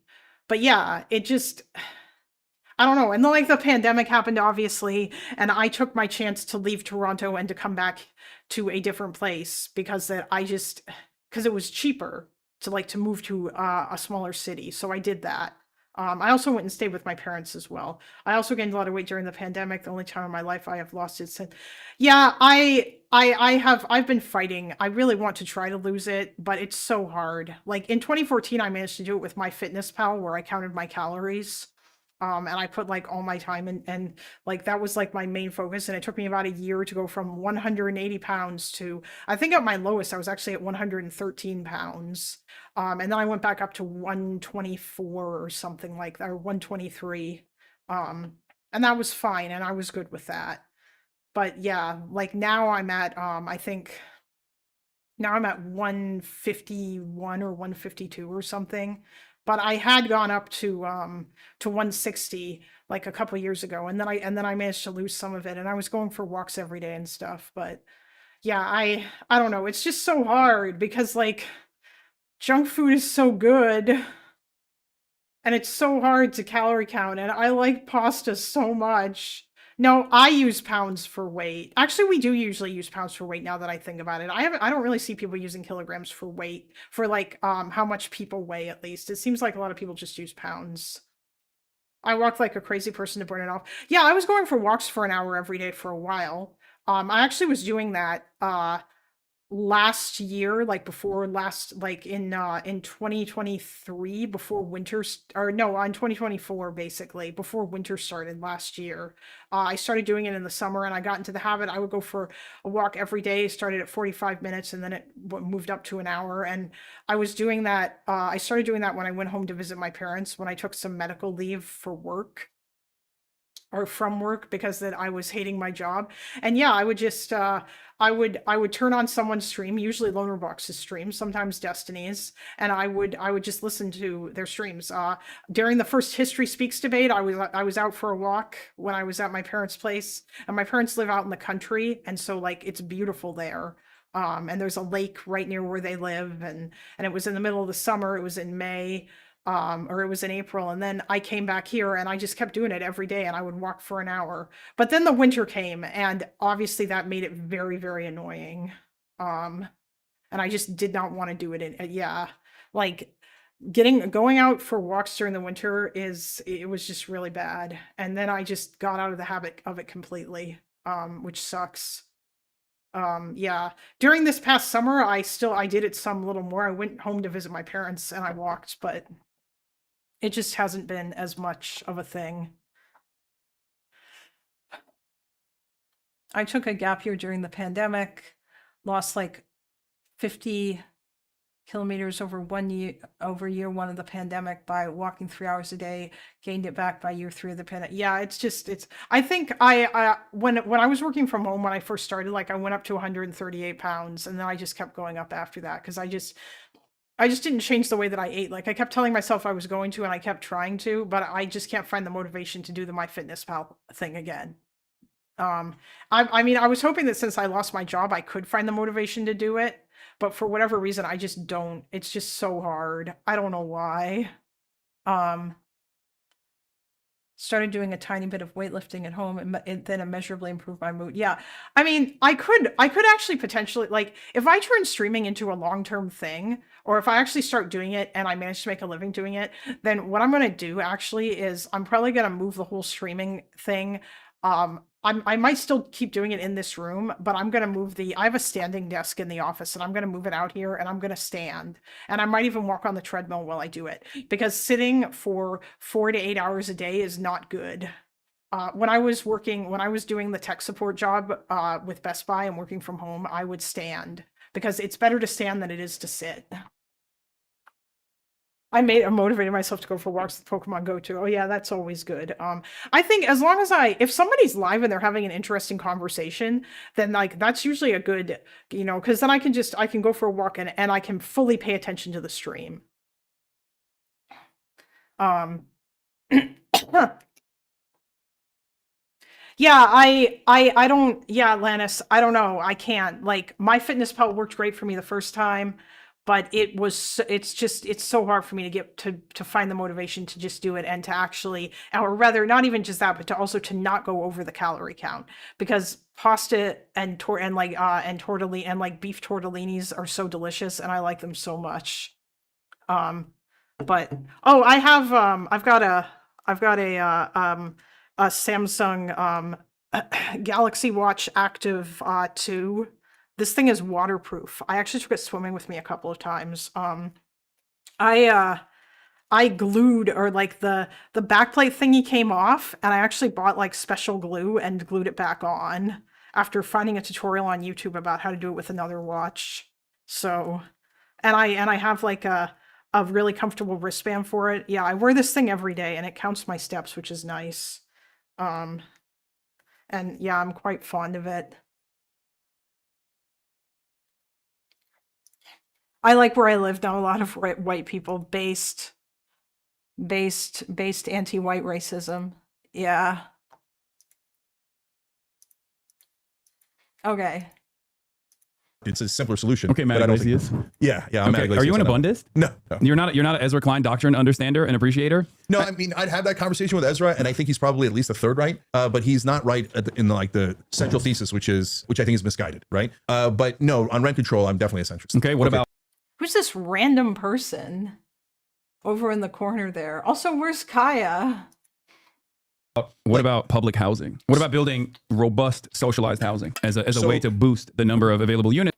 Oh yeah, that's the other thing too. Like for these guys, like I don't think that Hasan cares about things like supply and demand. A lot of leftists just completely ignore this fact. They just ignore supply and demand. They ignore the fact that if you build more houses to increase the supply, then the prices will go down and you won't need rent control. And we really just need to like stop with our insane zoning shit and we just need to build more houses. Kaya was electrocuted. Kaya is swimming with the fishes for snitching. Oh shit, I see. In the final days of the... Whoops. I did not mean to turn that on. Okay. And as a way to deflate the existing housing market and the prices. So we've done public housing terribly in the past. We've done public housing in rare cases pretty good in America. So, but this is the year 2025, and Zoran's a smart guy. So I hope we learn some of our lessons that we don't like. He hasn't ran on building public housing. As a matter of fact, I think it's a major area of weakness for the American left in general, because there's not a single Democrat that even broaches the subject matter from that angle. And every single person, even though it's the number one, like affordability is the number one priority, but affordability, as you know better than anybody else, brackets off into certain aspects, right? Healthcare is a part of the affordability conversation, and I think Democrats do have, or at least the left flank in the Democratic Party has a really solid approach to that. Socialized medicine, Medicare for all. But housing is another aspect of this that no one ever talks about, or they do talk about it, but they don't actually have a simple, easy to understand policy for it. That's why we keep consistently going back and forth on band-aid solutions, which you're right. Rent control is a band-aid solution. I'm in favor of the decommodification of housing in general. So obviously this works in that direction. I'm not for decommodification of housing, but I agree with you on public housing, and I think that there's a right way to do it. So the problem was that we concentrated poverty last time, right? When we didn't know what we were doing in the 1960s and 70s. So now we've done it right a couple of times, spread it out a little bit and make it more mixed housing, but it at least creates more units, it helps supply and demand in bringing down, in creating higher supply, so bring down prices. So there's a lot of... Yeah, I know, Chase. I saw Hutch review that video. Yes, second thought claims supply and demand is fake. Yes, all of these dumb leftist people, obviously it's going to serve their interest to just say that all this economic stuff is a lie, especially like these populist people, because it's just easier rather than having to contend with the fact that all these things exist and are real and are measurable. Logic in it. Yeah, but he's not advocating for socialized housing. But I do think that this is the next initiative. If the Democrats actually do have this robust left flank movement and start unseating establishment Democrats and put forward like DSA candidates and things of that nature, I hope that there will be a more united message on that, where people will approach the subject of housing in a similar vein, where they do talk about permanent public housing and better alternatives. Yeah. So the other thing that I don't necessarily agree with, but I want them to try, is the city-run grocery stores. So like I don't get it. I don't know why that's the biggest among the biggest priorities. I get some food deserts. I get that there's some some more high density minority areas where it could be helpful. On the other hand, it's like a Muslim unemployment plan in New York. All the bodegas are run by Muslims. So I'm exaggerating, but like I don't know that was a big pressing need. But I want them to try it. I want them to try the free busing. And if it works, great. If it doesn't work, so what? So why do capitalists hate government intervention in the markets? Because they want to set the prices under what they consider as market conditions. So basically, I think the way this would work, it's a pilot program with no assurances that it'll be 100% successful. But I think ultimately the goal there is to try and drive down profits with much better, much more affordable groceries being sold, because there's a bunch of different things that you don't have to pay for, like licensing and things of that nature, when you have the government-run grocery stores. So therefore, the goal is to drive down prices for other grocery chains, specifically like the big retailers, I think, like big grocery chains in general. Yeah, let's try it, see what happens. Yeah. Also, they do have it. I mean, it's the commissary in the military, right? Which the Trump administration is trying to privatize right now because I think they just want to do a mutiny. They want to foment mutiny in the military. So look, if you're on the right and you're like, oh, you just want to try it, like, yeah, because that's how we learn, right? But that's how so many people voted for Donald Trump. Oh, I just want to try it out again because we got to shake up the system. Yeah, and the states are supposed to be, laboratories where we experiment. And by the way, some of the right say, can you name it? Some guy on Fox was like, can you name any time that they made something public and it worked better? Yeah, like bank in North Dakota. They created a state bank. It worked great. Municipal utilities. Yeah, literally almost every single time. Is this random guy iDubbbz? Wait, does iDubbbz just regularly come over to Hasan's house now? Is this just a thing? Is that what happens? Does iDubbbz just do that? It's Anna. I mean, it didn't look like Anna. The municipality has taken over utilities. It has been so successful that Google worked extra hard to make it illegal in other places. Like they do not want internet service providers or water or electricity or sewage systems to be controlled by the municipality. But yes, fire department is another great example of this as well. And that goes to the last point, which is we don't know what should be public and private perfectly until we try a couple of different systems. Like theoretically, you know it a little bit better. If you study other countries, you'll have better examples, etc. But like the fire department used to be private and that turned into a disaster because if you're... I got an idea of what should be public and what should be private. Yeah. You know, I think most of it should be publicly owned. Yeah. And I think most of it should be privately owned. That's crazy. But that's okay. You know what? I can't believe I'm saying this, but I mean, you know what? Good job, Cenk. Yeah, of course. Yes, Hasan. You think most of it should be publicly owned. What about workers controlling the means of production, Hasan? I thought that socialism was not when the government does things. Why does it matter who owns it? Why don't you say the workers should own it? Or when you say publicly, do you mean it should be owned by the workers rather than the government? Because that's not the common understanding. Usually when people say that, they mean the government should own... Whatever. You're living in it. It's America. No, it isn't. Oh my God. What the hell? Stop. But like the fire department used to be private and that turned into a disaster because if you're... I got an idea of what should be public and what should be private. Yeah. You know, I think most of it should be publicly owned. Yeah. And I think most of it should be privately owned. That's crazy. But that's okay. You're living in it. It's America. No, it isn't. It isn't. So, okay, now I'll make an argument that I'm a better capitalist than anyone on the right. Okay, let's hear it. Because the capitalism is all about free markets and competition. The problem is that right now, what the Uniparty is in favor of, what almost all the Republican politicians are in favor of, I hate this uniparty bullshit. It's so stupid. All you're doing is spreading apathy by saying everything is the same.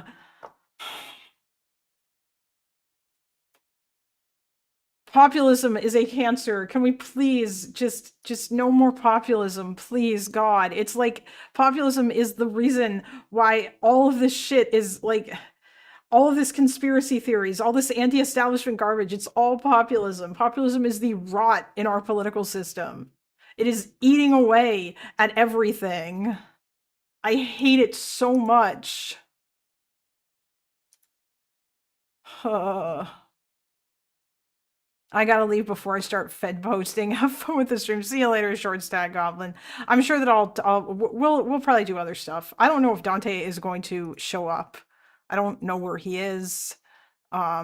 He did not answer. I don't think he's here. Although it is, well, it's a Sunday, so I don't know what's going on. Biden hiring Lena Khan and Trump instantly firing her is proof that the parties are not very different. That the parties are very different. Well, yeah, there's a whole bunch of other things that are proof too, like all the social issues and where they differ on that. Be a pragmatist. Populism will never go away because it works. I mean, not like this, it doesn't. If you want, obviously, like, I don't care if politicians want to use some populist rhetoric. Like Obama had mild sprinkling of populist rhetoric with his whole like promising change and making things better and all that. And the system hasn't worked for you up until now, so we're gonna improve and we're gonna make it better and all that stuff. Like, I think that's fine, but it just doesn't like it. But when you get to a point where you're basically saying that both of your major political parties are exactly the same and everything is controlled by the donor class and like it's all like bought and paid for by the evil billionaires, and like everything mainstream media tells you is a lie, and there's no point in participating because it nothing helps you ever. Then like, no, it's just stupid. Like at that point, like as soon as you like start dragging it around to the point where you're basically just saying American institutions have fundamentally failed and they're bad and evil and wrong, then at that point, then no, I'm out. And I think you cross a line. Or when you start demonizing an entire group of people, like the billionaire class, and acting like they're the root cause of all of society's problems. Oh yeah, I know a lot of it overlaps with anti-Semitism, Chase. I'm aware a lot of the anti-establishment, like the elites are the bad guys thing that is pushed by populists. Yeah. Oh yeah, I'm sure TYT's brand. Wait, has it actually been? Actually, oh no, wait, it has been that. Friend of the stream, Conduit, illustrated this in his video on Cenk and Anna. That is true.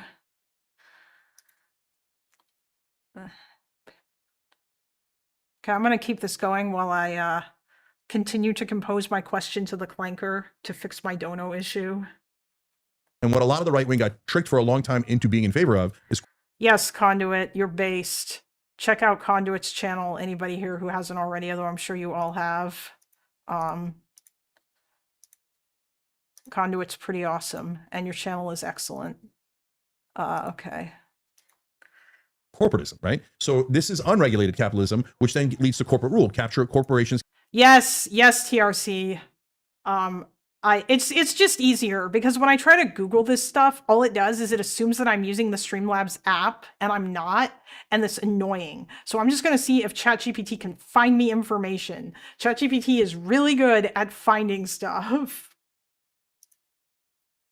Capture the government. It's the natural inclination of every company to become a monopoly, and that's right, and I'm actually agreeing with you. So what happens is if you don't regulate capitalism, it inevitably becomes corporatism, and corporatism is the exact opposite of capitalism. It tries to destroy free markets, destroy competition, and become a monopoly, right? And it does it mainly through government capture. So Adam Smith was right. You have to guard against monopolies. You must regulate. If you don't regulate, then capitalism will turn into corporatism and destroy free markets. So that's why that position is more ideologically But you're not correct. in favor of that for healthcare. No, that because capitalism means by definition a mixed economy, right? There is no non-mixed economies. The military is public, police are public, fire is public, and so when you go down the list, healthcare is perfect for public. Healthcare insurance is perfect for public rather than private. Why? Number one, like fires, viruses spread. So whether your neighbor is healthy or not is relevant to you. Number two, it's a combined pool, makes it a lot less, more efficient. And then most importantly, if you put a profit motive on denying healthcare, which is your cost, they will deny healthcare to their maximum ability to maximize profit. So then you literally built an industry that is better served by killing more people, right? So, and that's why over 70,000 Americans die every year because they don't have health insurance. That's among the reasons why. And way more die because they didn't, I feel like there's so many reasons why American healthcare is fucked. It's not just because healthcare companies deny people's claims. It's not expensive because people like Obamacare regulated the health insurance industry. You can't like deny people's claims left and right anymore. You have to spend, I think, a large portion of your revenue on healthcare claims. You can't just like pocket that. You can't pocket the money that people are paying for their premiums and then not like fulfill their claims. But yeah, like it just, oh, you can still post his channel, Toby, if you want to. But yeah, it's like, there's just, it's so complicated. There's so much shit. It's not just the health insurance companies. There's also hospitals, there's doctors. Everybody has their own perverse incentives in terms of trying to advocate for themselves. And it's all like super fucked. The fact that it's all coupled to work and like people can stay locked into jobs that they don't necessarily like because they want to keep their health insurance. And I mean, yeah, the answer is a public option right now, not Medicare for all, because most Americans like that's not realistic. That's not going to happen. Because if you have good health insurance and you like your health insurance, you're not going to get rid of it. It's a good presupposition. Then he ascribes fault to elites to a multifaceted problem with systemic incentives. Yeah, there's like a whole bunch of problems. It's really complicated. In terms of like why healthcare is so expensive. I think there was a video on it that I saw that like just went over all the different things that make it so expensive. Up to and including, I'm sure, the fact that Americans want like the latest and greatest shit. And the fact that like healthcare in general is also expensive because we don't put enough emphasis on preventative care. And instead it's just, you go to the doctor and say, give me drugs to fix my problem that already exists, instead of trying to prevent me from having that problem to begin with, which is not good. Insurance didn't cover the thing that they had because we privatized it. It's actually mental to privatize health insurance. It's just as dumb as privatizing cops, or even worse, the fire department. I mean, I feel the same way about housing in general. Like, I don't think it means that it has to be like gray, brutalist architecture and city blocks. There are plenty of examples from Singapore to China, all the way to Austria, Vienna, where socialized housing runs supreme. Even in Hong Kong, as a matter of fact. And I was actually surprised to find this out, but I believe it's like 52%. Wait, what happens in China, Toby? You mean people getting stuck to their jobs because of certain types of health insurance? Yeah, in Canada, mental health care is garbage. And oh yeah, we don't put enough, like we have the same problems as the US in terms of we don't put enough on preventative care. Not gonna lie, I would much rather argue with Cenk about this shit than Hasan from what we've seen so far. Well, I mean, yeah, I think that's because that Cenk is... I mean, Cenk's a populist before he is anything else, but he's also a, I guess, at least prior to that, I would say he was like a social democrat or whatever. I'm not going to say he's a liberal, like he's like a progressive social democrat. But right now, I don't know what he is. Now I think that like his populism basically ate every other aspect of his identity because he is willing to break bread with like MAGA people. Oh yeah. Mental health care is absolute dog shit in this country. It is terrible. And like I had good health insurance from Best Buy, which was really nice, and it helped me out a lot. So I was able to do things like go to therapy or go to physical therapy or other such things like that. But yeah. Oh yeah, he identifies as a progressive, yeah. Oh wait, I said China instead of Canada, did I? Okay, I'm sorry.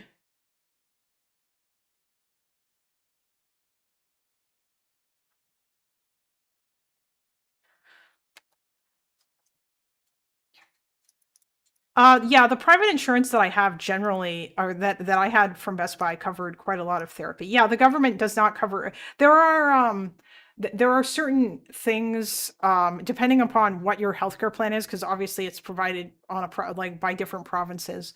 But there are certain there like you can get certain therapists that are covered under or it's usually psychiatrists, I think, that are covered under our government healthcare plan, but there is less of them available, and that means that there is a waiting list.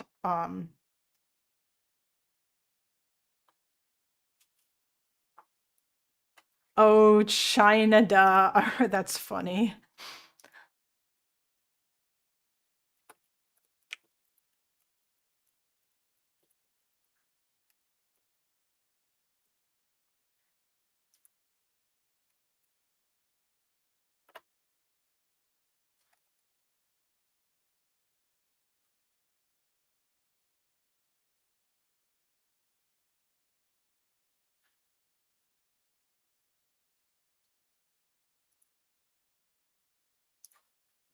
Of everyone living in Hong Kong actually live in a government housing. But that also has a major benefits cliff. So that actually keeps wages relatively low or people unemployed in an effort to make sure that they're still in government housing, because every house that is not owned by the government, that is not public housing, is so unimaginably expensive. Like the price difference is like $300. Let's say the price difference is like $300 for government housing versus like $7,000 for a private unit. Like the cheapest private unit is so much higher that people would rather just like be unemployed than to actually get like that fiscal cliff would not exist under a universal program. And if people wanted luxury housing beyond that, you know, they could choose to spend all the extra dollars and get taxed out the ass in order to have the luxurious privilege of having this mega mansion or whatever. Yeah. So look, I'm not anywhere near that. I think housing, but not totally private. I'm willing to experiment with public housing in certain circumstances and see how it goes and how does it affect the market. Does it, you know, like we talked about earlier, create more supply and hence help with prices, right? And, you know, is there a bare minimum where we should help people not be on the streets? Of course, right? So then, you know, in the lower levels, you're having a conversation is what degree is it public? Because if they're I think we all agree if they're homeless and they want shelter, we should give them shelter, right? So that's in a sense public housing, like the lowest level. But it's not permanent, right? So it's not permanent. But I'm just saying that at the lower levels, by definition, you have to have some sort of public housing. Yeah, you're saying like you have to have some sort of permanent public housing for people who just like literally have no other option. I think that that's a possibility. Yeah, right? okay. And so, but the minute you get into the middle class and beyond, you got to have a normal market. Why? Why do you think so? Like, what do you think are the downsides of public housing? Anytime that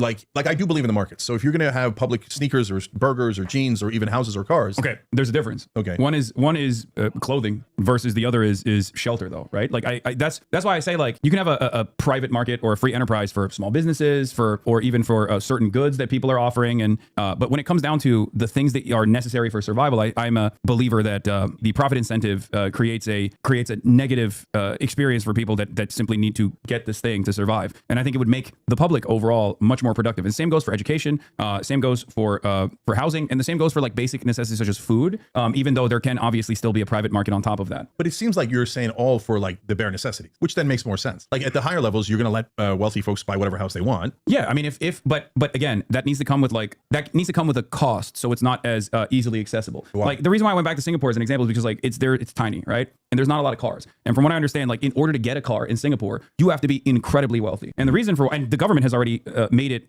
so easy to use public transit or to use bicycles and numerous different methods of transportation that are not only cost effective, but also much more viable for climate change, right? Avoiding ecological disaster. So the way that it should work, I think, is that if you want to get a car, you have to get like penalized.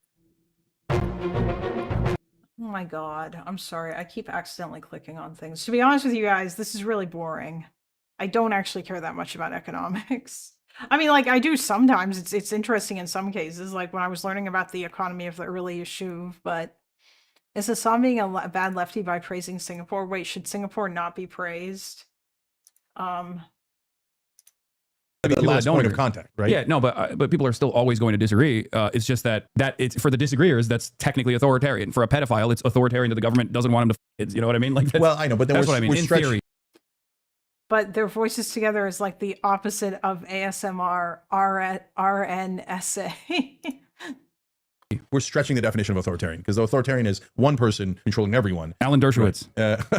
Well, Barry Weiss thinks so, and he's more charismatic than you apparently, according to Barry Weiss. Yeah, even though I found deeply amusing. Even though, Barry Weiss is trying to get me to debate Ben Shapiro, who was sitting next to her when she said that. Mm-hmm. So that was doubly funny for me. I was like, damn, you guys have been trying to set up a debate between me and Ben Shapiro. Why are you saying I need to be deplatformed? Yeah, and apparently you're not inside the 40-yard line. Yeah. Anyways, so look, guys, you do government planning to set up a city for sure, no question. You need some degree of public everything, right? But then once you get into trying to get into the pricing of things, that's where I'm out. I think the market should set the price for people that are in middle class and above, for sure. Then the question is, where's the cutoff? And that's a legitimate question to have. Part of my solution for housing is we have this populist plank, and the Rebellion PAC candidates sign on to it. And what that is in that case is we ban private equity from buying residential real estate. And the reason we do that is because when they buy the homes, they're driving up prices because they're limiting supply, they're increasing demand. By definition, prices are going to go up, and they have made pricing go up tremendously, right? And there's no reason why bankers should be allowed to own private residential real estate, and it destroys the wealth creation for the middle class in America. And they're going to turn us all into renters, and it's going to be a disaster. There is a guy actually that has an opinion that is now the next mayor of New York, Zohran Mamdani, on socialized housing. Let's take a look. American housing is in crisis. Do my recognize. Okay, can we not?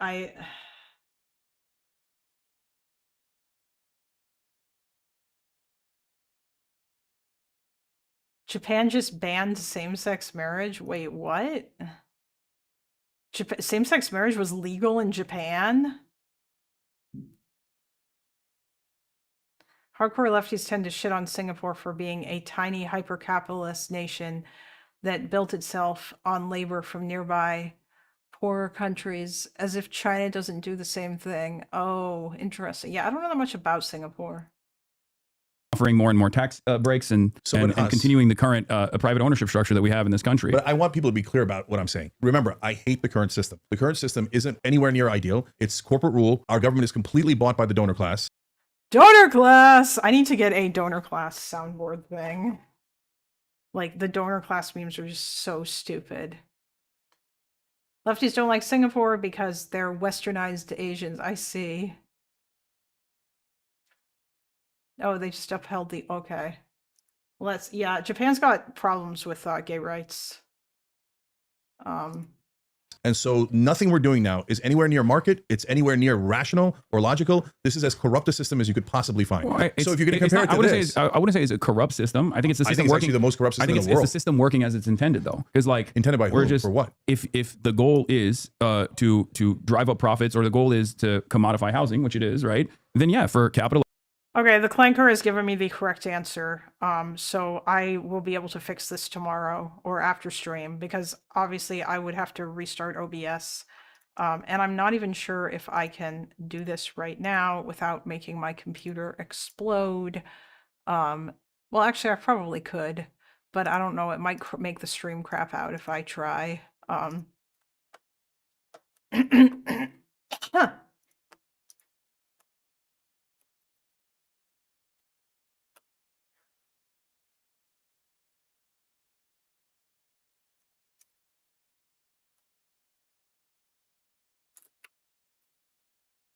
Um,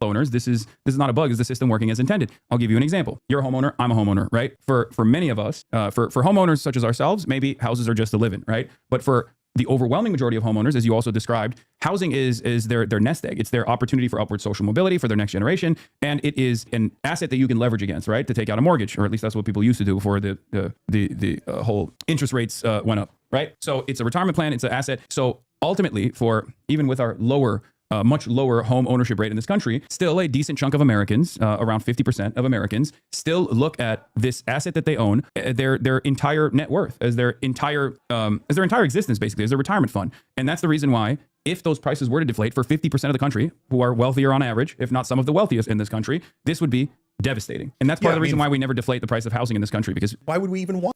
Wait, Hasan is talking like we can deflate the I don't think that this is how economics works. Like, I don't think the government can just say, unless they put price controls on a thing, and there are other, and like that results in other, like, or can result in other bad things. I don't get Hasan's positions. He's not in favor of a mixed economy, but he wants state control of the means and mode of production. Where's the socialism bit? I mean, isn't that the socialism bit? He doesn't want a mixed economy, but he wants the state to control. Or are we defining, Conradical, are you defining socialism as as like the worker ownership of the means of production? But I mean, the other thing too, though, of course, is that like Hasan says all this while living in like a $1 million house and living the most hyper consumerist, hedonistic lifestyle possible, which he frequently talks about is amazing and that he says that he loves. And he says one of the things that he liked about China is the fact that there's like a Gucci store there, and it's like the perfect combination of like that and like command economy shit. Like, I don't know. It's just, I don't think that he has a coherent economic belief. It's just, yeah, you're right, Toby, it is just aesthetics. It's just stupid. Like, I don't, he cloaks himself in all of that stuff with the AUR, or with the AUR, Jesus Christ, I'm sorry, I have like Linux on my brain now, because I'm gonna try something here in a second. Does Hasan own his cars or lease? I mean, yeah, I believe he does. Oh yeah, he does. He's got like an expensive car too. I think he has like a Porsche or something. Yeah, he's got a crazy expensive thing. Yes, yes, yes, yes, yes, bots. I have Archbrain. Yeah, he does care about his image, and it's just, but yeah, I don't think he has anything coherent, because he obviously wants to continue to believe in, or like to continue to maintain the lifestyle that he has. Yeah, I don't think a lot of well-off Western leftists realize most Chinese people view Beijingers and Shanghai people the way Americans view them. Oh, wait, are you saying that like they look down on them, you mean? Yeah, I would imagine probably that most Chinese people probably are not overly fond of people who live in like Beijing or Shanghai, because people who are lucky enough to live in those places are probably considered privileged. Oh, snobby, rich, condescending. Yeah, if you manage to get lucky enough to like be able to live in a city, because most Chinese people live in rural areas, and they don't, like, they're not like super well off or whatever. If he cared about his image so much, he'd make his head proportional to his body. That's funny. How would I do that? So look, so we're having an enormously theoretical conversation that isn't anywhere near reality today. No, right? no. But what we're showing you is existent in practice, right? Because Vienna is still implementing social housing initiatives to this day, and not only that, but there are numerous other examples where the government actually does control housing, and the government controls housing in America too. We just do it through property tax rather than just like having direct ownership over land leases. I mean, yeah, but that's not control, Hasan. It's a tax.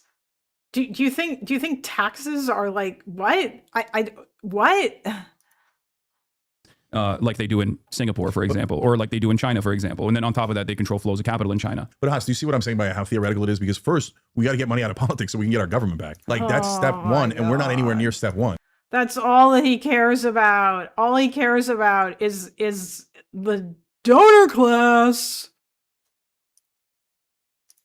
Once we get past I don't disagree with you on that. I do think that that's something that needs to happen. But if we're talking about a world in which, because like you're not moving the needle in a more realistic direction, neither am I in that situation, because like we both agree on that issue, and that's a major hurdle, and we're not talking about that major hurdle right now. We're talking about a world in which like if you had the opportunity to make this grand design, which direction would you try to move towards? And this is what I'm saying. So I'll tell you this: if we got to this magical, beautiful place, which by the way I think we can get to, although it's super, super hard, where we get money out of politics, we did a constitutional amendment, we freed the country, right? Then what I would love is for Rhode Island to try more public housing, for Nebraska to try more private housing, and for everyone to try all sorts of different things. I think they're trying private housing in Nebraska.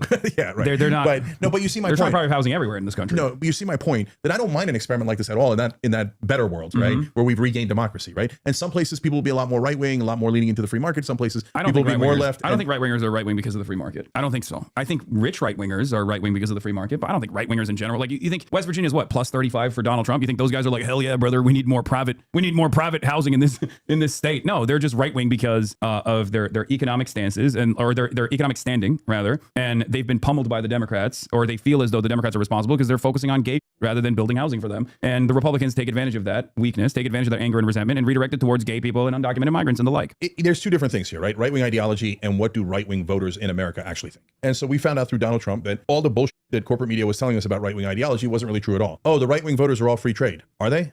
First of all, they didn't know and they didn't care, right? And if they cared at all, they were against it. Yeah, no, yeah, they were against it. I think like Donald Trump picked up a lot of the NAFTA resentment votes from a lot of like formerly union. I mean, I don't know if they were against it. I don't even know if any of these people have thought about it, honestly. Like, I feel like these guys think that like the majority of the Republican and Democratic voters have long thought out opinions on everything, and that they are and that like they're like super enlightened or whatever. They're not. Hello, sir.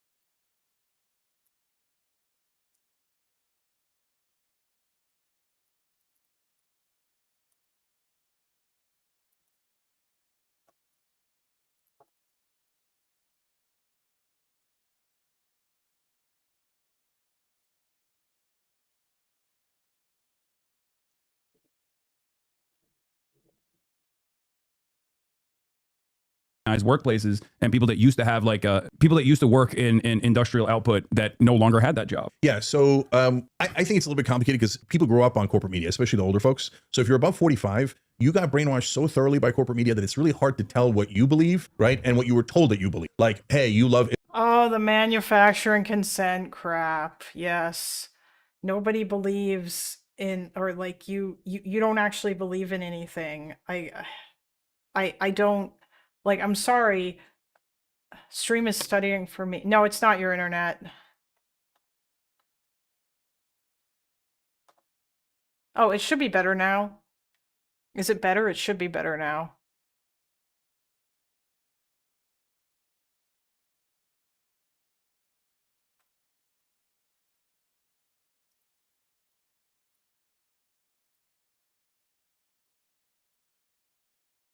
Is it okay? It should be okay. There we go. I hate this manufacturing consent garbage. I hate it so much. It's so stupid. It's such an overly simplistic explanation. Like, this goes back to the whole, all of these people think that every American is a secret progressive, and they would totally all buy into our ideology if they weren't brainwashed by the media that they watch, that like just lies to them constantly and makes them believe in like the evils of capitalism or whatever. Like they're so ready. They're all secret socialists, you guys. If only the consent wasn't being manufactured against us, or if only the evil donor class wasn't like brainwashing people, or if only the evil DNC didn't come in. It's all so stupid. Because that's not true. No, the majority of Americans do not want socialism. And the extent to which the majority of Americans are unsatisfied about things, a lot of it is because of like the shit that they see on television. Like, if you're an American and you come home every day and your only exposure to politics is what Sean Hannity tells you when you tune into his show every night on Fox News, and that's all you know, then yeah, you're probably going to feel like the economy is garbage, even though you can't personally point to things in your life that demonstrates that. It's just, or like that trans people are coming for you, even though like you've never met or seen a trans person in your entire life. Like, yeah, the manufacturing consent thing is not wrong. It's just that these guys are using it wrong. Like, yes, obviously, people are informed by the media that they consume. And if that media is lying to them, and if the entirety of their media environment is just, yeah. Chomsky might not have room to talk about consent after the latest emails. God damn, Chase, have you just been spending all of your time reading the Epstein emails? Is that what you've been doing? Are you just like combing through that shit? It seems like people can only handle one worldview at a time. Yeah, probably. Like, I don't know. Like, yeah, obviously people have bought into a lot of this populist crap. And I'm not saying that like nobody has any that no one has like any grievances. Of course they do. Like the Rust Belt stuff, the people who live in Detroit and places where all their jobs got sent away. Yeah, they obviously do. But the issue is that the people that they turn to solve it is part of the problem. And there's like a whole bunch of complicated things there that I would have to dig into further to understand.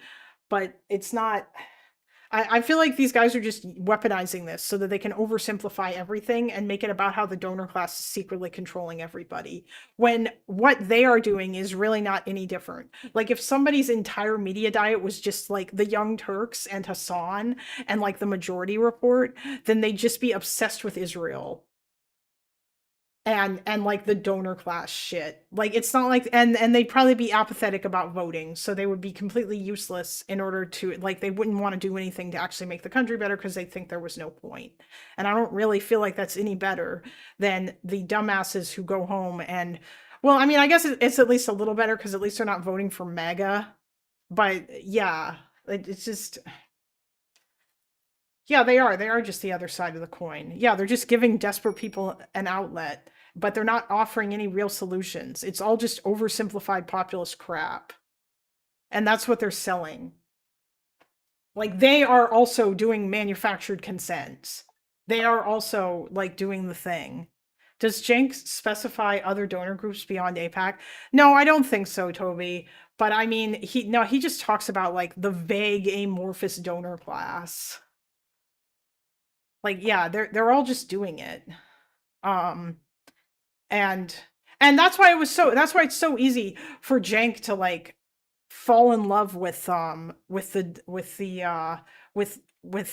MAGA, or with the populist aspects of MAGA, or to like be taken in by that, because that's his entire thing.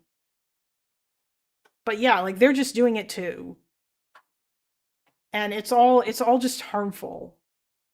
Whereas I would not, like, I don't really think that CNN or that somebody who reads who watches like CNN, ABC and NBC and also and like BBC and then like reads Reuters and Associated Press every day is like is in a worse off position or being manufactured to in the same way that people who watch Fox News or at least Fox News's opinion programs and like these people or MSNBC.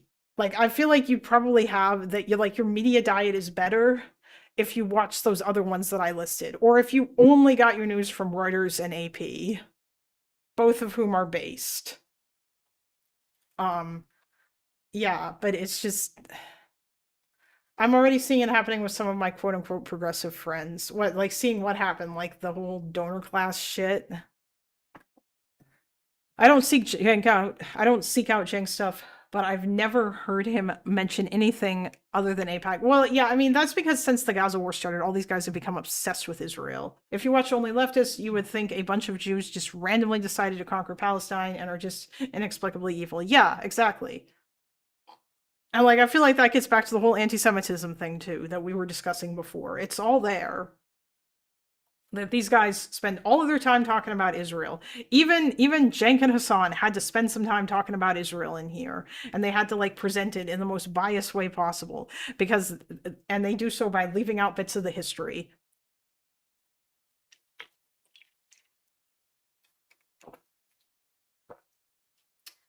Oh God, it's just so stupid.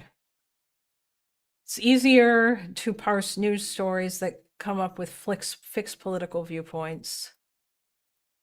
Yeah. Oh, hello. Oh, big stretch.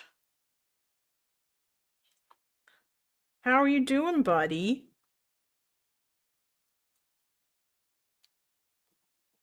I already fed you, and I'm not going to feed you again.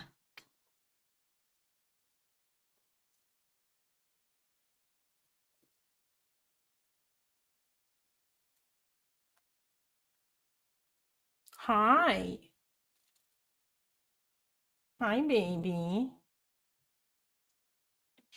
Oh, I love how cat owners always have to compliment their cats on their stretches. Yeah, I don't know that I've ever met a cat owner who doesn't say something like, oh, big stretch or stretch or, you know, like just anything when their cat stretches. It's just a thing that we all do.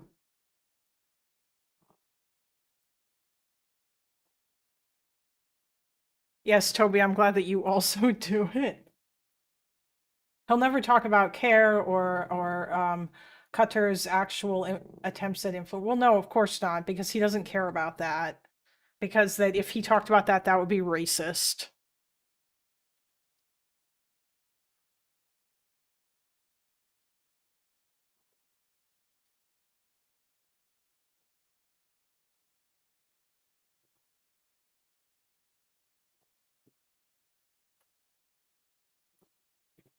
Israel. Israel is a special ally, right? Our government is the best in the world. It's number one, right? All this, there's a million pieces of propaganda you and I have both fought against, and now a lot more people fight against, right? So yeah.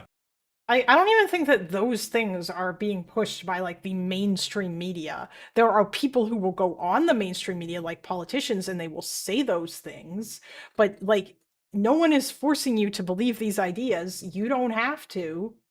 It's okay. You are free to decide that, no, I don't necessarily think that America's alliance with Israel gives America anything or whatever.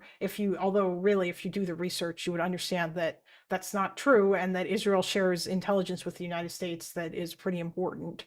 But yeah, like but it's not like the mainstream media, unless you're watching explicitly biased media, pushes these lines. But then again, these guys think that that like CNN is biased in favor of Israel. CNN, who broke the Sedate Tayman story, CNN, who like that was their exclusive originally, CNN, who has reported on all the bad shit that Israel has done.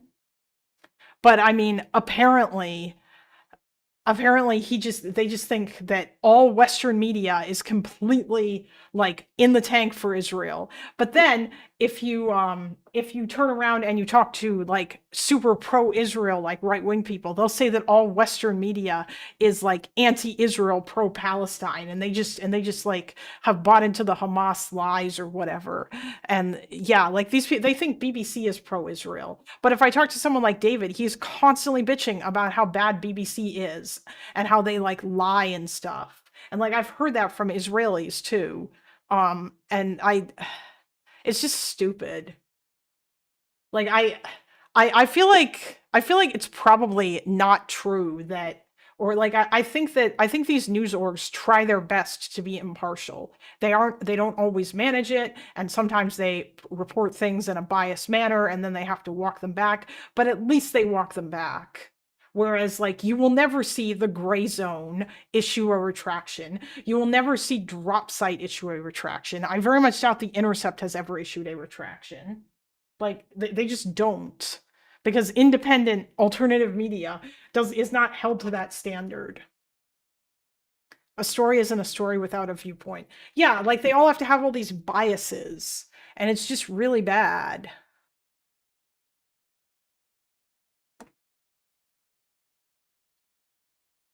Some of them might have, if you asked them in a poll, are you for free trade? They might have said yes back in 2008, right? But in their heart, when you actually push them on that issue, were they for it? No, we agree, they were not for it, right?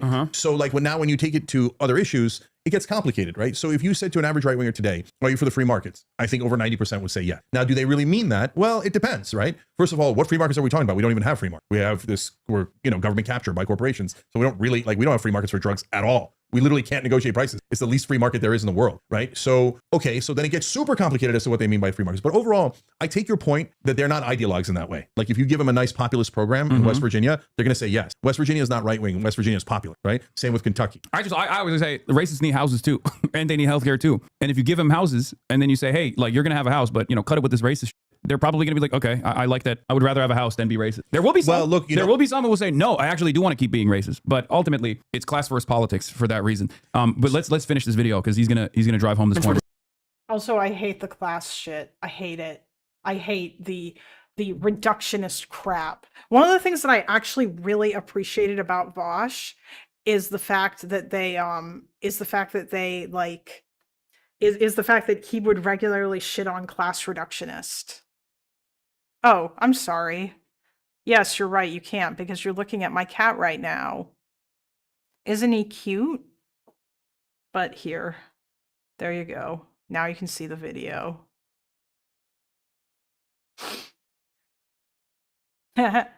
I mean, you can still kind of see my cat. I need to get better lighting. Like, the lighting for this webcam is very, very strange. I feel like I was better lit yesterday, but for some reason, today I'm not as well lit, and I don't really know why.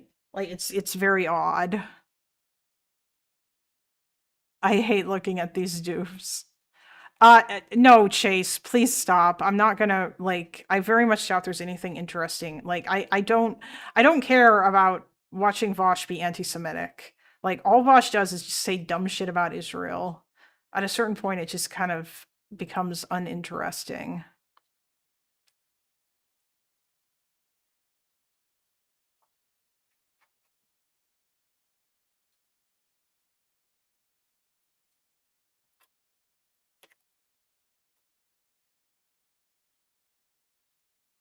Yes, post your horse emojis in the chat. Oh, by the way, all of you guys should install what is it? Better what is it called? Better TTV, which is Better Twitch TV, but it also allows you to watch or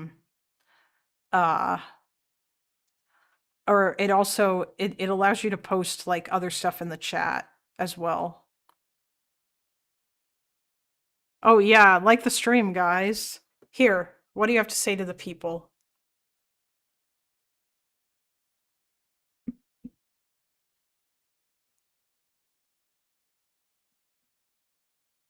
Nothing. Oh no, you don't have to use Twitch, Toby. Better The Better Twitch TV thingy no, it's not. It's a browser extension, and it works with YouTube as well, and it gives you a bunch of extra emotes in YouTube chat. It's available for like Chrome and Firefox. But yeah, if you it's called Better TTV. It's a third-party thing. It offers like stuff for it's available for Brave too. Brave is a Chromium-based browser.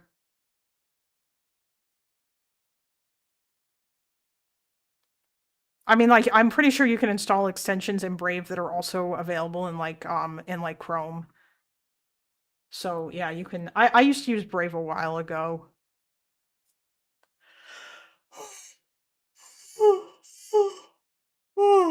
Like as my secondary browser, I mean. Because I have like two browsers. I have the browser that I use to watch streams and videos, and then I just have Firefox, which always has like 20 bazillion tabs open because and then I started grouping my tabs, so I probably got like 50 or 100 tabs. They're not all open at the same time, but you know, that's what 64 gigs of RAM gives you. It gives you the ability to be insane.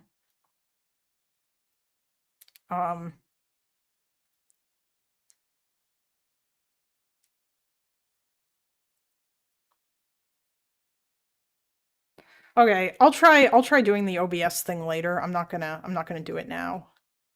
Because I don't know if I have to uninstall OBS before I do anything. I don't want to do that.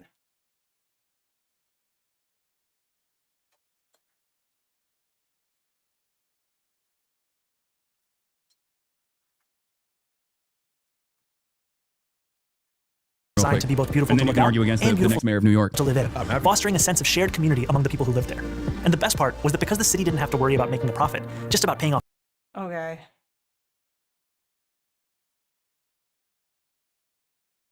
When do they talk about Fuentes?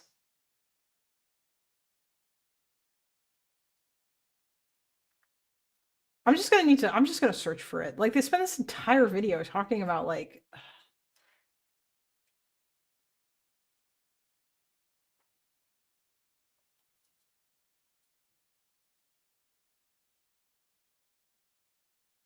the fit looks like a nightie. Oh, I think he's like wearing traditional Muslim garb or something. I don't know. I don't know what that's called. I know it has a name, but my 32 gigabyte kit of RAM is now worth 1,100 pounds. Damn. Oh yeah, RAM's gotten insanely expensive.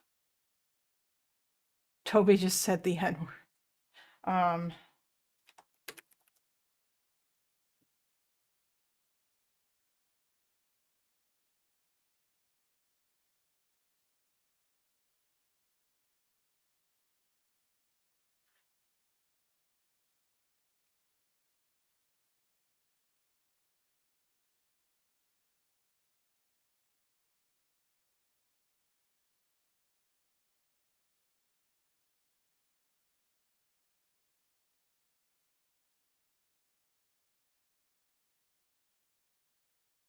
So it's already being implemented in many places around the planet. It's just unheard of in the United States of America. It's like not even considered. So first of all, they got all that free public housing, and it Housing. I'm joking. Ezra Klein, if you see this, is a joke, okay? I think you are fine. Okay, but now, like, the way more controversial thing is, these days, I think we should unite with the right to defeat the establishment. So, because we can't defeat them on our, and if we unite, we can actually win on Israel.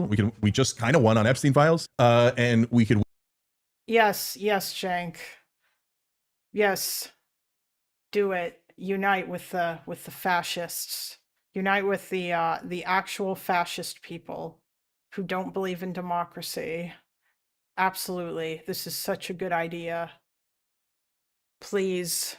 Can we please stop? This is the worst timeline. Let me out. Please. Please let me out. It hurts.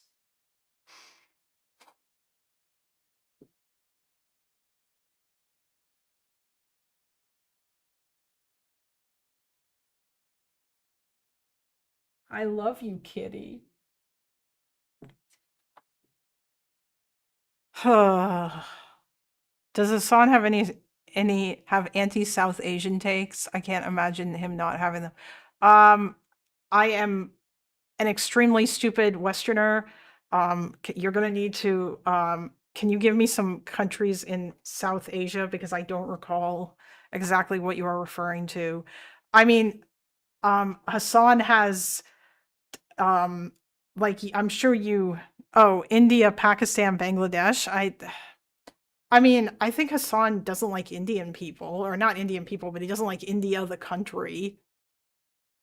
But I don't think he said anything bad about Pakistan. I don't think he's ever said anything about Bangladesh.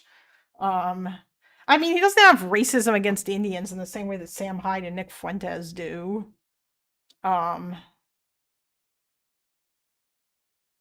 He just, yeah, I don't know. I think, I mean, I'm not overly familiar. It's not like I watch a lot of Hasan. I don't think he talks about any of these things that much.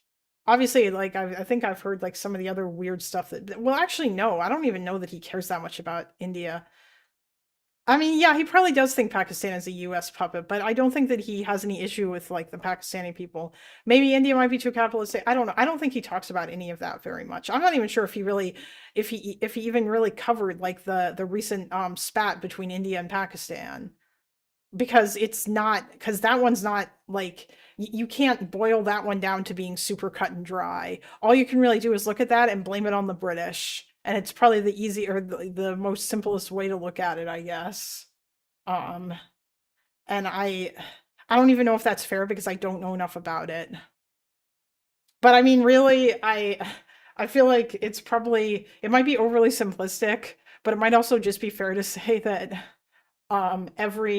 most of the problems in the third world, or not the third world, but in like the in countries in Asia, or especially in the Middle East and Africa, is because that some asshole with a pen decided to partition things. And yeah.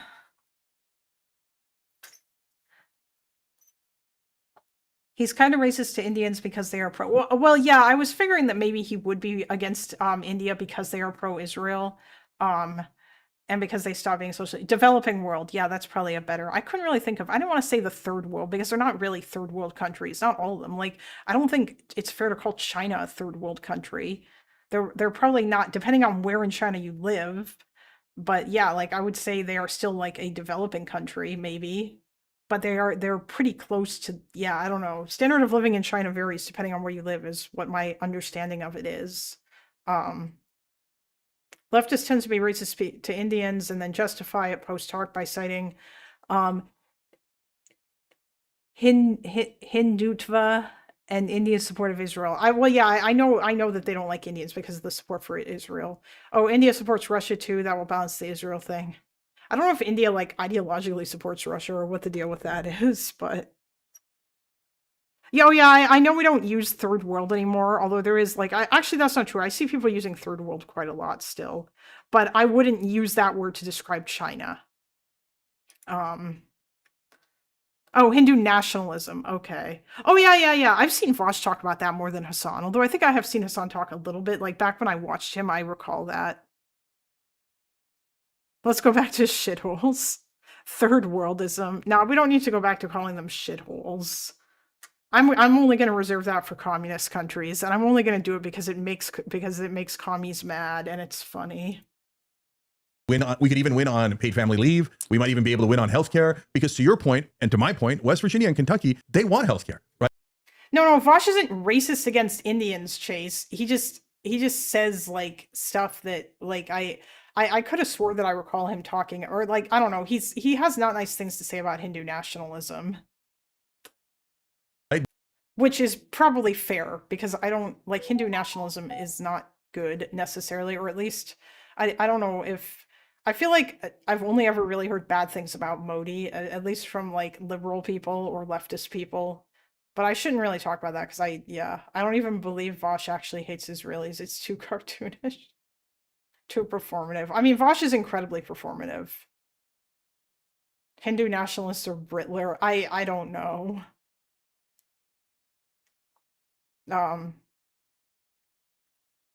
They don't want money in politics. They actually agree with us on almost everything. They're No, anti-war, I don't disagree with you. anti-corruption. I don't disagree with you. I think the major disagreement that you and I have, to a certain degree, is, and I say this all the time, that yeah, you need people. If you want to unite the people, you're going to have people you disagree with in your movement, no matter what happens. The point is, Oh, really, Hasan? Are you? Are you, as you purity tested everybody over Gaza?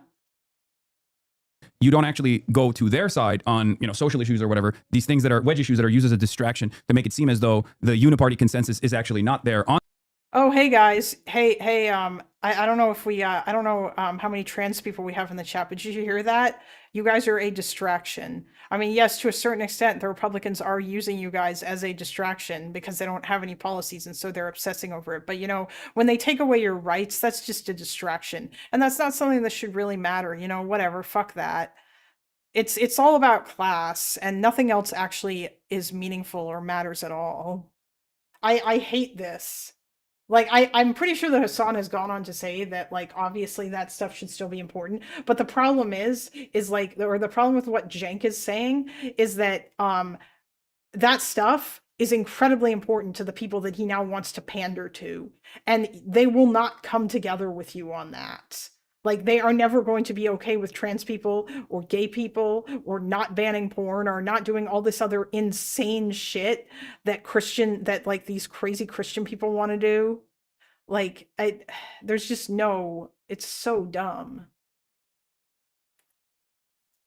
On the issues that matter the most to every single person, healthcare, housing, and the like, and foreign policy, but to make them come to your side because you are offering them something, right? Offering them.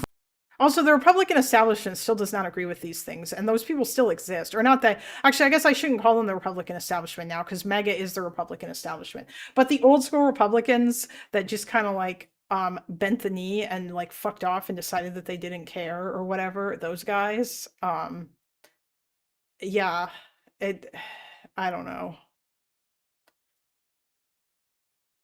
Free healthcare, offering them housing. Like, those people still don't believe in the, like, those people are still anti-government spending.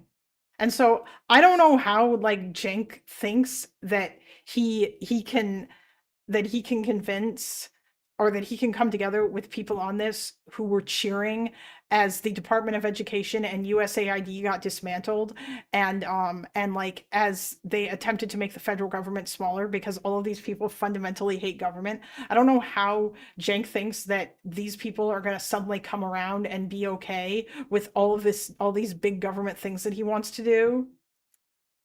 And that's how you bring them to your side. I don't have a disagreement there. I'm not saying like we just cut out, you know, whoever has voted for Donald Trump and shoot ourselves in the foot regardless. Yeah. My point is always that we bring them to our side without having to concede on these other things. Like we don't concede on being unnecessarily cruel to undocumented migrants or being unnecessarily cruel to trans people and constantly talking about trans people this, trans people that. We just say, I mean, I guess, yeah, like, thanks, Hasan. I can't believe that I agree with you here, but yeah, cool, I guess. But the problem is those people will never concede on that.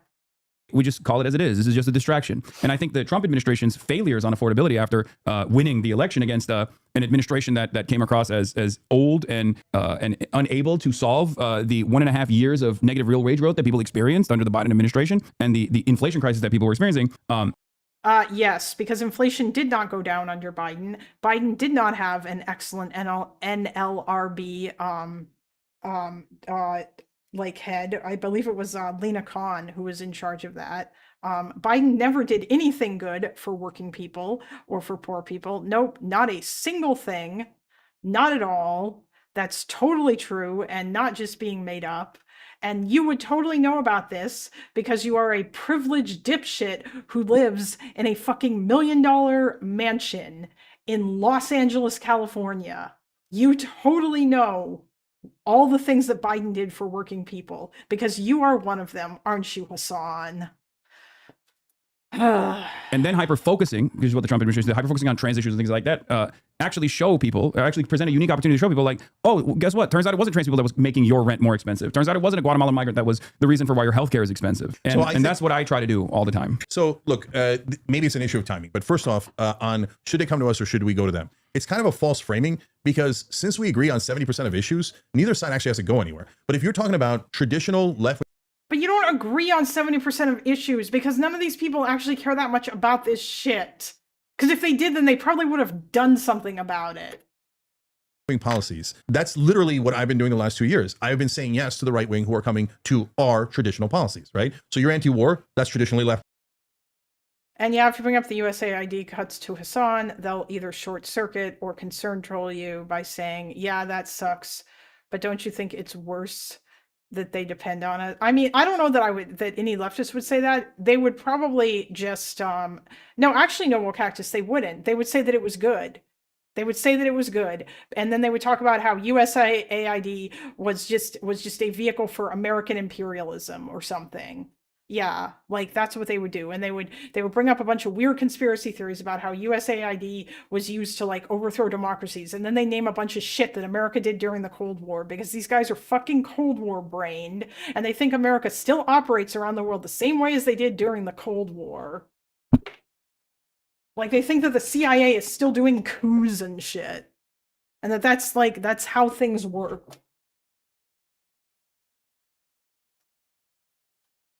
Yes, I too watched Loner watch Shoe on Head's terrible video where she spends the entire time shitting on USAID, never taking into account the fact that soft power is good and that several million people are going to die as a result of USAID cuts.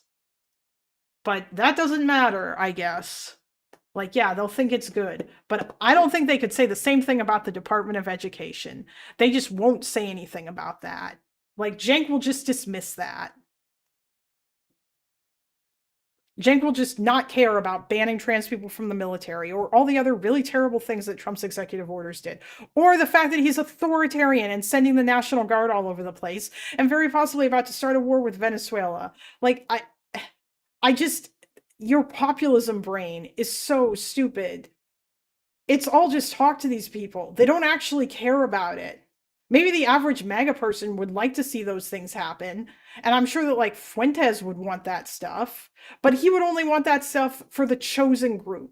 Because just like in Nazi Germany, when they implemented or when they wanted certain like policies or whatever, they were only reserved for the Aryan people. And Fuentes only wants all that stuff for the white people. Because his policy is exclusionary, because that's the way that fascism works. Where when you're part of the in-group, it feels really good to be like one of the awesome people. Yes, but have you considered Liz Cheney supported Kamala? Yeah, exactly. It's just stupid. It's all dumb. Or like the fact that all these people are brain broken when it comes to Gaza. And this was hold up as a reason to like not vote for Kamala and like to just say, well, whatever, you know what, the fascist one, I guess Kamala shouldn't have supported it because to them, these people think Israel is Nazi Germany and they're doing a genocide. And that's all that they care about. And I don't know how the hell you talk people who think that out of it. Like, I don't know what the hell to say because it's all built on like so much misinformation and bullshit.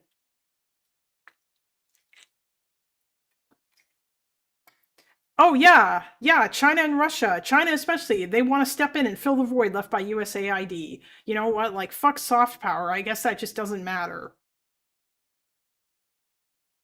It's just like these people are so completely brain broken. And they're all, and then they have the nerve to bitch and cry about manufacturing consent.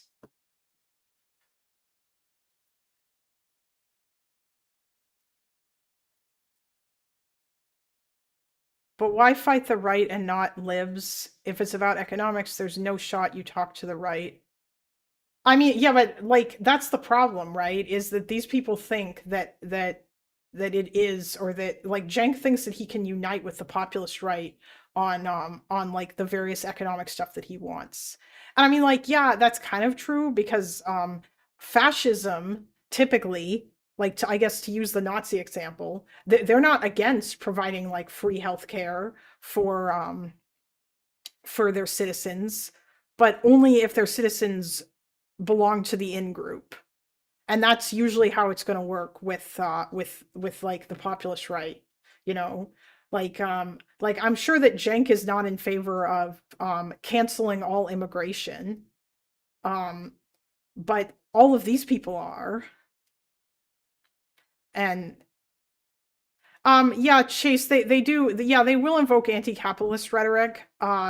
It depends on what kind of far right people you're talking about. Like, obviously, Nazi Germany is the only example that I really have to go to, and I need to read more specifically about the economics of Nazi Germany. But from at least what I remember, one of the things that I know is that that like Nazi Germany was obviously still capitalist, but it was more like a kind, it wasn't like corporatist, because the corporations didn't really have any power over the Nazi government, but it was more like you played, like you had to play ball, and if you didn't play, like you needed to, if you were a business owner, then you needed to play ball and do what the party told you to do. um and if you didn't, then you were out. If you were Jewish, then you were out. It was all of these kinds of things where, like, they exercised a certain level of control over the various companies, and then they integrated them into the German war machine. So that's why a lot of these German companies, like German car makers and stuff, they played a role in like in the economy during the war. And like that's why you had IG Farben, who made Zyklon B, and they had a munitions factory in Auschwitz 1, the main, the concentration camp, not the death camp. And they used forced labor there, and they had one in other camps too. And they were one of the companies that they would provide the labor and whatnot. And this was the same case with a lot of other companies that operated during the Nazi regime as well, like the IBM version, or like the German division of IBM, or yeah, it's like Conradical. I mean, I think Hitler was a populist, or in the sense that he used populist rhetoric. I guess, like, he wasn't actually a populist, but I don't know that I would say like use populism. So when we're talking about fascism, I think fascism is, or populism is, an important part of fascism. It's a really important part of fascism. Like, it's a big part of all the stuff about us versus them. The entire the aspects of fascism, like fascism likes to bridge the gap between left and right, or it often says that it exists beyond left and right, that it doesn't put itself into the spectrum of the typical left-right thing, or that access, or even though it is right wing, but it doesn't necessarily sell itself as such. If I was gonna define fascism, I liked yes, Mussolini did start off as a socialist. I need to learn more about Mussolini. I used to have, hold on, let's see. If we were going to define fascism, I feel like we would go populism plus cult of personality, great leader, plus social conservatism.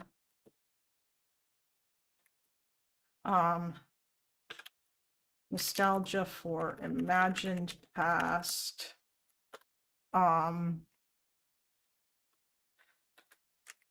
Authoritarianism plus militarism. Like, I feel like all these things are kind of elements of fascism. You might like blend some of them. And the populism is where the us versus them sort of it doesn't actually, you know what Conradical is? Oh wait, I forgot one. This is obviously really important. Ultranationalism. It doesn't have to be ethnic nationalism. No, you could have a fascism that is not built around ethnic nationalism. That's just Nazism. Nazism's the one that did that, but that's not a requirement. Like, really, like I could make a matriarchal Amazonian ancient Greek woman warrior fascist cult right now, and I could appeal to, and I could say that, like, that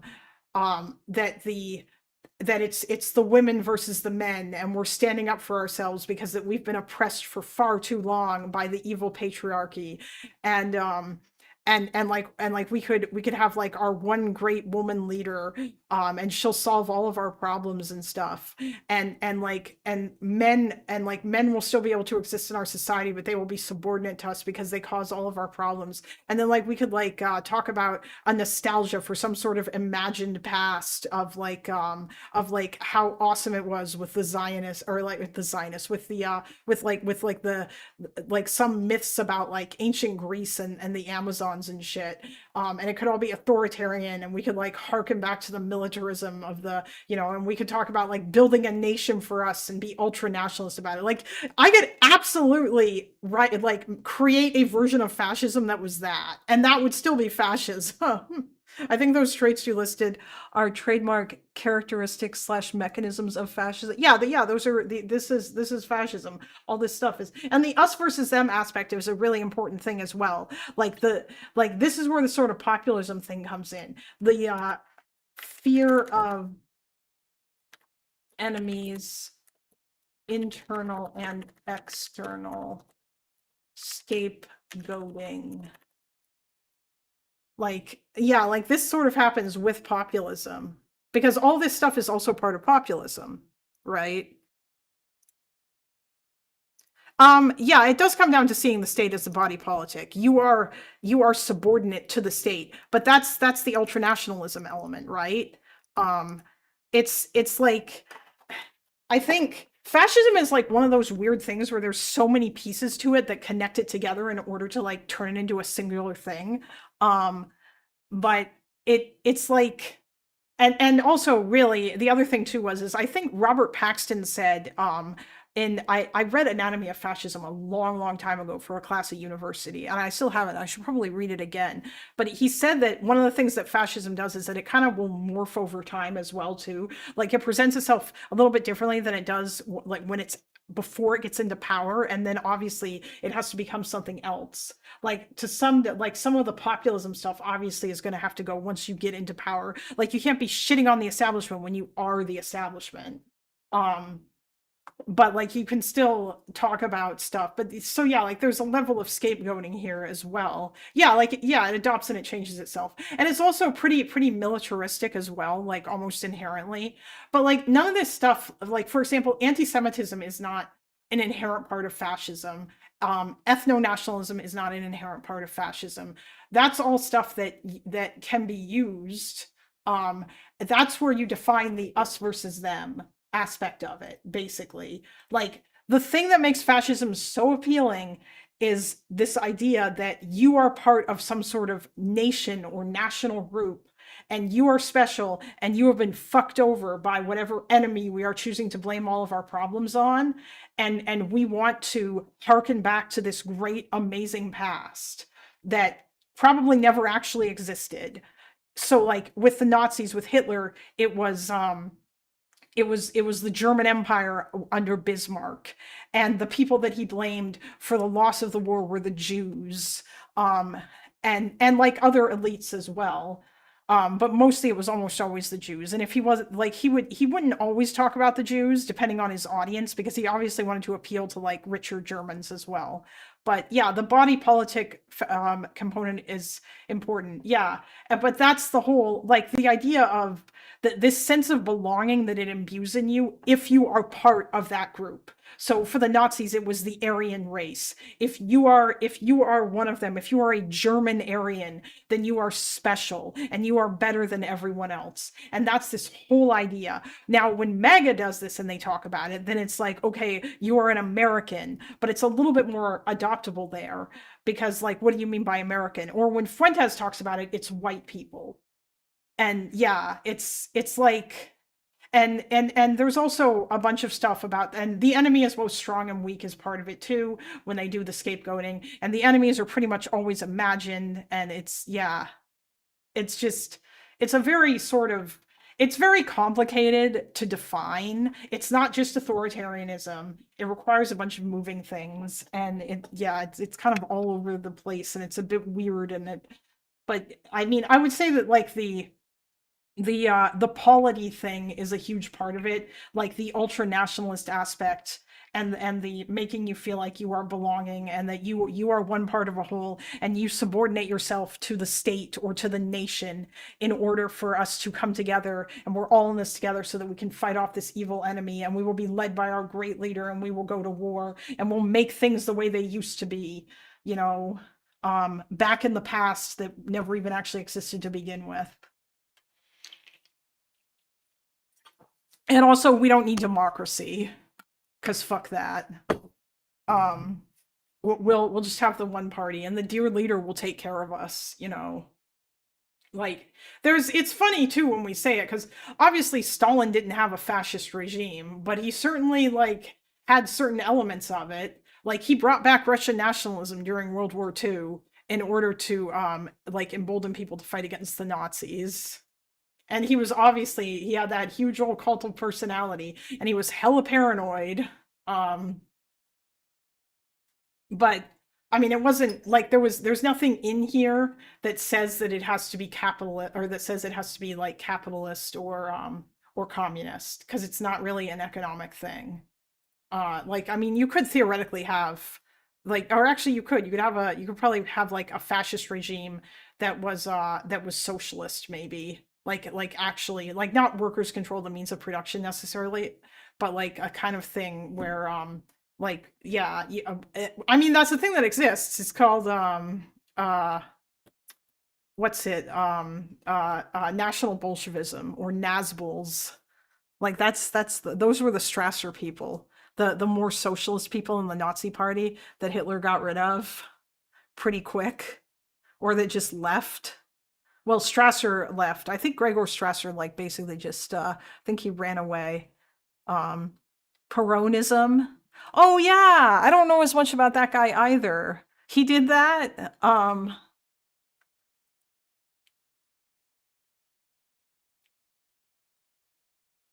Wait, really? You think that, like, which two-party system is semi-fascist? Tested. I didn't like it. Triggered me when Vosh was saying that America's kind of fascist. I think that's silly. I feel like he is broadening it way too hard. Like, Vosh's problem is what he does is he goes and he looks up Umberto Eco's like the list that he made of like the various points that ascribe to fascism, and then he goes, does a country have like a bunch of these? Yes, I guess they're fascists. Like, yeah.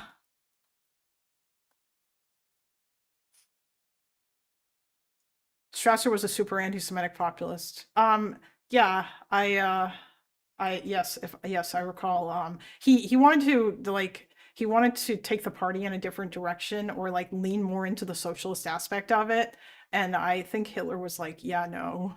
And that just wasn't the direction that they went. And I know that it was, I think there was two. There was Igor, I think Gregor Strasser. It was the other, I don't remember what the other guy's name was. Was it Igor Strasser? Maybe I'm wrong. Now I gotta look it up. One of them was killed during the Night of the Long Knives, I think.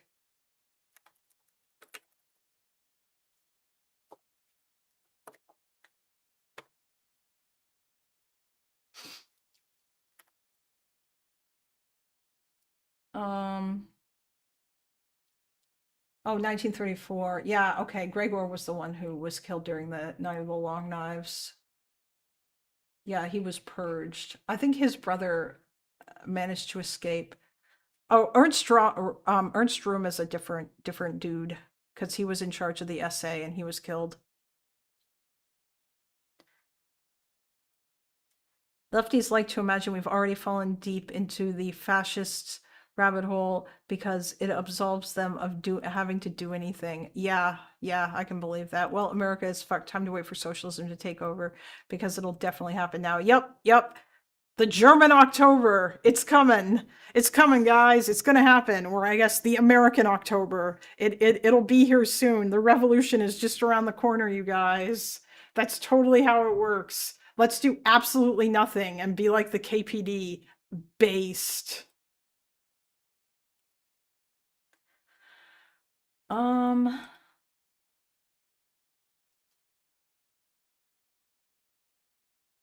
Where is...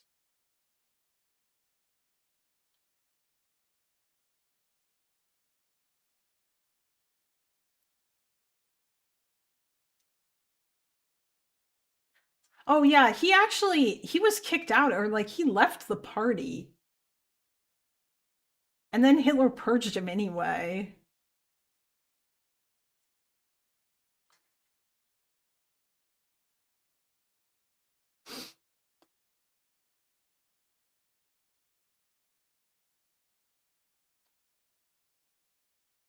Historian Richard J. Evans surmises that Strasser was most likely killed for having been allegedly offered a position by the predecessor conservative Weimar government, a tie which made him a potential political enemy due to the personal enmity of Himmler and Goering, both of whom Strasser have been critical of during his role in the party's leadership. All these guys hated each other, man. The fucking drama.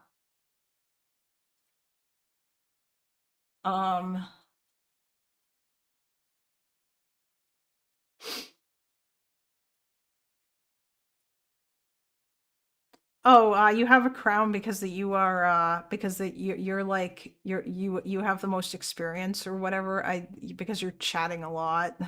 You type a lot in the chat. That's why. Congrats.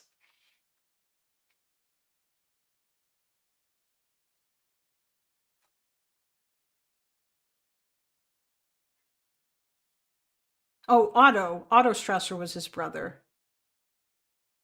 Otto survived longer. Oh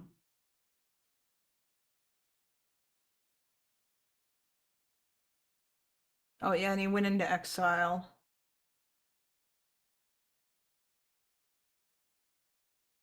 Otto Strasser, together with his brother Gregor Strasser, was a leading member. Yeah, this is like early Nazi history. The party's more radical wing, whose ideology became known as Strasserism, and broke from the party due to disputes with the dominant Hitlerite faction. Yes, Strasserism.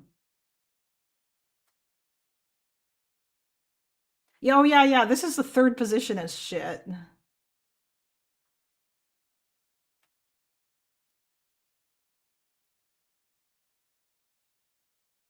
Strategically appropriating socialist sounding rhetoric to advance an ultranationalist agenda, a tactic it shares with fundamental historical fascist movements, including those of Hitler and Mussolini. Yeah.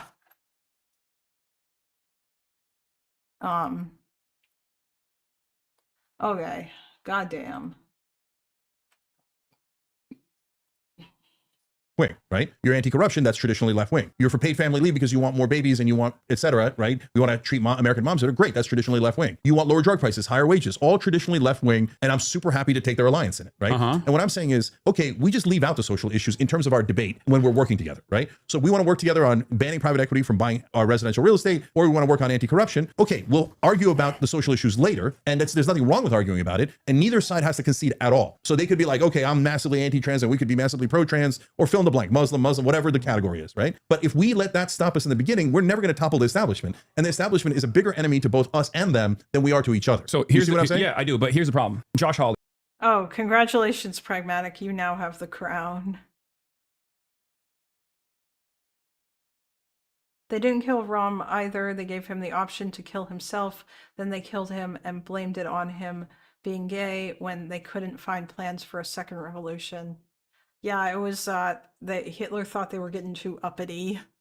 Which, I mean, it does make sense, right? I feel like Ernst Röhm and those guys kind of represent a like the more fashion insane, like the sort of like they were really militaristic and they like to go fight and beat people up in the streets and stuff. And like the kind of shit that they were doing, or the kind of like people that they were not like they lacked the level of discipline that obvious, like once you come to power, you don't want those kinds of people in your movement anymore, because now you're trying to actually like, you know, consolidate, and you don't like want these assholes out there ruining it. So it would make sense that would be, and I guess like if that's what you mean by saying that Ernst Röhm was more populist con radical, then yeah, I get it. Because that obviously like you can't take that shit. Like the SA can't be doing that shit out in the streets and like, you know, like kicking the crap out of people and whatnot when you're in the government now. Yeah. Like that's not like, you're just gonna have chaos. And obviously, yeah, I imagine that, yeah, the SS were not fond of the SA, and Himmler probably wanted to get rid of like Ernst Röhm and stuff so that he could take over. What is your response to the argument that fascism is capitalism in decline? I think that's just people like I do not think that that is true, because this assumes that fascism only comes to power in places because of capitalism. And it was not capitalism that caused Germany to have all the problems that they had. They had those problems because they lost a war. It's not like they couldn't have recovered from it or any of that other stuff. I feel like the capitalism in decline, that's just more shit that leftists say. That's it. Like, it's just more shit that leftists say, that they just want to say that because they enjoy blaming all the problems on capitalism, and they like to say that capitalism will ultimately lead to fascism, or liberalism will ultimately lead to fascism, or whatever. Yeah, like everything always has to be about capitalism. Everything has to be about class. It's so stupid and reductionist. And like, yeah, I don't like it. There's a bunch of different reasons why people might turn to fascism. And I don't know, man. I just think it's dumb.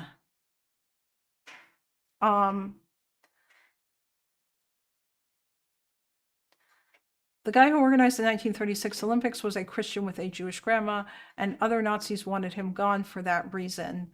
So they told him Jews would be represented at the Olympics and demoted him to an advisory role.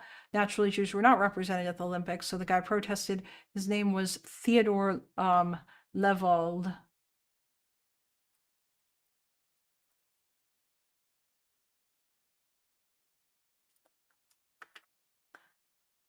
Interesting.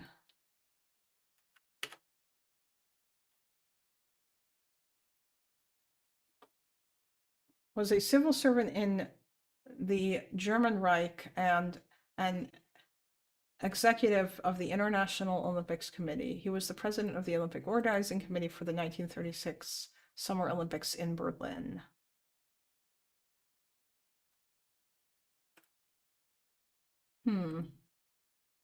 Okay, we're getting distracted, guys. I'm gonna read more about that dude later.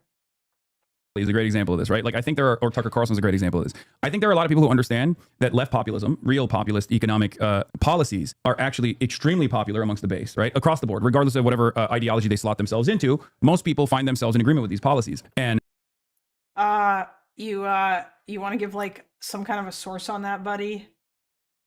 Anything? Which policies are you talking about? Yes, most people support paid family leave. Cool. Most people do not support banning all private health insurance. Yeah. I also don't know what else you mean about economic populism. the problem for them is that they have a higher priority for either the nationalist sentiment, and that's actually the goal that they're advancing, or the goal that they're working towards, which is, I think, in Tucker Carlson's case, that's the point, or they're just lying, but they recognize the popularity of these left populist policies, and they're trying to maintain a base of support. But when push comes to shove, just like with Josh Hawley, they will still be servants of capital. And that's the issue that I have with a lot of the right. And I think that's the issue that a lot of... Is this entire conversation, is that it? Is this whole thing just, everything has to be about capitalism? Like, for Hasan, everything's about capitalism. For Cenk, everything's about the donor class. It's so boring. Like, why do you have to look at everything through the most, like, two-dimensional, uncomplicated, simplistic lens possible? We're never going to get through this vid, lol. Sorry for distracting. I hate the reductionism too, and it's blackpilling as fuck. Yeah, I just wanted to watch this particular part, and then I'm going to end this. And I'm probably going to end stream too. It's almost 5 o'clock. Although, I mean, we've got 5 hours, so that's good. I think hearing Cenk talk about model Congress changed the way I look at both of these guys. They're doing imaginary politics in an imaginary world. Yes. Oh yeah, I know that. Yeah, the Nazi, the Nazis really went all out in order to get the Olympics, and then like they took down all of the no Jews are allowed to sit here like the no Jews on park benches and all the other, like, yeah, they went all out. They basically, like, they removed all the anti-Semitic shit, all the signs and stuff, to like lie to people and make them think that, like, you know, hey, we don't actually hate Jews that much. But then when the Olympics were over, it all went back up again. I made a promise to myself I would not fall into conspiracies again. Likely the reason why I found Loner Box, because I want a sockdem who isn't zogging out. Absolutely based. Yeah, the conspiracy shit is so dumb. People have with the self-described right-wingers. Maybe not the right-wing voters in general, because those people can be convinced and moved, but most people in positions of power within the right. Oh yeah, the Jesse Jones thing as well, or Jesse Owens, yeah, because he was a black man and he won. And Hitler was, yeah, that kind of hit the Nazis in not great places. They were probably kind of disproving their whole thing.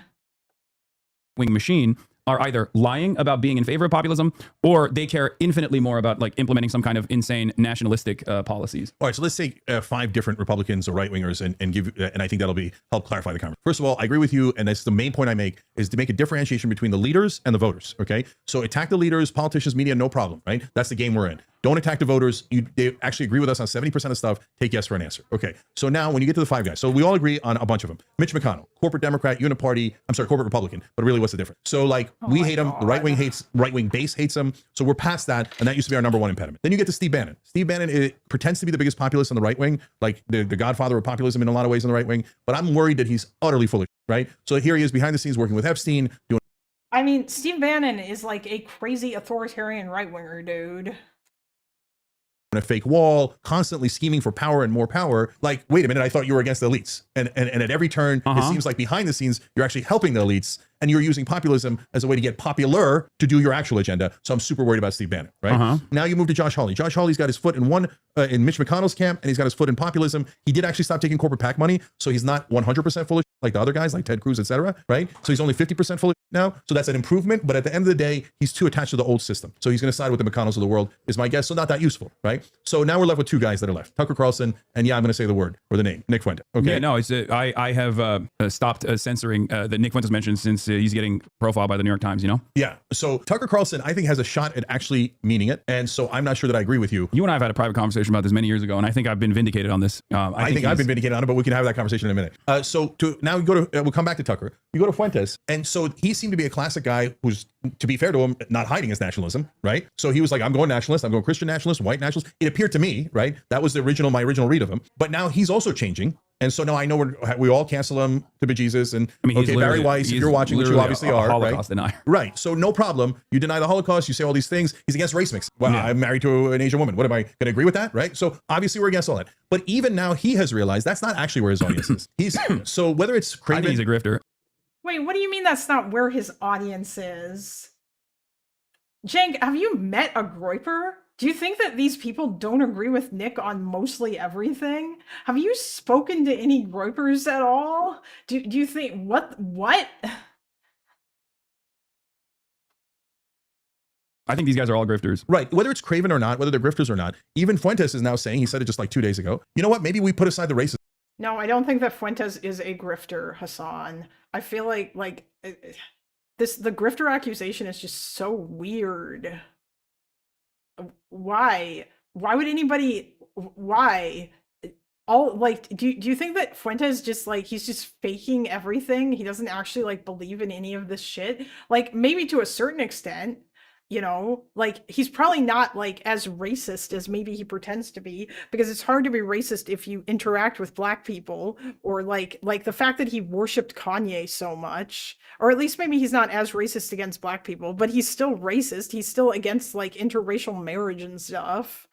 Like I don't, it's just, but why would Fuentes be a grifter when having the beliefs that he does resulted in him being canceled? He could make way more money if he just pretended to be normal. I guess Hasan does just accuse everyone of grifting, because I guess he just doesn't understand that some people actually believe in things. I don't think that unless like I think that I think that like Fuentes does believe in all the shit that he believes in, because why would he like go to January 6th and get arrested, or get like debanked, or any of the other shit that has happened to him, or like get banned off of a whole bunch of different platforms? Like that's like that goes against being able to make money. I also, by the way, Chase, I don't think Hasan is a grifter. Like I think Hasan, like, at least there's some part of him that believes in all this socialist shit, but I think that he just believes in the aesthetics of it, because he obviously doesn't actually really, or like, I don't know, Hassan's whole worldview is incoherent. I think he just likes the whole like, yeah, we should fight for the little guy shit, but yeah. And there's at least some part of what he's doing that's a grift.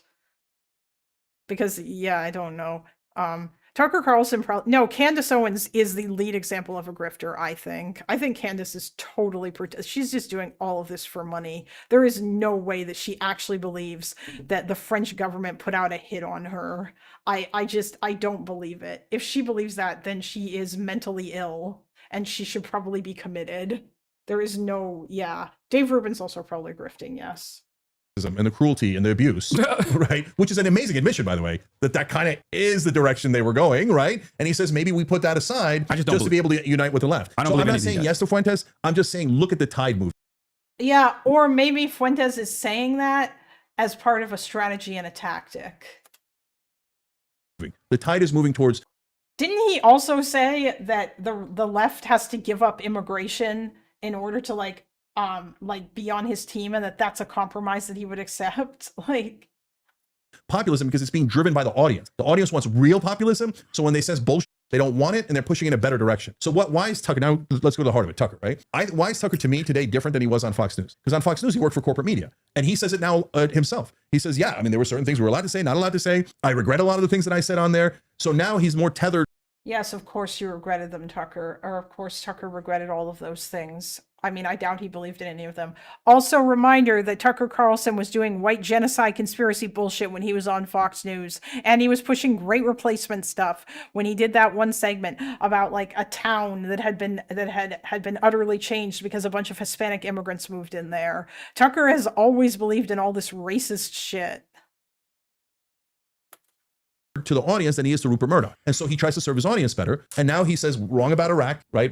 Wrong about war overall, wrong about a bunch of things, right? And by the way, have a lot of us on the left said as much as he has about all the things we're wrong about, right? I don't say that at all. See? So oh yeah, segregation is the worst thing to happen to. Yeah, I remember that. Well, my point is not that he's right and we're wrong or anything along those lines, but he's at least making movements to go towards agreement. You're saying that there's a broader trend line that's moving in the direction of left politics, and that is the reason why the likes of Tucker Carlson are retriangulating their messaging. That is somewhat understandable, but I do think that ultimately, I don't necessarily care for Tucker Carlson personally or Nick Fuentes, but I do care about changing the mindset of their audiences, because I find socially regressive politics to be and reactionary politics to be a distraction, and that anyone that does that to any degree is inherently reactionary and deliberately doing this because they want to move people's attention and focus away from the material inequities that they are facing and away from steadfast approach to dealing with those problems. That is the reason why it's very easy for me to say all right-wingers in general are grifters, and even that moderation that they're engaging with.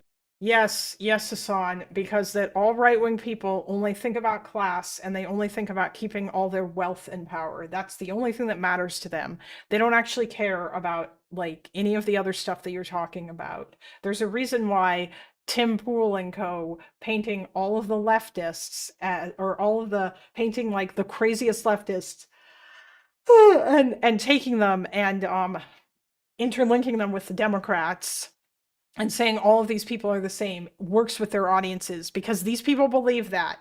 These people think that they are fundamentally, that we are all this, that anybody basically who is left of center all the way to the far left is all the same. And they think that we are a threat to their way of life, to their religious beliefs, to the things that they value and care about. It's not just all about economics. That's why the whole thing about trans people scares these people so much, because that they are afraid that everything is going to change, and they don't want that. Like, it's just stupid. And if you think that none of that actually matters and that all of these people can totally just be swayed with the promise of free healthcare to come over to your side, like, you're just wrong if you think that none of them believe in any of the other things that they say, because they do. Like, this stuff is not a distraction. And I don't think it's a distraction for the people who are in charge of these organizations either. Like the people who run the Heritage Foundation or the Federalist Society or these groups. I mean, for fuck's sakes, the Heritage Foundation had a long-term plan to get enough justices on the Supreme Court so that they could overturn Roe versus Wade, because abortion matters to them. This stuff is meaningful. Yeah, the Nazis did think the SPD and the KPD. Well, it wasn't just the Nazis. You know who else thought the SPD and the KPD were exactly the same? German conservatives. And that's why they sided with the Nazis. Because they were afraid. Because they were afraid of socialism. And they thought that like, those two left-wing parties were both the same thing and that they were bad. And so they sided with the Austrian corporal, as Hindenburg referred to Hitler in a derogatory way, like that because Hitler was a corporal in the army, in the German army during World War I, and he was Austrian. He was not German until he got German citizenship later. But the old school German conservative monarchist guys, the same people who, well, not the same people, but like, I guess the same category of people who later on tried to kill Hitler in July 1944. Like, you know, the Stauffenbergs and all those guys who were initially attracted to National Socialism, and then, like, some of them at least turned against it later, and others were completely okay with it. Yeah, like, it doesn't, like, these guys don't get it. They don't get, like, where these people's thoughts are coming from. They just think that every single one of these people, for them, it's entirely about class, and all of these other things that they are presenting are just distractions. Even like the higher up people, even the people who are doing this stuff, it's all just a distraction. But it's not. They believe in it. It matters to them.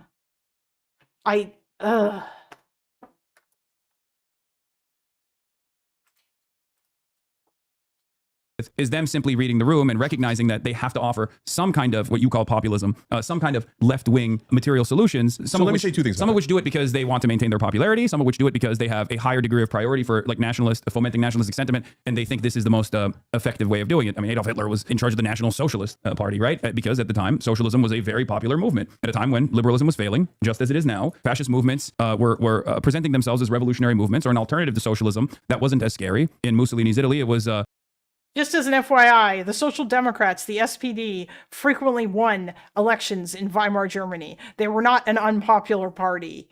And they were the liberals, although they did not see themselves as that. They absolutely didn't, which was another part of the problem. The Weimar Republic was a system that was run by a bunch of people who didn't believe in it. And the only ones who really believed in it were the SPD. And even they were full of people who considered themselves to be socialists and who wanted to eventually get rid of capitalism. But they were still willing to fight for democracy. Like, it's dumb. It's so dumb. It wasn't like liberalism.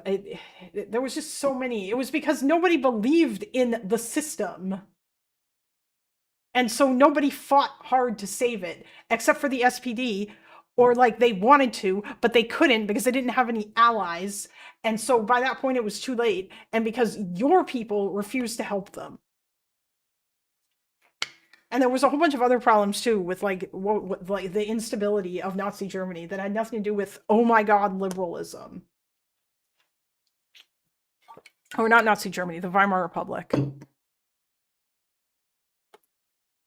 It was bringing about a synthesis, as he would call it, of socialist sentiment, but also protecting the petite bourgeoisie. Okay, so look, me, you, and maybe whoever it is that we want to assign as the avatar for nationalism, well, you think it's Tucker, maybe it's Fuentes, maybe it's Megyn Kelly, I don't care, right? My point is, we might all have different agendas for what happens once we get out of the woods, right? Once we break out of the prison, to use a couple of different analogies. But we got to break out of the prison first.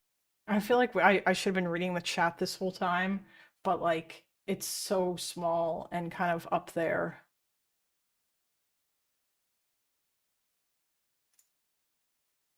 And once we break out of the prison, you want to go Also, I don't want Jenk's entire face to be covered by my chat. Towards more socialism. Somebody wants to go towards more nationalism. I want to go towards democracy, free markets, etc. Right? So, okay, but first we got to break out of the prison. So if you say to me, hey, let's say take Tucker, he has a hidden agenda and it's nationalism. And he's not even hidden. Yeah. Okay, whatever. And he'll say to you, and you don't. To be fair to you, you don't hide that your North Star is more socialism, right? Yeah, because there's a difference between those two concepts. Yeah, I get it. One is good. The other is an incredibly deadly. Oh man, really, Hasan? One is good and the other one is bad. I'm right, you're wrong. You're not gonna. Okay. Self-defeating suicidal ideology. Yeah, I don't love socialism. And again, it depends on what we mean. If we mean Northern Europe, then I kind of do love socialism. If we mean like, you mean social democracy? No, Northern Venezuela, then no, I don't love socialism. Yeah, and I get it. I don't want to get into that. Socialism is an economic organization of socialism is a different organization of the economy. Venezuela and Norway actually have not even comparable degrees of socialization or nationalization. Norway actually has a higher degree of nationalization. This entire extraction industry is nationalized, as opposed to Venezuela that has a lower degree of socialization. Yeah, like naturalizing your oil reserves, by the way, is a super interesting idea. So that's what I'm saying. No, but that's like the difference there is, of course, the way that the capitalist hegemonic superpowers have treated these countries. Norway is very close in proximity, or was very close in proximity to the USSR. So the threat of a good example from the USSR was You mean the Spartacist uprising, Chase?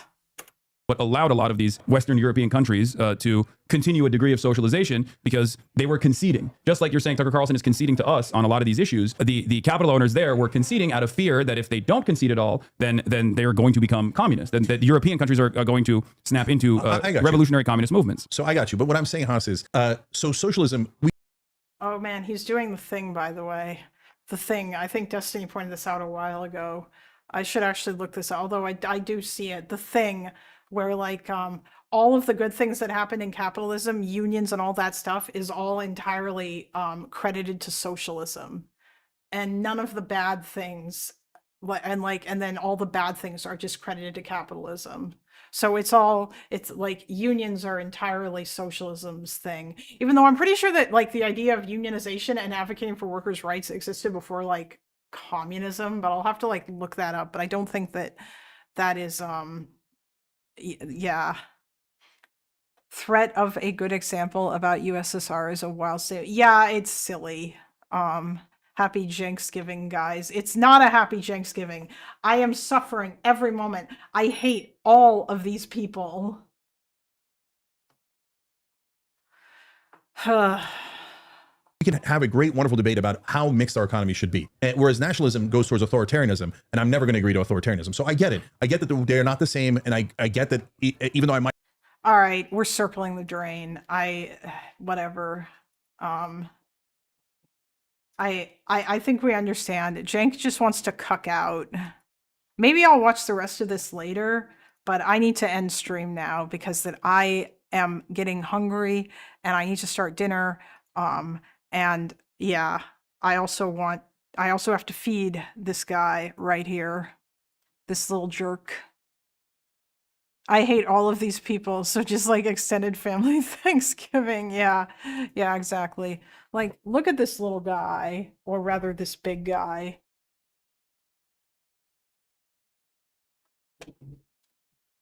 Yeah, I did watch. I watched all of the Haviv Russia stuff. I watched it last night, like off stream. I watched it. It was really good. It was really, really, really good.